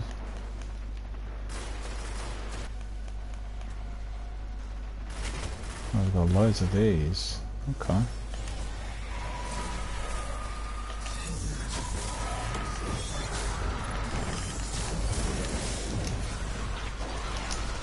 My super's recharging ultra fast.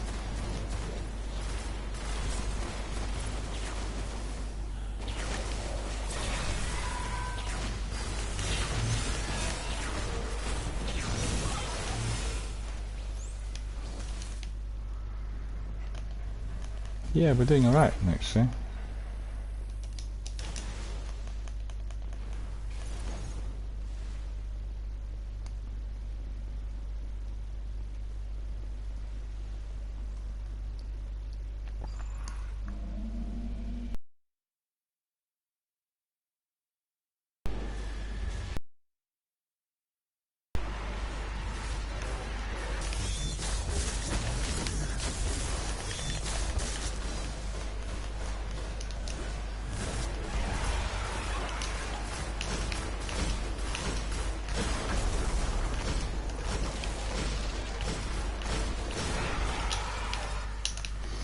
Okay, so that is resolved.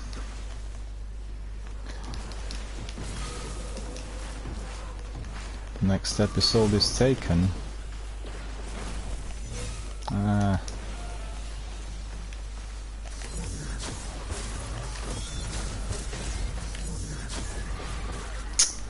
miscued it there for the top. I thought I was going to be able to do it through the window.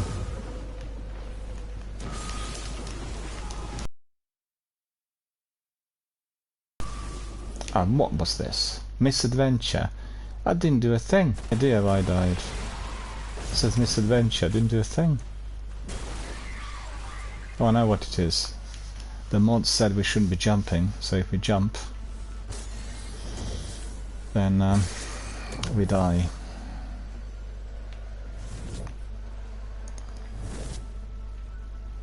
I'm delaying everyone. That was not my intention. There, you can revive me. Thank you, thank you. Anyone up there? Okay, ghost deployed.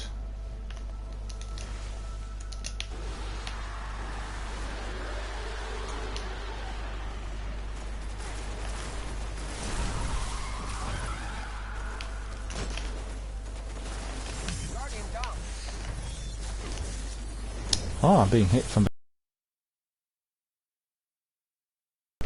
bad. We all dead because they popped up. Never mind. Never mind. We'll do it again.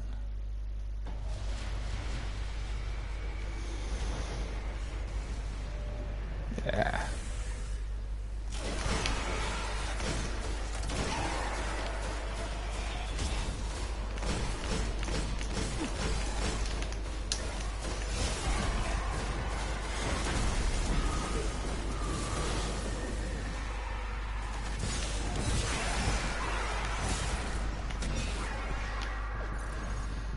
Sorted. All done. Yeah, just watch out for those ads in the cabin. Try to tether them like this.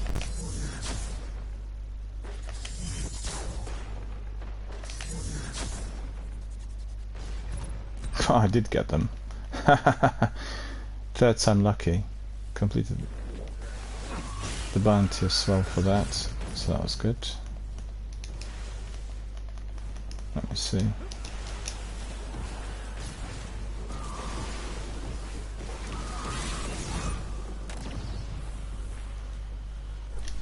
I'm deploying Ghost.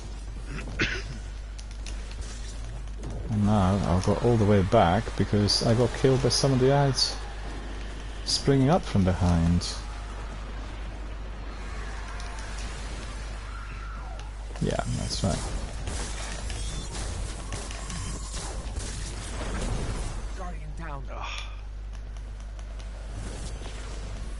Oh, that guy jumped up on the roof. I thought.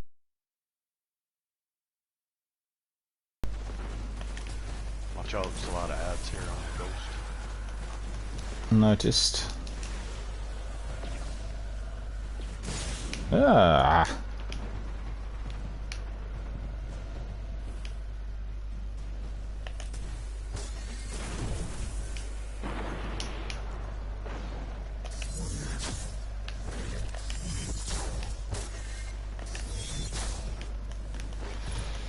Coming. There we go. That good? No worries, anytime.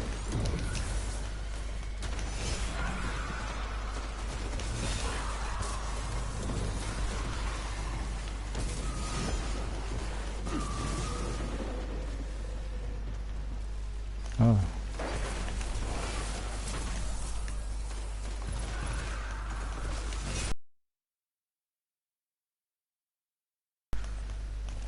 Guardian down.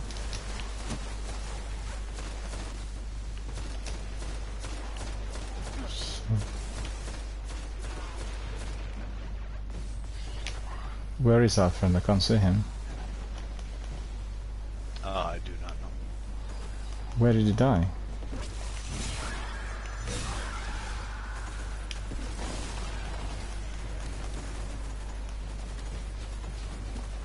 Oh, I see up there. Okay, I didn't see.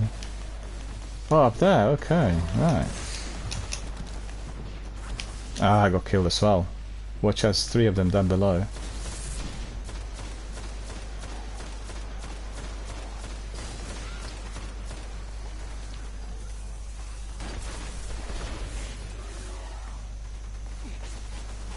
Oh, they're on the backside now.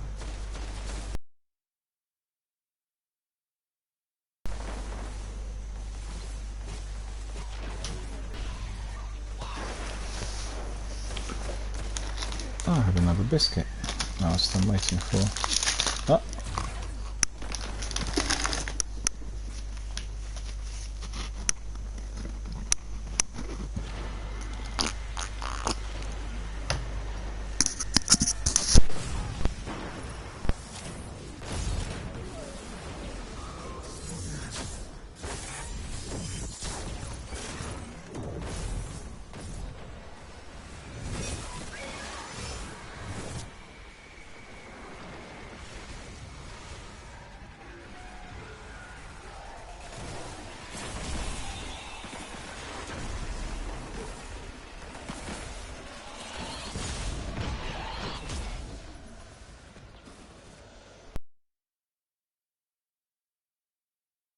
Axion darts. What on earth was that? And where did it come from? Divide Centurion. Oh, our friend got killed as well. Watch out. Get me in the bubble. It's the same thing. He killed me with his darts. It's some sort of rocket that keeps following you around. Yeah, it shouldn't go into the bubble though. Nope. Glitched. Oh no, back to square one. That is infuriating.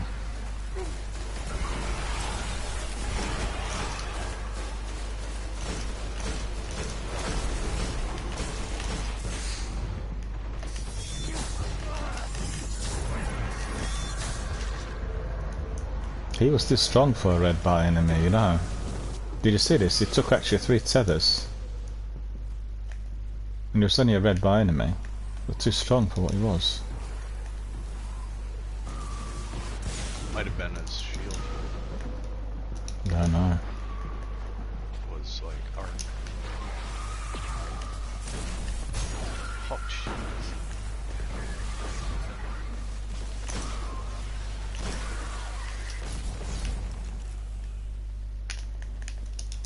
Okay. Anyone up there? Oh, he was. Okay. Well, indeed, it had been. Where is the good place to do this battle? Behind this rock. Back here. Actually, being up there is not too good. It's very exposing.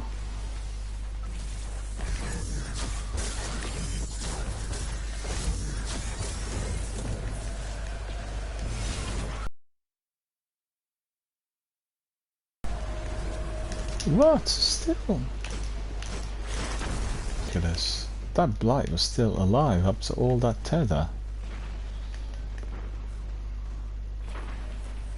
Mind you, I could have used Black Spindle in here.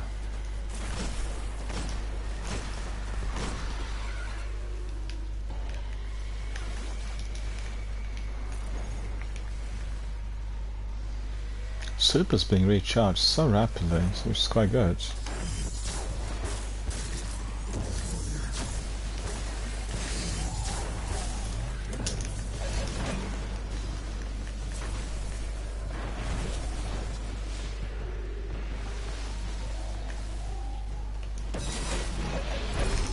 Oh no, he jumped on me, that Minotaur.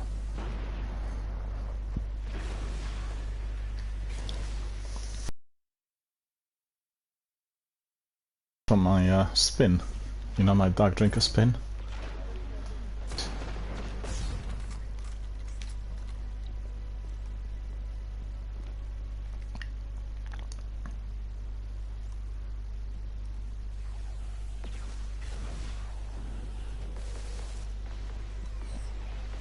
Thank you. Thank you!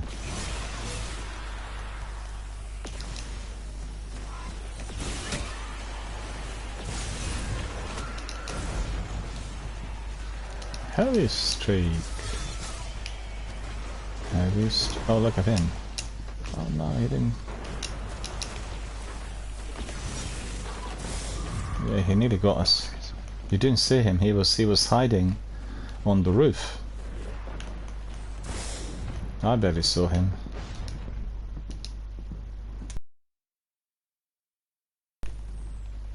Oh, he's gone. Okay, that's good.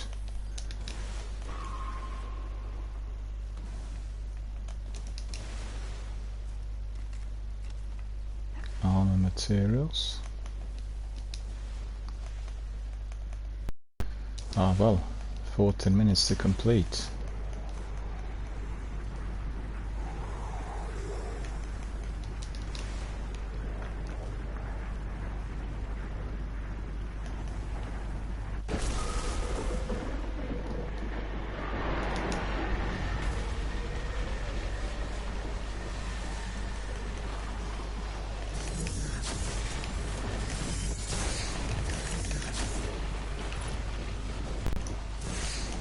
Oh, I can't get away from there quick enough.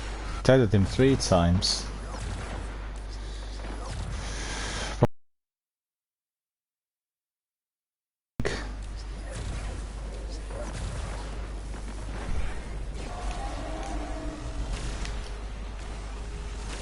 God, so many enemies in there, look at that.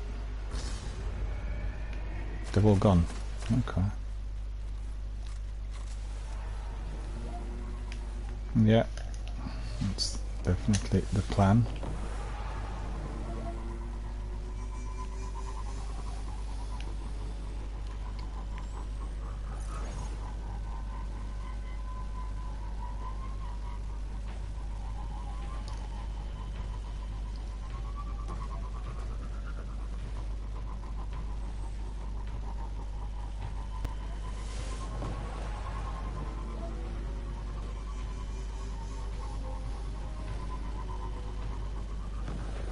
There's also one activity where you do sparrow race sometimes when you have Sekapupu or one of the other veterans about. That's really good fun.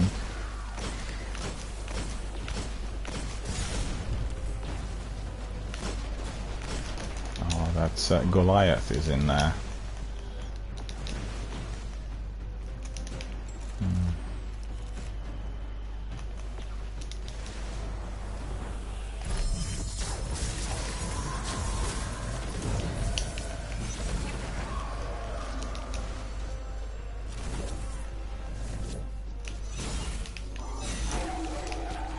Colossus. I eliminated Colossus, that's good.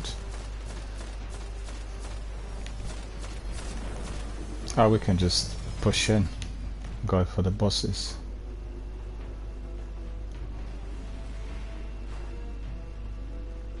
Yeah, we still have plenty of time.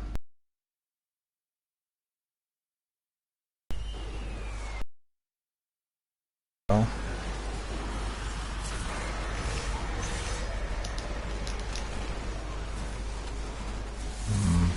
Ah, can't hide anywhere. Look at this.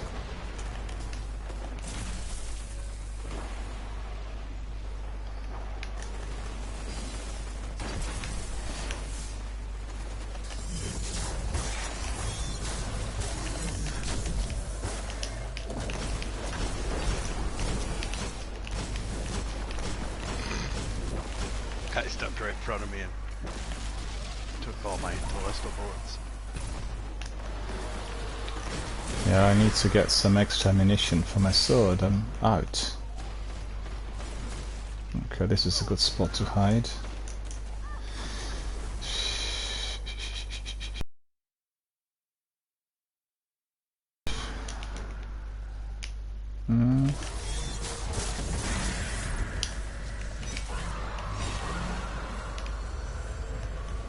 Okay.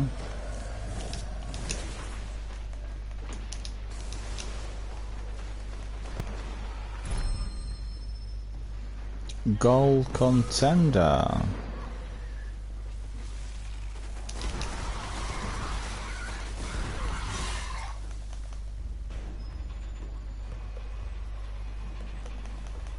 And now we'll get the hated beast.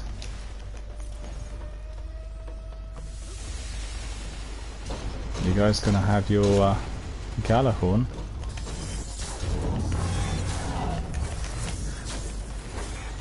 So I need to put it on, I think. Well, mind you, I just waste it.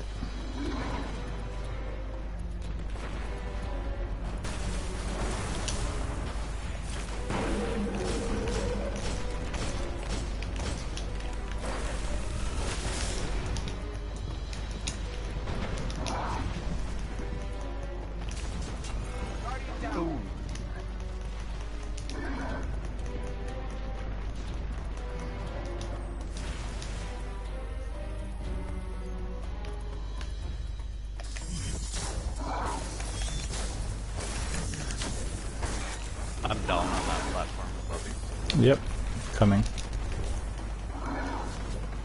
Guardian down. They're all alone.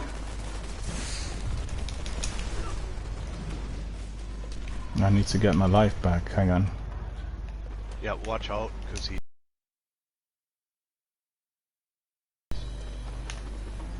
Just be careful. Alright, survived. Miraculously though. There's a bubble. Not for long. got wasted.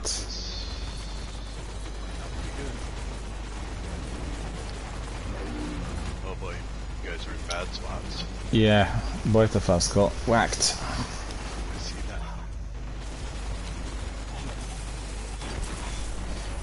I'm not exactly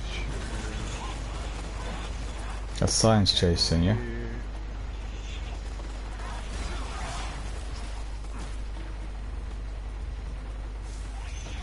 You need me to revive you too, don't you? Yeah, in Nightfall we can't self-res, unfortunately. Well, I'm out of heavy and special now. Oh no. Alright. Hang on. Well, that respawned. Yeah, that's Up good. here is the best place to Yeah. relax.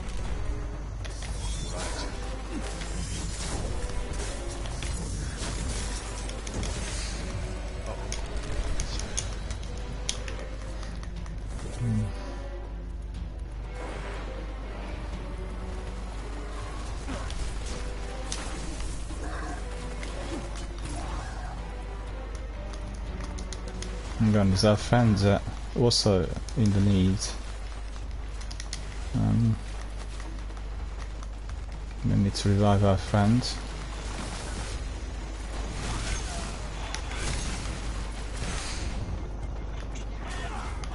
Wait a minute, wait a minute.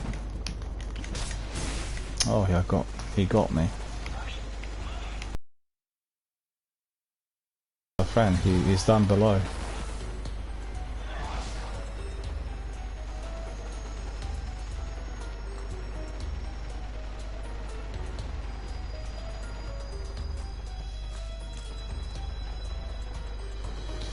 As soon as you revive me, I'll race downstairs to revive our friend because he's waiting. And Yeah, can you go invisible? I'll try.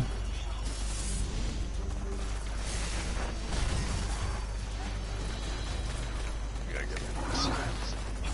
I don't have the grenades.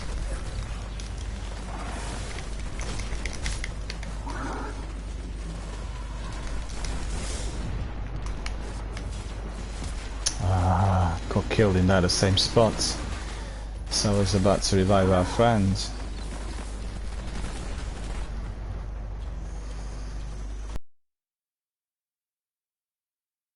Or none. No, none. Oh, None. oh boy, he's up here. Chasing you, yeah. This is bad. No, you need to get out of here.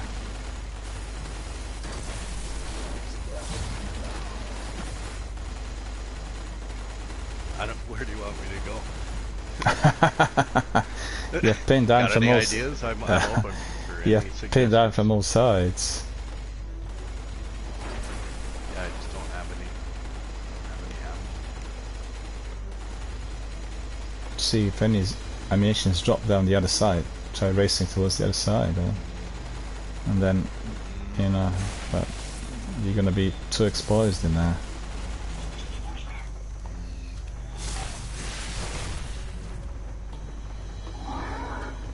Okay, he's going back down. Yeah, it's gonna be walking.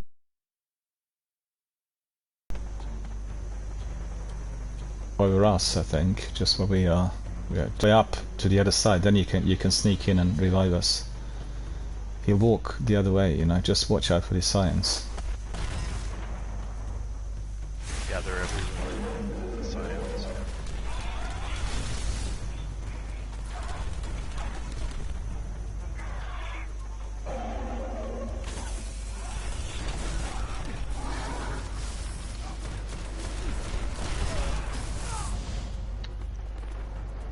Never mind, we'll do something else. I'll do my Galahorn as well, because we need 2 Galahorns at least against the boss, you know. Just give us a second.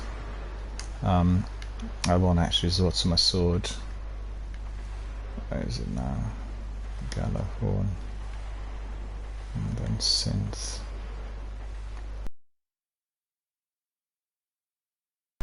Right, ready.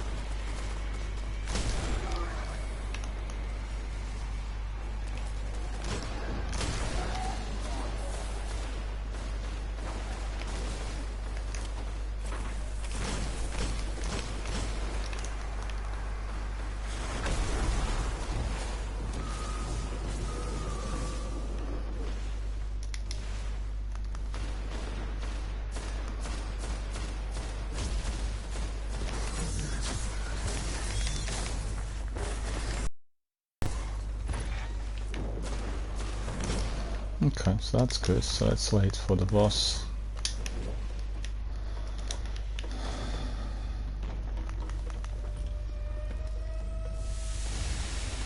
I get my bubble back really quick, so I should be able to keep spamming my bubble.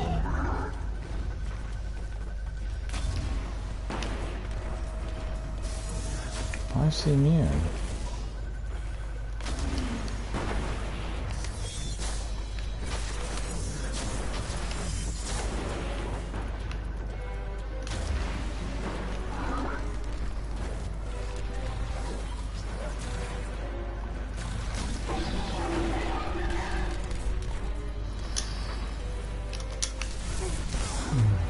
Guardian down.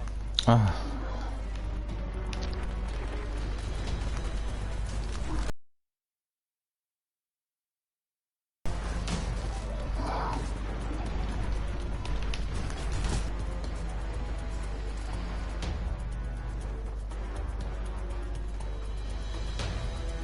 People got whacked. I tried to jump into the bubble, but just unfortunately I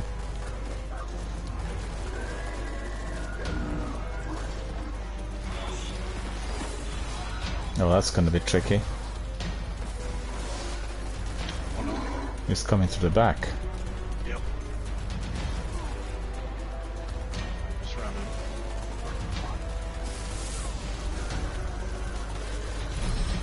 That'll work. Good.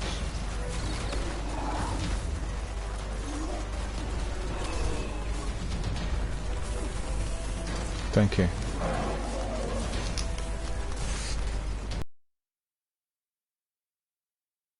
Killed me even before I've just raised and I was immediately dead. That is so annoying.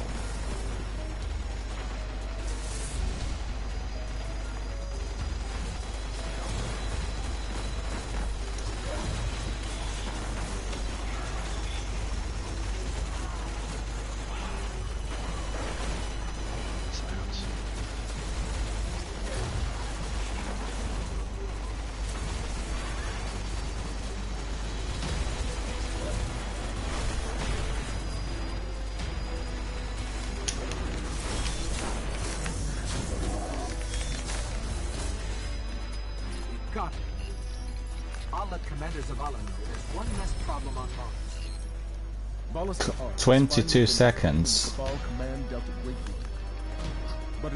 So this was even tighter than yours earlier today. 7 seconds left. 7? Oh.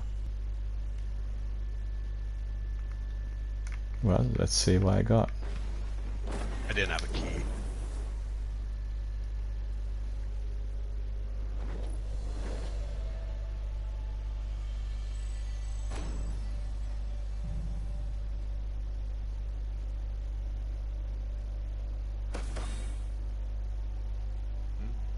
I just got... You got the palindrome. I've got that 1,000,000 times. I wanted exotic. I didn't want anything legendary. I wanted something exotic. Boo! Boo! Boo! Let's see what kind of roll Looks this. pretty good if it has explosive payload. Yeah, let's have a look whether it's got something special. It's gone to my... got other rubbishy pieces in there. That's annoying.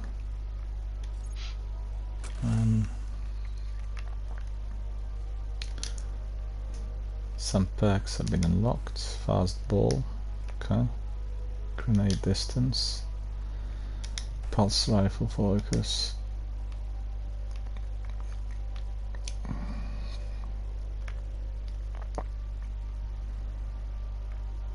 You fancy another run, or shall we go back to Sivas? Another night. Nah, yeah, I mean, you've done Reddit twice today, so no need, really. Nah. You've done it earlier today, so we'll Somebody go for else could Sivas. just jump in and run. No. Once per session is good enough, you know. We're not doing any speed runs or anything, and obviously we completed the bounty, so that's fine. Let me see whether I picked up something else. Which is always a possibility.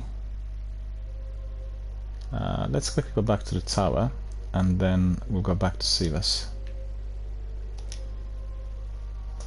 Because sometimes, as Nightfall Strikes could be glitched, you get like a loot that's indicated as you finish the match, and then you discover something amazing in your post box, you know? It's happened to me a few times, so I just want to double check to see whether...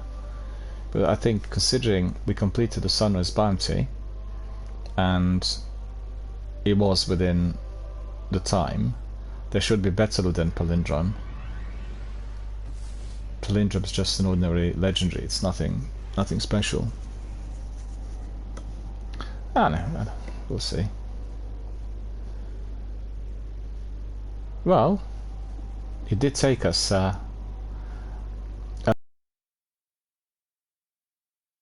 both, you know, you said 7 seconds, this was 22 seconds, so this was really a close shave, really, you know, a bit like in Mission Impossible. Yeah, I was throwing everything at the boss. Grenades, Telesto, scout rifle. Yeah, I did the same. My wallet, my keys.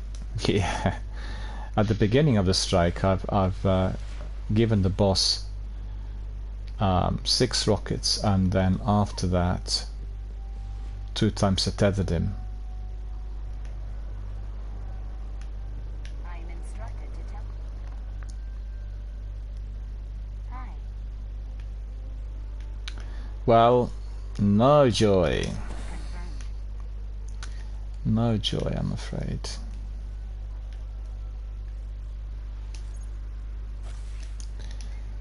So it was just that palindrome. Let's see what...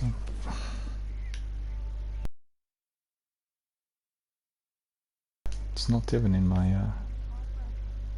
Oh, there it is, yeah. But Mulligan, missing the shot, brings back another round. Last resort, reloading fast, small bore, range and stability. High caliber rounds. One random bullet in the magazine causing... No, it doesn't have explosive rounds or anything like this. It's, you know, it's average. I've got it in the vault. It's the same thing with 400. Just double check. Go back to the vault.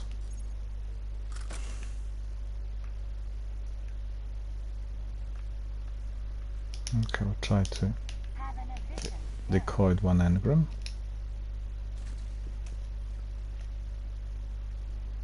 But now you must be getting lots of 4400, right? 400 weapons. The top activities. Much easier than before. No, I've never... 398 piece of Oh, gear really? I ever got. It's that shotgun. Okay. That looks like the Taken. Yeah, our friend departed. We are grateful to our friend Broken Wolf for coming in and helping us with the Nightfall, so thank you for coming in. Really appreciate it, and always great to see our community members in action, doing it together in team. And just quickly see what that palindrome is doing in my vault. Palindrome 390. Rangefinder, small bore. Yeah, this one, triple tap. The one I picked up in the Nightfall does have a lot better roll compared to this one. To think whether that's the only one, because I picked them up many times and just deleted. Teacup Tempest, the Whale, Palindrome, Reactive Reload, Small Bore, Hot Swap.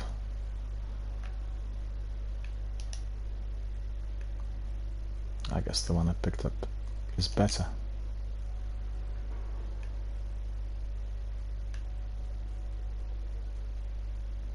The Wounded.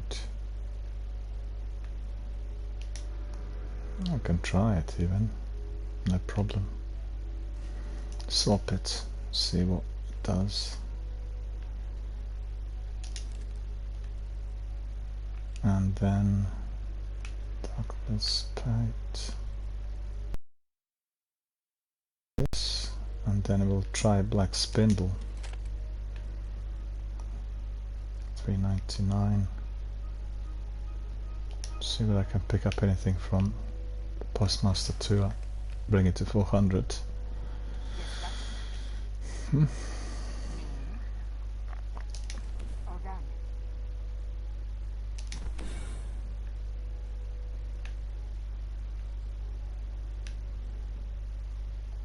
Treads Upon Stars. You were using that one the other day, weren't you? Treads Upon Stars. Oh, there was a similar sort of weapon. Oh, that's just small. It's alright.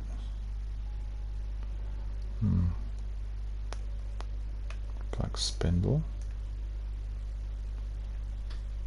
Desolate Cover. What does it have? Oh, it looks good, but it's not really amazing.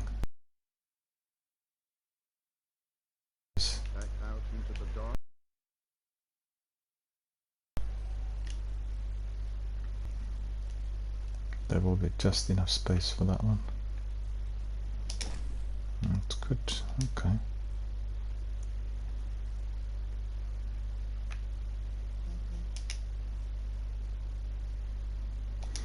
I need to sort out my inventory because I've got too many things in there that are not particularly useful, so that needs to be the utmost priority. Okay, I'm alright, so we can depart if you want. We can do a few more Sievers. What do you reckon? Good idea? Sure. Excellent, excellent. Let me see if anybody else wants to join us. We've not seen... Oh, Gail's back. Gale's saying hello. Let me see, I can bring Gale back in.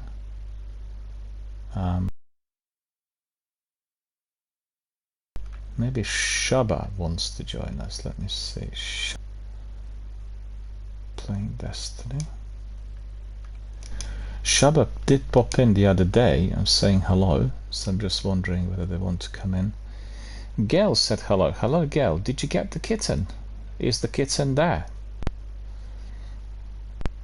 Well, you're probably very busy with it.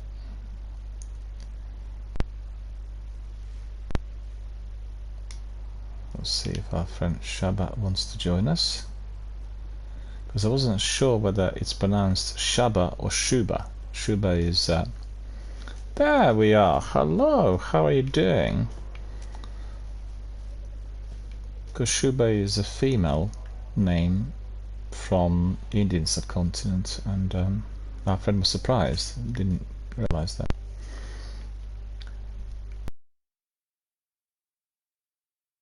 There's a mic, but let me see. I need to bring you into the party because we're in a party at the moment, so you will be able to remain audible, but just make sure that you have a look at the terms and conditions, because we are live on air, and as we are live on air, we have very strict terms and conditions on what people can talk about whilst they're talking live on air, and worth really having a look. It's a family-friendly channel, supports charitable fundraising, all-inclusive, no swearing, you know, anything of that sort. Because I know we played in the past, but just need to reiterate this. I can see Shuba's talking, but we can't hear you, so I'll bring you in through the party chat. Just give us a second.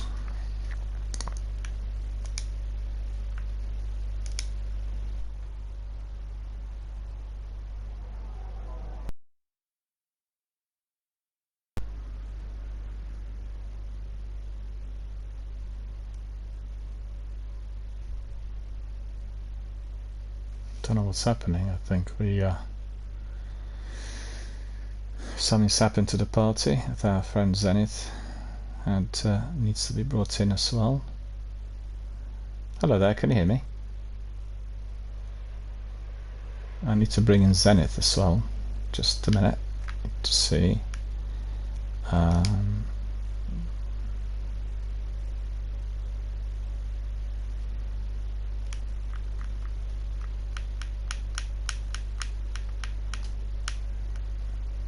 You're in, yeah?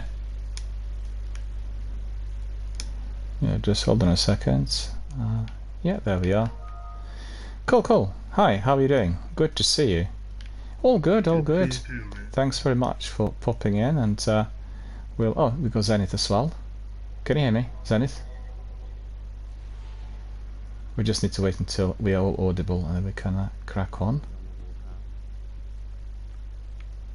Yeah, I was just going to say that I know we played Destiny in the past as well, but I've got like a new rules on the channel, so just have a look at chat, click on chat, and you'll get the rules which are aligned with the Twitch rules for all inclusive and, you know, family friendly and everything else. They become very, very strict in recent times on the content, so I always need to tell everyone who is, you know, yeah. Well, they've been very unfriendly towards some of more recent streamers and people who do cosplay and various other just chatting content, and I have quite a lot of these guys in my community, and I think it's about 2 weeks ago, you know, since they introduced the certification for every stream, they've tried, for instance, people doing just chatting channel and being dressed in a way which is a bit revealing, and then algorithms just block the channels straight away. And there was a big hoo-ha on Reddit and various forums about this, because, you know, most people don't read small print. I didn't realize, but it's like really enforceable. And the algorithms they have are very, very precise, the latest state-of-the-art AI technology. So hang on, I think I'm having some issues here with. Give us a second. Don't take your time. I'm just switching characters. Yeah, just give us a second, because I think something happened to Zenith. Let me see, Zenith. No, Zenith is here. Oh, you're changing characters. Okay, it was yourself. Right, sorry about that. I thought it was something happened to Zenith. Zenith, can you hear me? Yes, I can. Oh, cool. Are we all here? Yeah. Right here. Because what happened was I was inviting Shaba to join us. Yeah, it's Shaba. Yeah, I beg your pardon, because Shuba is a female name, and I'm not actually. I worked with. You remember me telling you I worked with a colleague who's called Shuba. Anyway, coming back to it, when I tried to bring in Shaba to the party, it just changed the party, and then obviously I would have departed from the previous one, and actually I should have gone through the adding of different members. So it was my fault really, more than anything else. And I need to invite them. Need to invite you back in, right? Just tell me when you change your character and I'll bring you in then. Actually, I can send you an invite in any case, so... Oh yeah. No, I just sent you another one just in case, because they expire after a little while. After a certain amount of time, yeah. Yeah. Whew, Destiny memories. Oh, I haven't been on here in a minute. Absolutely. Are you also playing Destiny 2? Sometimes, to, you know, rank up and help some people out, but, you know, Destiny 1 was always the best, yeah. In my opinion. Always the best. Well, we get lots of people who still do not play sequel, and we get lots of people who are just playing the sequel and then discovering Destiny 1, and I think our friend Zenith had that sort of experience, yeah. Zenith, yeah, I started with Destiny 2 about 6 years ago. Yeah. Wow. And then just came back to D1 in the last 6 months, playing it regular and streaming and whatnot. I love it. It's really fun. Yeah, definitely. If you had played it when, I guess when you can say when it was in its prime, I guess. Yeah. Yeah, it was more fun. It was streamers. You saw non-stop people just playing. It might be 3 or 4 streamers at one party, just streaming their point of view or whatever. Yeah, yeah. And that's what, you know, me and Mills over here did. Like one time. Yeah. You was streaming, I was streaming, and somebody else was streaming, and we were just all having fun, gaming, doing raids, doing nightfalls, and it was just like, it was awesome. It was just a constant, like, couple hours. Like sometimes we'd be on for like 4 hours and not even know. Right. No, time just flies by. You and Daniel used to play? Yeah. Before? Oh, that's right. That's right. I mean, Shaba was there, I think, right from the start. It goes back about 5 years, and Shaba also streamed. And then sometimes when we had streamed, one person, the streamer, talking, and the other people would not be audible. You know, we kept it to the party, so everyone else can have their own broadcaster communicating to their own community. And I think generally, I mean, it's hard to tell what happened. Some people got a bit tired after playing for many years. Others departed and joined Destiny 2 community, and then they discovered, well, they found the game not to be as good, so they departed altogether. I think the best way of finding out what's going on, Destiny-wise, is on Reddit. And you go to Destiny the Game Reddit. They have mature gamers discussing the states of play, and there's been a lot of hoo-ha recently about Marathon, the new game that Bungie are working on, the PvP game, and also certainly amount of worry that perhaps Bungie are getting cold feet, they don't want to invest anymore, which is obviously not true at all, it's just speculation. And this week there's been a lot of discussion on what happens as the saga, the final shape, right? The saga between Darkness and Light will end, and there will be new chapters unraveling. So he did say that they're working on the concept of the Vex being the next big enemy, and there's going to be something going on there. You know, they'll be just extending, maybe changing the shape of the game to a degree. I think the areas like Gambit and the Crucible, they'll definitely need some tweaking, some jabs to, you know, regain life or to have something new, and remains to be seen. But what I'm saying is, on Reddit there's a lot of speculation about this. You know, people are kind of actively talking, and you got 2 different parts of the community. One which loves Destiny, everything Destiny related, still playing it with the community members, and then you get other people who probably were previously every day Destiny gamers, people who play Destiny for maybe 4 or 5 hours per day, well, those people are quite begrudged, you know, they're not happy with the way things are. There's some technical issues. I think the sequel is alright if one plays it leisurely, you know, and a few times a week on a stretch, or if you want to be exploring different areas, and you know, but the difference in the way the game actually works is still there. Destiny 1 is a much more difficult game, particularly if you're leveling up.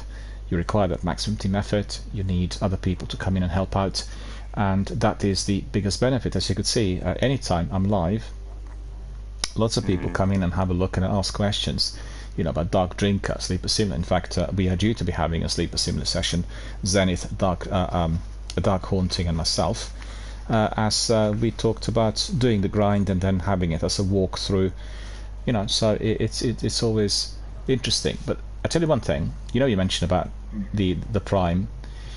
Destiny 1 category on Twitch has an enormous strength daily, although obviously I'm not one of the you know, the biggest streamers on Twitch. I get passing traffic which surprises me, between 250 and 500 on average. They literally pop in, have a look, they don't say anything, and then they come back later several times.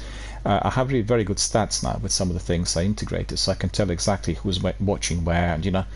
And the other thing that's happened, which is surprising, previously we had people who watched the game, played the game, and prior to the pandemic, so we go back maybe 3-4 years, the vast majority of people watching Destiny on PCs. That was more than 75%, about 80%. Today, more than 85% are watching my stream on their handset, iPhone or Android. So, you know, things have changed, and I guess some people will watch it on the Android as they play, maybe Destiny 2 or anything else. I run a very interactive channel, there's a lot of chats talking, industry news and all this.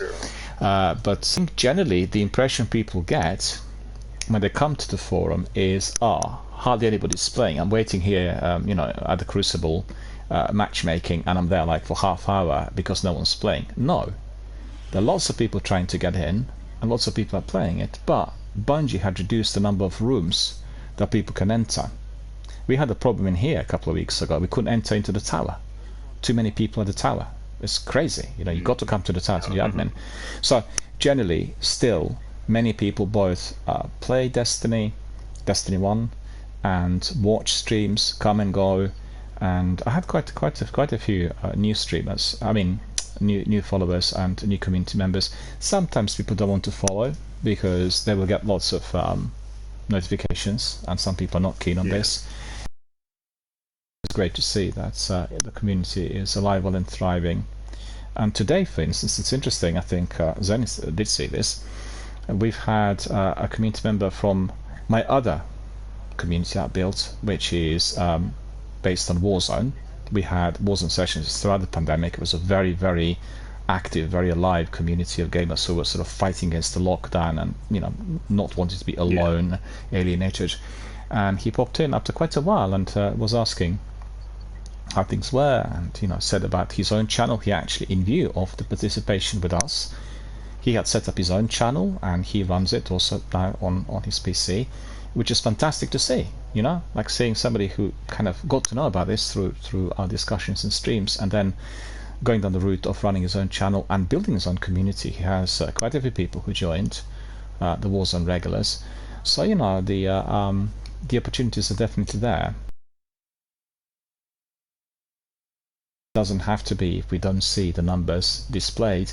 Also, you know, about the stats from 2 or 3 different hubs, and generally what you get on Twitch live stream secondary, it's like a small section with that sort of how many people are watching. Most of the times it's incorrect. You know, you get like a few people or so. It doesn't present you with the correct number because people come in from different platforms, and it doesn't always register a multiple kind of access. And I think, if I'm not mistaken, correct me if I'm mistaken, generally Twitch is still biased towards PCs.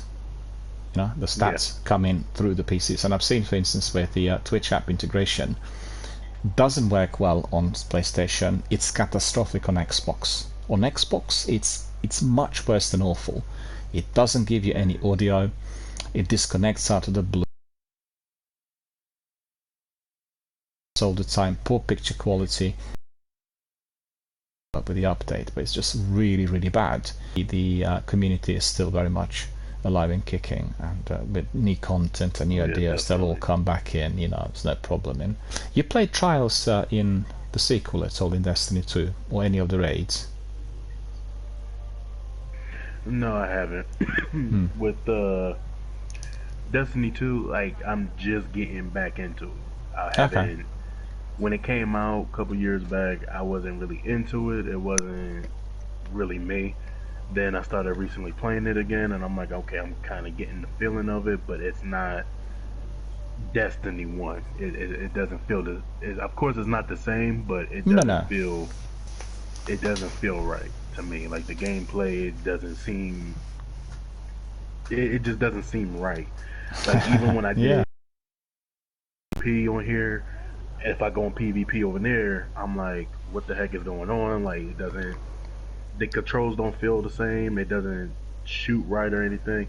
I get on here and I'm going like 20 plus kills, and I'm like, I could do 20 plus kills on here, but I can only barely get 10 on there, and I'm like, it just doesn't seem right. PvE on here, I mean, I miss it. I missed it. So I'm just like, you know what? Let me hop on Destiny. Then I saw you sent me an invite. I was like, oh, he must be streaming. I said, let me check. And then, yep. Yes, indeed. Yep. I was like, he's streaming. I was like, you definitely. I will not say no to an invite. That's wonderful. We'll crack on with some Saber Strikes now, so we can still have some entertainment, because I'll still be online for about 40 minutes or so, and then I'll be off swimming. And I just wanted to tell you that the reason I've not been streaming before the... And you probably will recall that our discussions in the past, all to do with that area where I live, because in Britain we have really very poor quality internet, and very few people have fibre access, and you know, for the streams you've got to have as fast internet as possible, as well as for the actual gameplay. So I had to be waiting until they invented something, and that's the 5G and 4G routers, and they introduced that to me a few months ago, and obviously I jumped and picked it up. I was a bit skeptical, thinking that perhaps these speeds are not going to be as good because it's not really a proper wire connection, but I'm astonished. I'm astonished. On 4K, I mean on 4G, I'm getting about 200 to 300 megabits download, and anything between 15 and about 30-35 upload, which is significantly better. Previously, the upload, actually, I mentioned many times, in Britain, on broadband connection, the internet connection, you have a cap, so the upload is capped at 1, and you can't have upload, you know, bigger than 1. You can't do anything with what I mean. You know, it's very difficult to stream or do anything with that poor upload. So that's one of the reasons. And also, recently they introduced overlays and things so you can import through the third party in order to have your stream beautified if you're streaming on consoles. And these really work well. When you look at the stream as it is today, you can see all the tabs in there for Twitter, for donations, for all sorts. It just looks better, and it goes through the third-party provider, and they also do their own diagnostics, they do their own promotion. So I had a major surge on people watching the stream on playback. That wasn't really the case in the past. People usually came to talk, to discuss things live. You know, so there have been significant improvements and enhancements, which I think will be of benefit to everyone. And you know, things keep changing. Keep moving forward. I think what will be a serious obstacle for many streamers is the new regulation, because generally governments worldwide are introducing regulation in terms of what content is offered. If you run a channel like mine, there's no issue. It's family friendly. There's no, you know, I mean, obviously somebody can come in through random matchmaking and cause trouble, but generally I don't allow people to come in out of the blue in order to see, you know, what they're like with others and so. But for people who do mature content, many problems, from the way they talk to the way they dress, and you know, and algorithms doing the filtering. So it's not somebody watching it, it's just a robot taking action. And I was just saying to Zenith earlier, the problem, or was it somebody else, the content that includes music is absolutely nuclear. So one has to avoid any of that at any time. You can have somebody who's actually playing a game together with you, and you know he's got like a radio,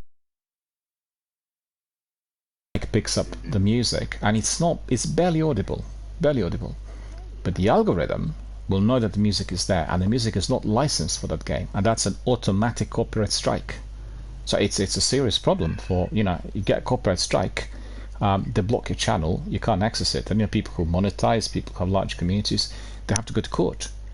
And so I really I've stated on the rules that one has to be careful, and because I've heard stories, I've heard people reporting, I received a copyright strike and I've not played anything. Well, maybe, I don't know, maybe he had not played anything, maybe he did, so it was somewhere in the background, but it's just becoming a very sensitive area. One has to be very, very careful as a streamer to know what is allowed, what prohibited. And I mentioned it earlier, I had news from a couple of hubs today.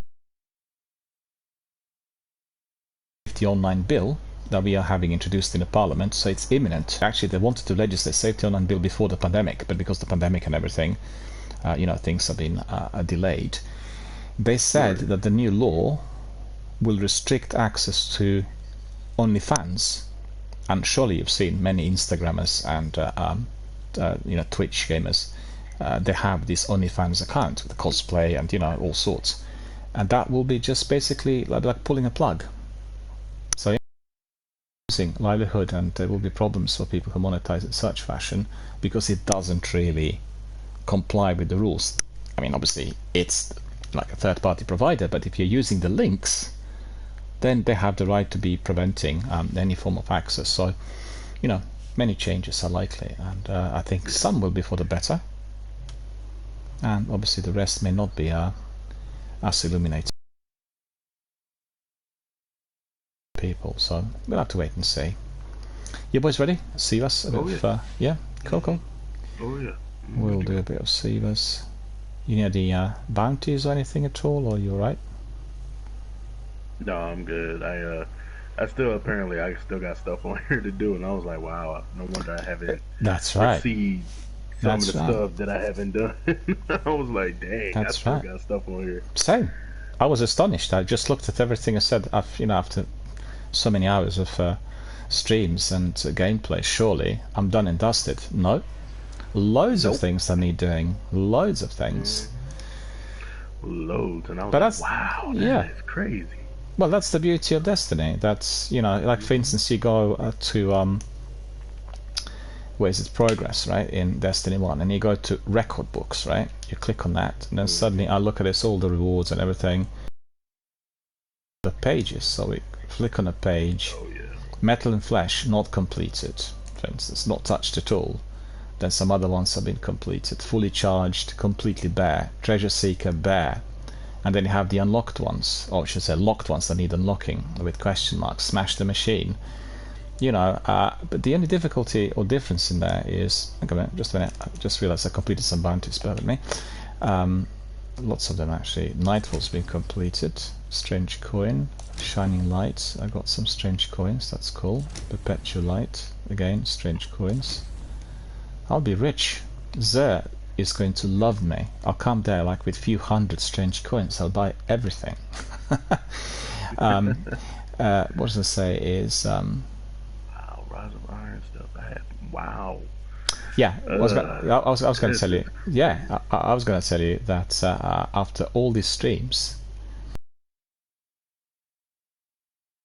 helping out and everything, I discovered that in fact there are, and I guess the way to do it is simply to be making a list, and you start with one, then the second one, all the tasks being followed up one by one. It's not then user friendly. I always like bringing in people and asking what is that they need, and we do things together as a community. You know that we had Lupus Arias. You played with Lupus Arias at all? Does that ring a bell? Yeah. You played with him, yeah? Mm-hmm. He said he had about 15,000 hours of Destiny, which is a very large number of hours. Yeah. And I was Wow, astonished. I completed the Wrath under 6 minutes.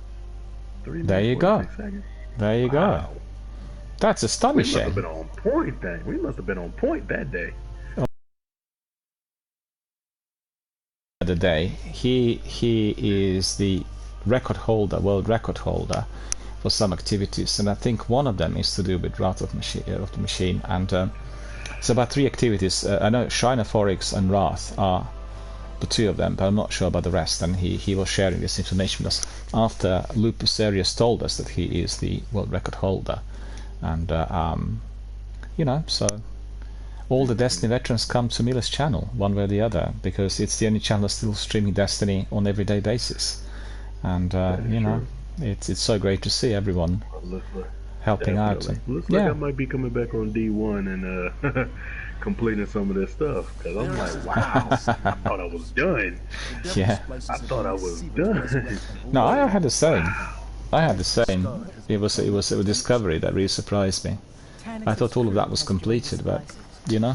They're using C reanimate his body and overtake his Sakapupu is away at the moment. He's not able to access PC, so we can't really bring him in for Destiny 1 games, which is, you know, a real shame. He really loves the game, and he was there with us almost every day, either as a viewer or tutor or participant, and I'm just hoping that he'll be able to reclaim his PlayStation back, and then we'll be able to crack on as usual. Sepix, the Iron Lords, and now Taniks. There's no limit Oh, there we are. will exhume to throw against us. They won't stop with Taniks, Guardian. Put him to rest and purge all traces of Siva.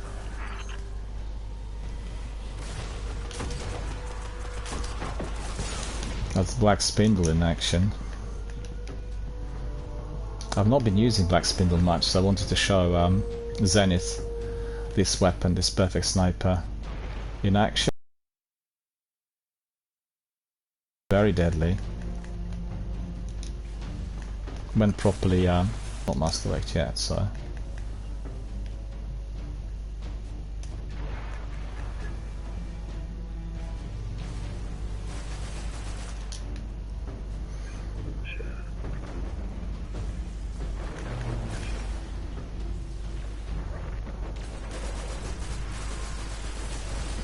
Yeah,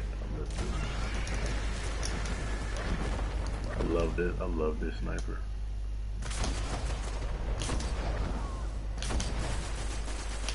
Oh, he's taking 3 pills. That's weird. Shouldn't have done. You got him. That's because it's not masterworked. My Black Spindle is not as powerful as it could be, but still a very, very good sniper. Oh. Ah, you beat me to it. I was just about to pop a pill, but there you are.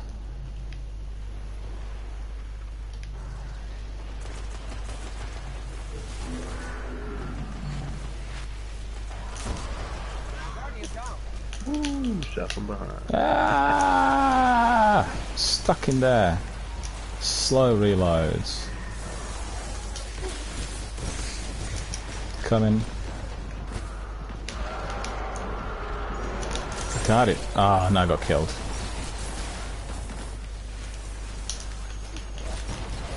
Well, that's ridiculous. I left my Galahorn. Do you see that? I left my Galahorn. Oh, I tried to get him. Yeah, the turrets. I left my Galahorn. Didn't even hear and the turrets. They must have just fired up when I came. That is just so. Yeah, I hated those turrets. Oh. Yeah, but what I did was I literally had a coming because I wanted to spin my Dark Drinker, and guess what? I fired off 2 rockets on Galahorn, or that rocket launcher, and that obviously destroyed me.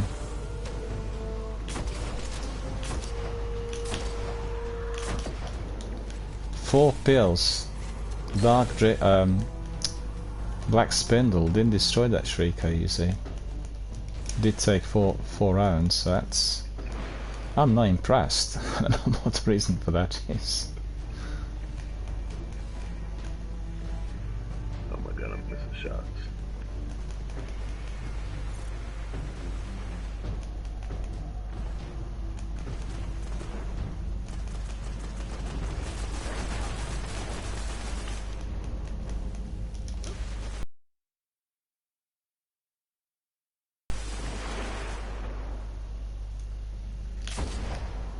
that troll exploded.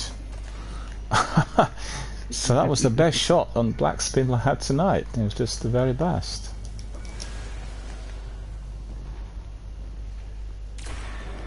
Yeah, that's right. These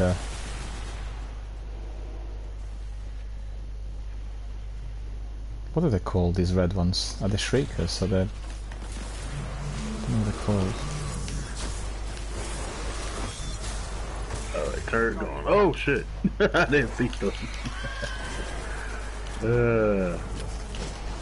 Yep, I miss these days.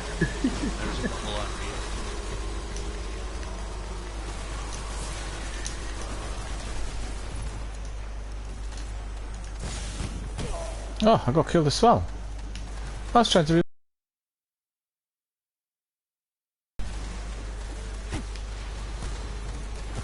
Okay. To get rid of them all and then I'll...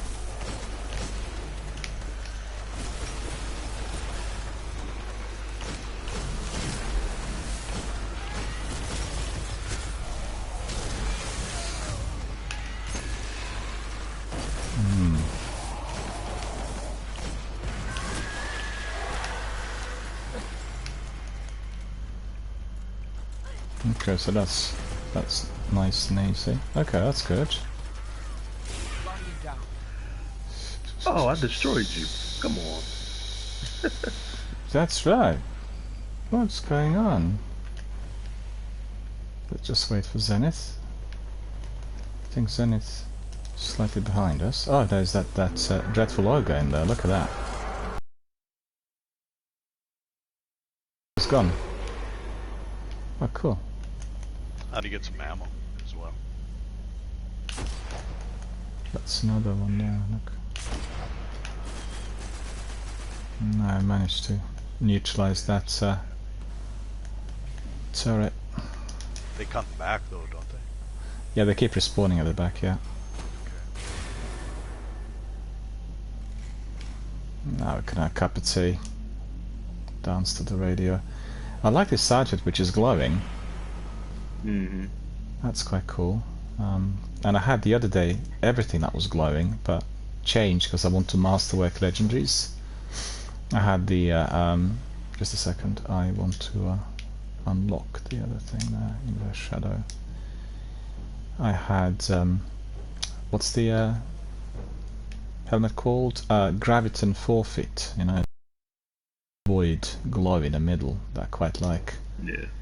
But change that just in order to masterwork the rest, and increase strength, increase discipline, ready. Okay. Just trying to get him out the way of the blast. Yeah, it's so dark in here as well. Looks like Taniks's ship is intact. Get on the lift. Hello, boys. All right.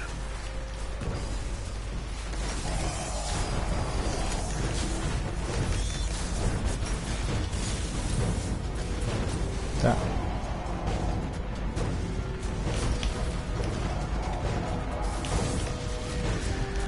Oh, somebody killed her. I did. Black Spindle in action.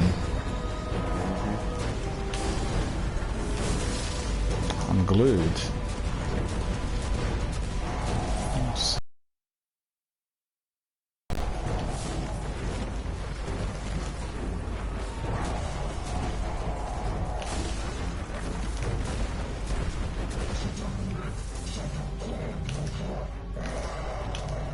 Mind you, in here, Black Spindle's incredibly effective.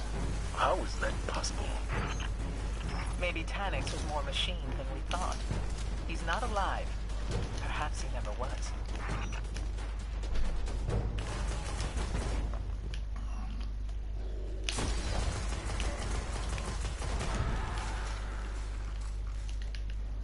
Okay, so that's all cleared. Can just slowly but surely go up.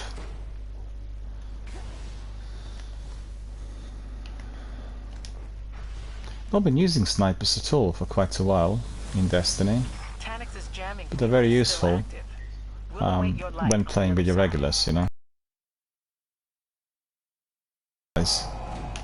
And similar to Dark Tether,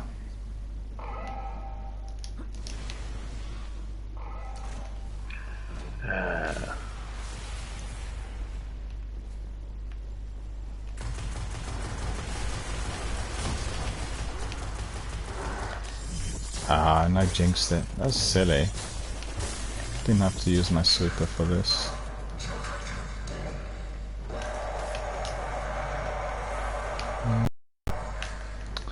To get some special ammunition. Use my synth. Hello, Tannic. Long time no see.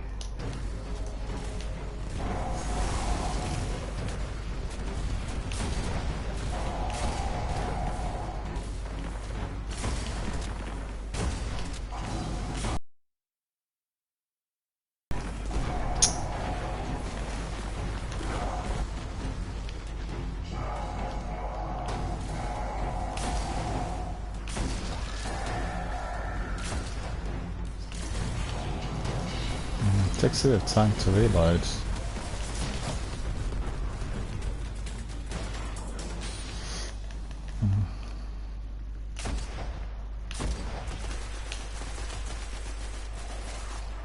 Three rounds at once. Okay.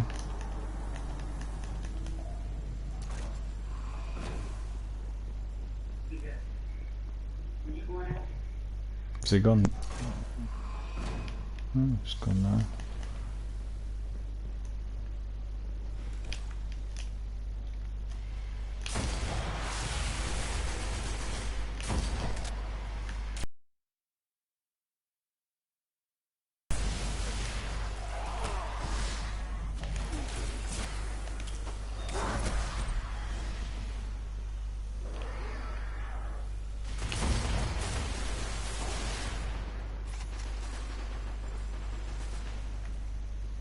One more down there.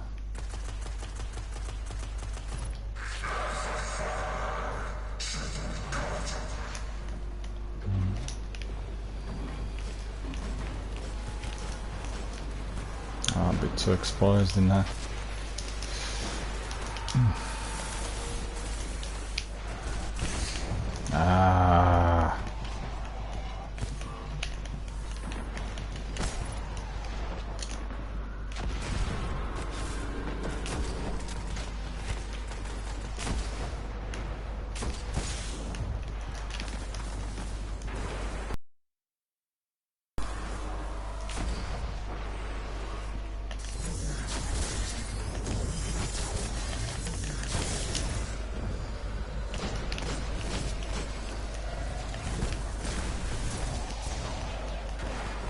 Hang on.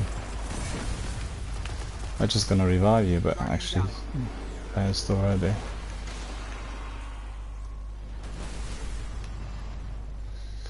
Okay, cool.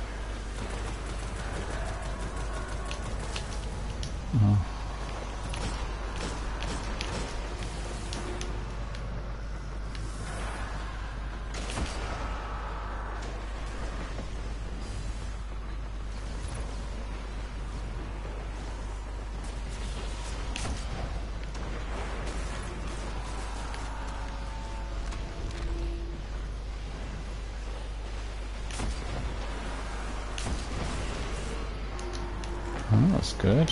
Did work. The last one.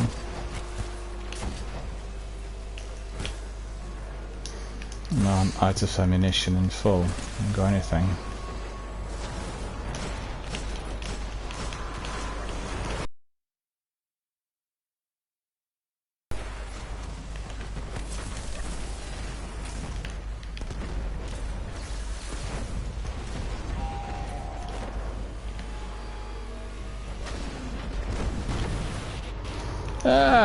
Just about to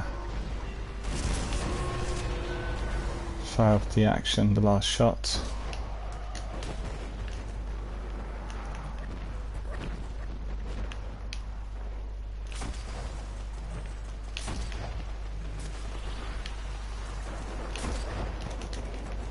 Oh, there's one there, okay. Still there, hiding. I know he blew up after your rockets, so he couldn't survive that. Ah, missed.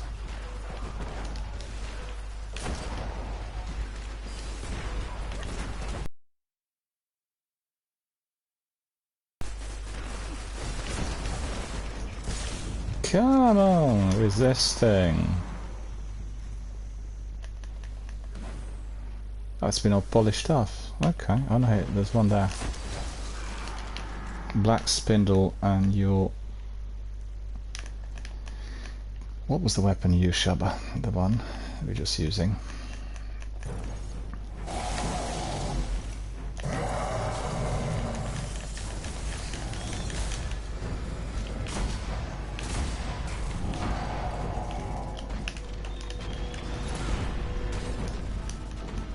Did manage to get out, so that's good.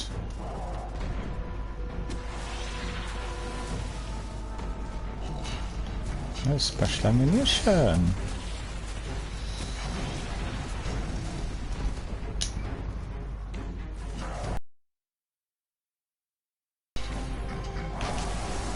Oh, he left.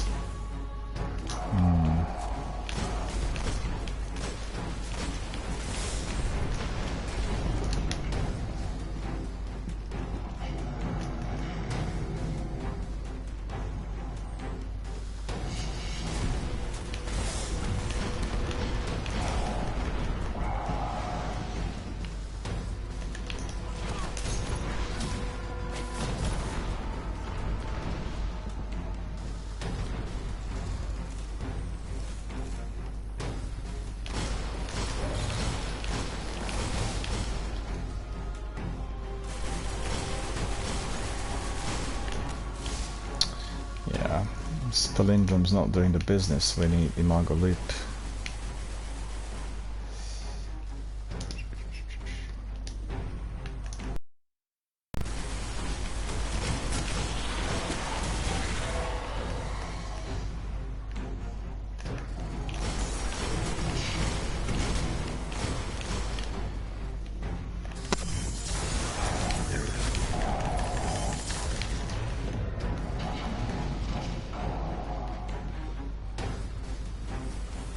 Oh, he's gone again. Okay.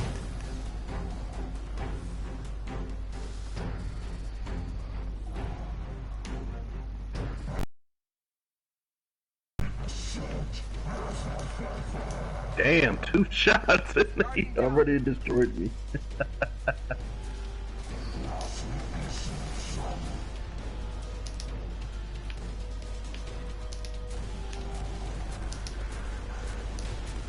This weapon's masterworks now. Okay. Take some heavy ammunition.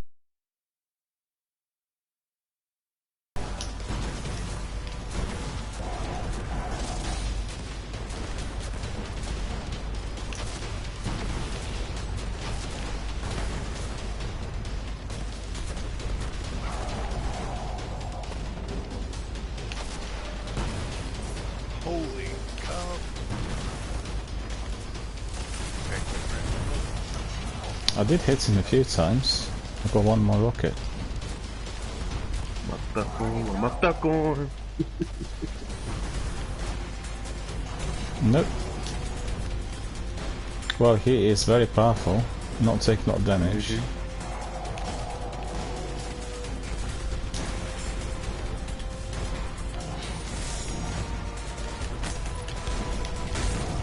He got me. Stay alive for 5 more seconds.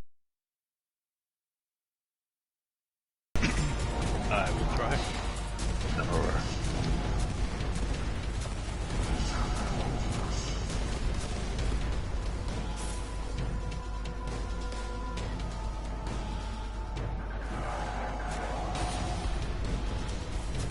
Thank you. To get away from here.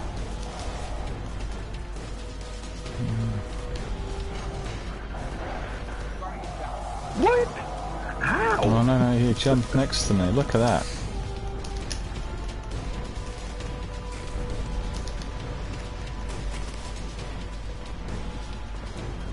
That's ridiculous. Hang on.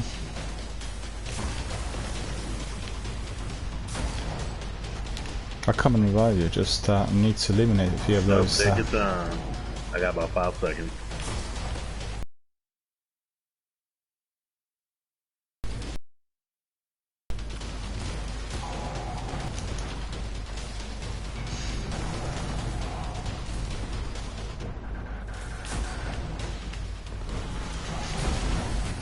Oh man, he's immune.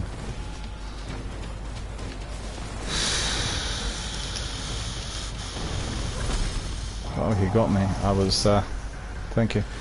I was just trying to, just a minute. Oh, hang on, I've got some.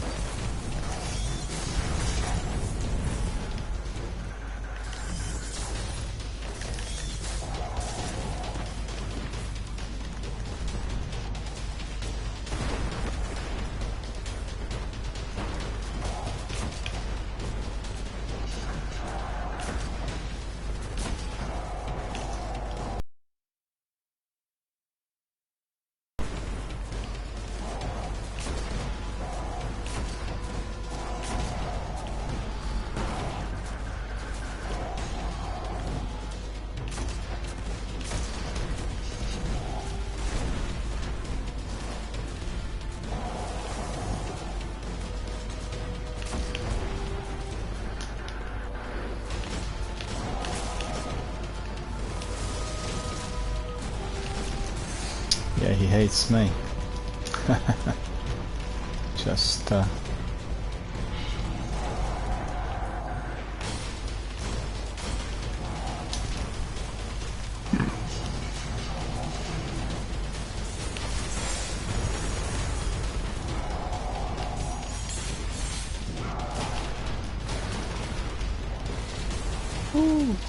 one more rocket, he'll be gone. There, he's gone. Got him with the last rocket. Got him with the last rocket. You prevented Siva from restarting Taniks's mercenary operation. The nanites continue to evolve their function. Skeleton key. Opportunities to study Siva. The devils are far from defeated.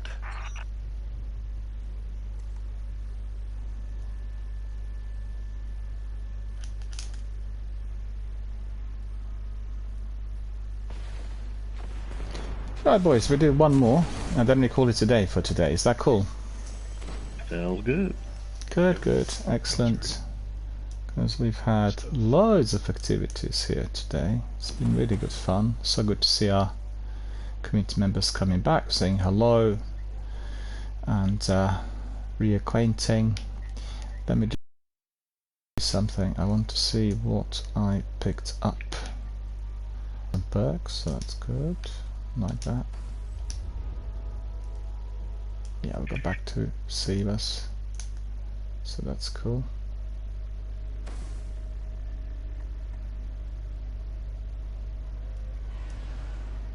Yeah, okay. Brought in straight away. Really good. Action. Spectre Asprit, or is it Priot Grips? The Black Garden may not stay among us for These long. are the glowing ones. Something has begun to repair the schism torn by its destruction. Vex now flood the garden channels to protect it.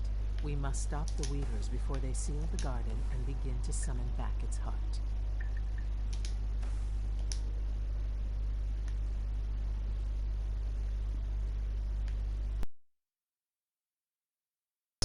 It now, it's masterworked. Used it quite a bit on this boss. It's not my first choice of rocket launcher on the legendary front. I've got some other ones that are better, but I'd better be unearthing them from the vault.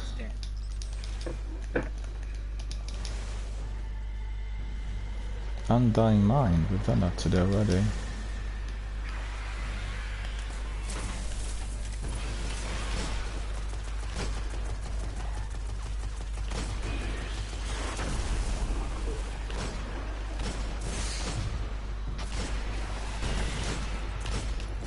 Ah, well, that's doing the business.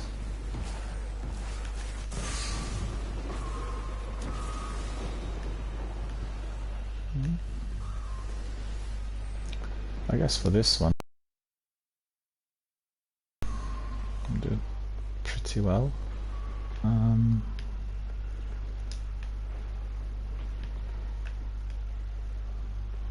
Or maybe not. I don't know.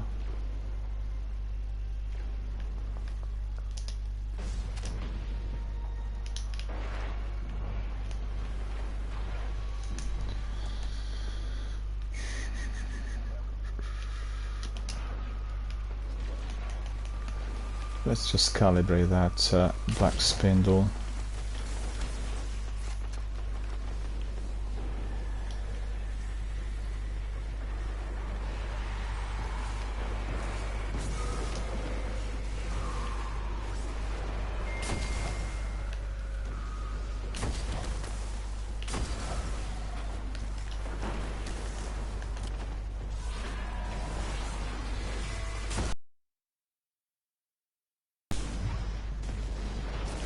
Oh no, he popped up just behind me, I didn't see him at all. Minotaur. Very annoying.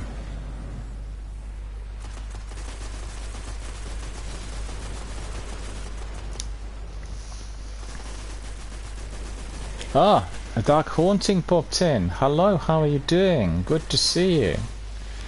And our friend Dark Haunting's asking, are we having a lot of fun with these strikes? We absolutely are. We've done our weekly Nightfall, and we've done Seabus and loads of different things. How are you, sir? How's everything out there?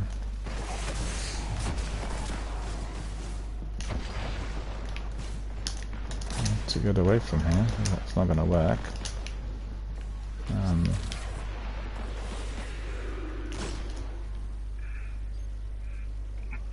And our friend says today is the reset day. That's right, we actually have gone in for the Nightfall as early as possible.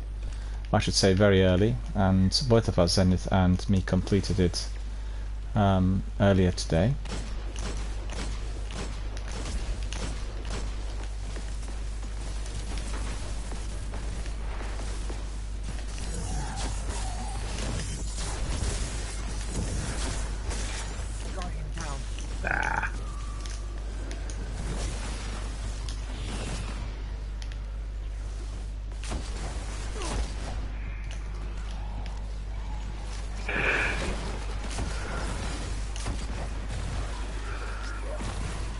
Trying to calibrate my black spindle.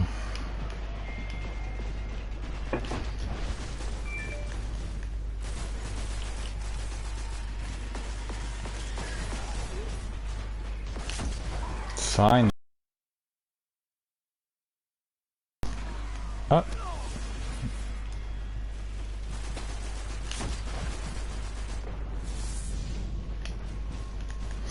That's all been done. And our friend Matthias the Dark Haunting says it's alright. Yeah, it's been a good day today. Just a bit humid here where I am, which had made it a bit difficult. Expecting major thunderstorm on Sunday and yesterday, and nothing materialized, so you know, still suffering from that humidity. It's not terribly hot, but it's extremely humid, breathless.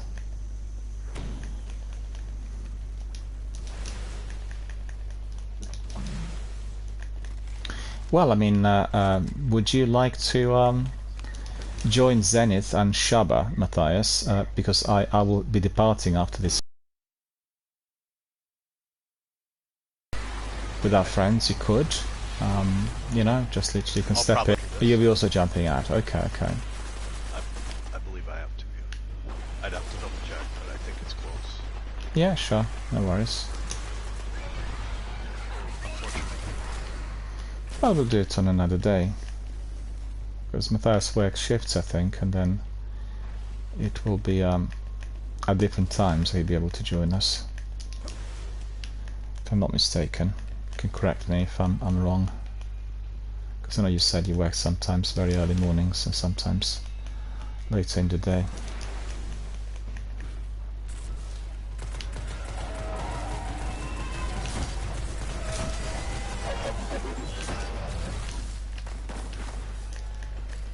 Okay, so we are.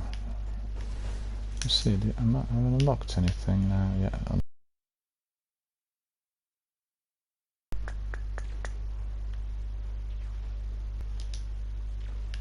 I did actually. So it should be a bit more powerful to what I've seen so far, I'd say.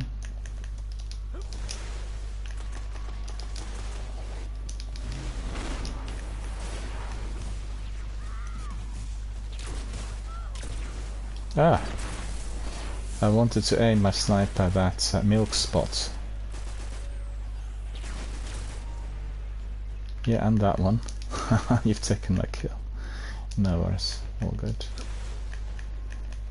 Backspin was quite good for that.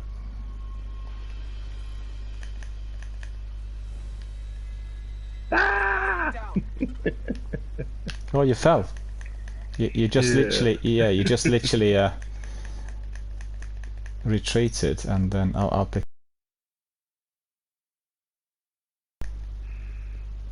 Happens to me as well sometimes.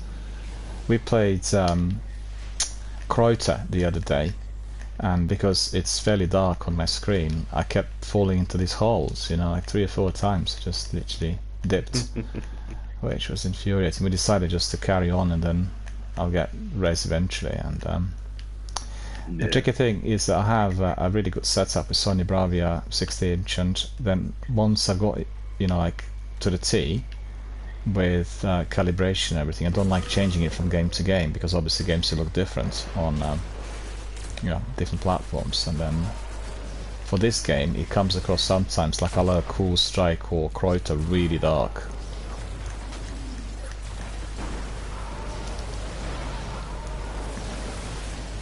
Our friend Matthias says I'm actually not at home and therefore I won't be able to join.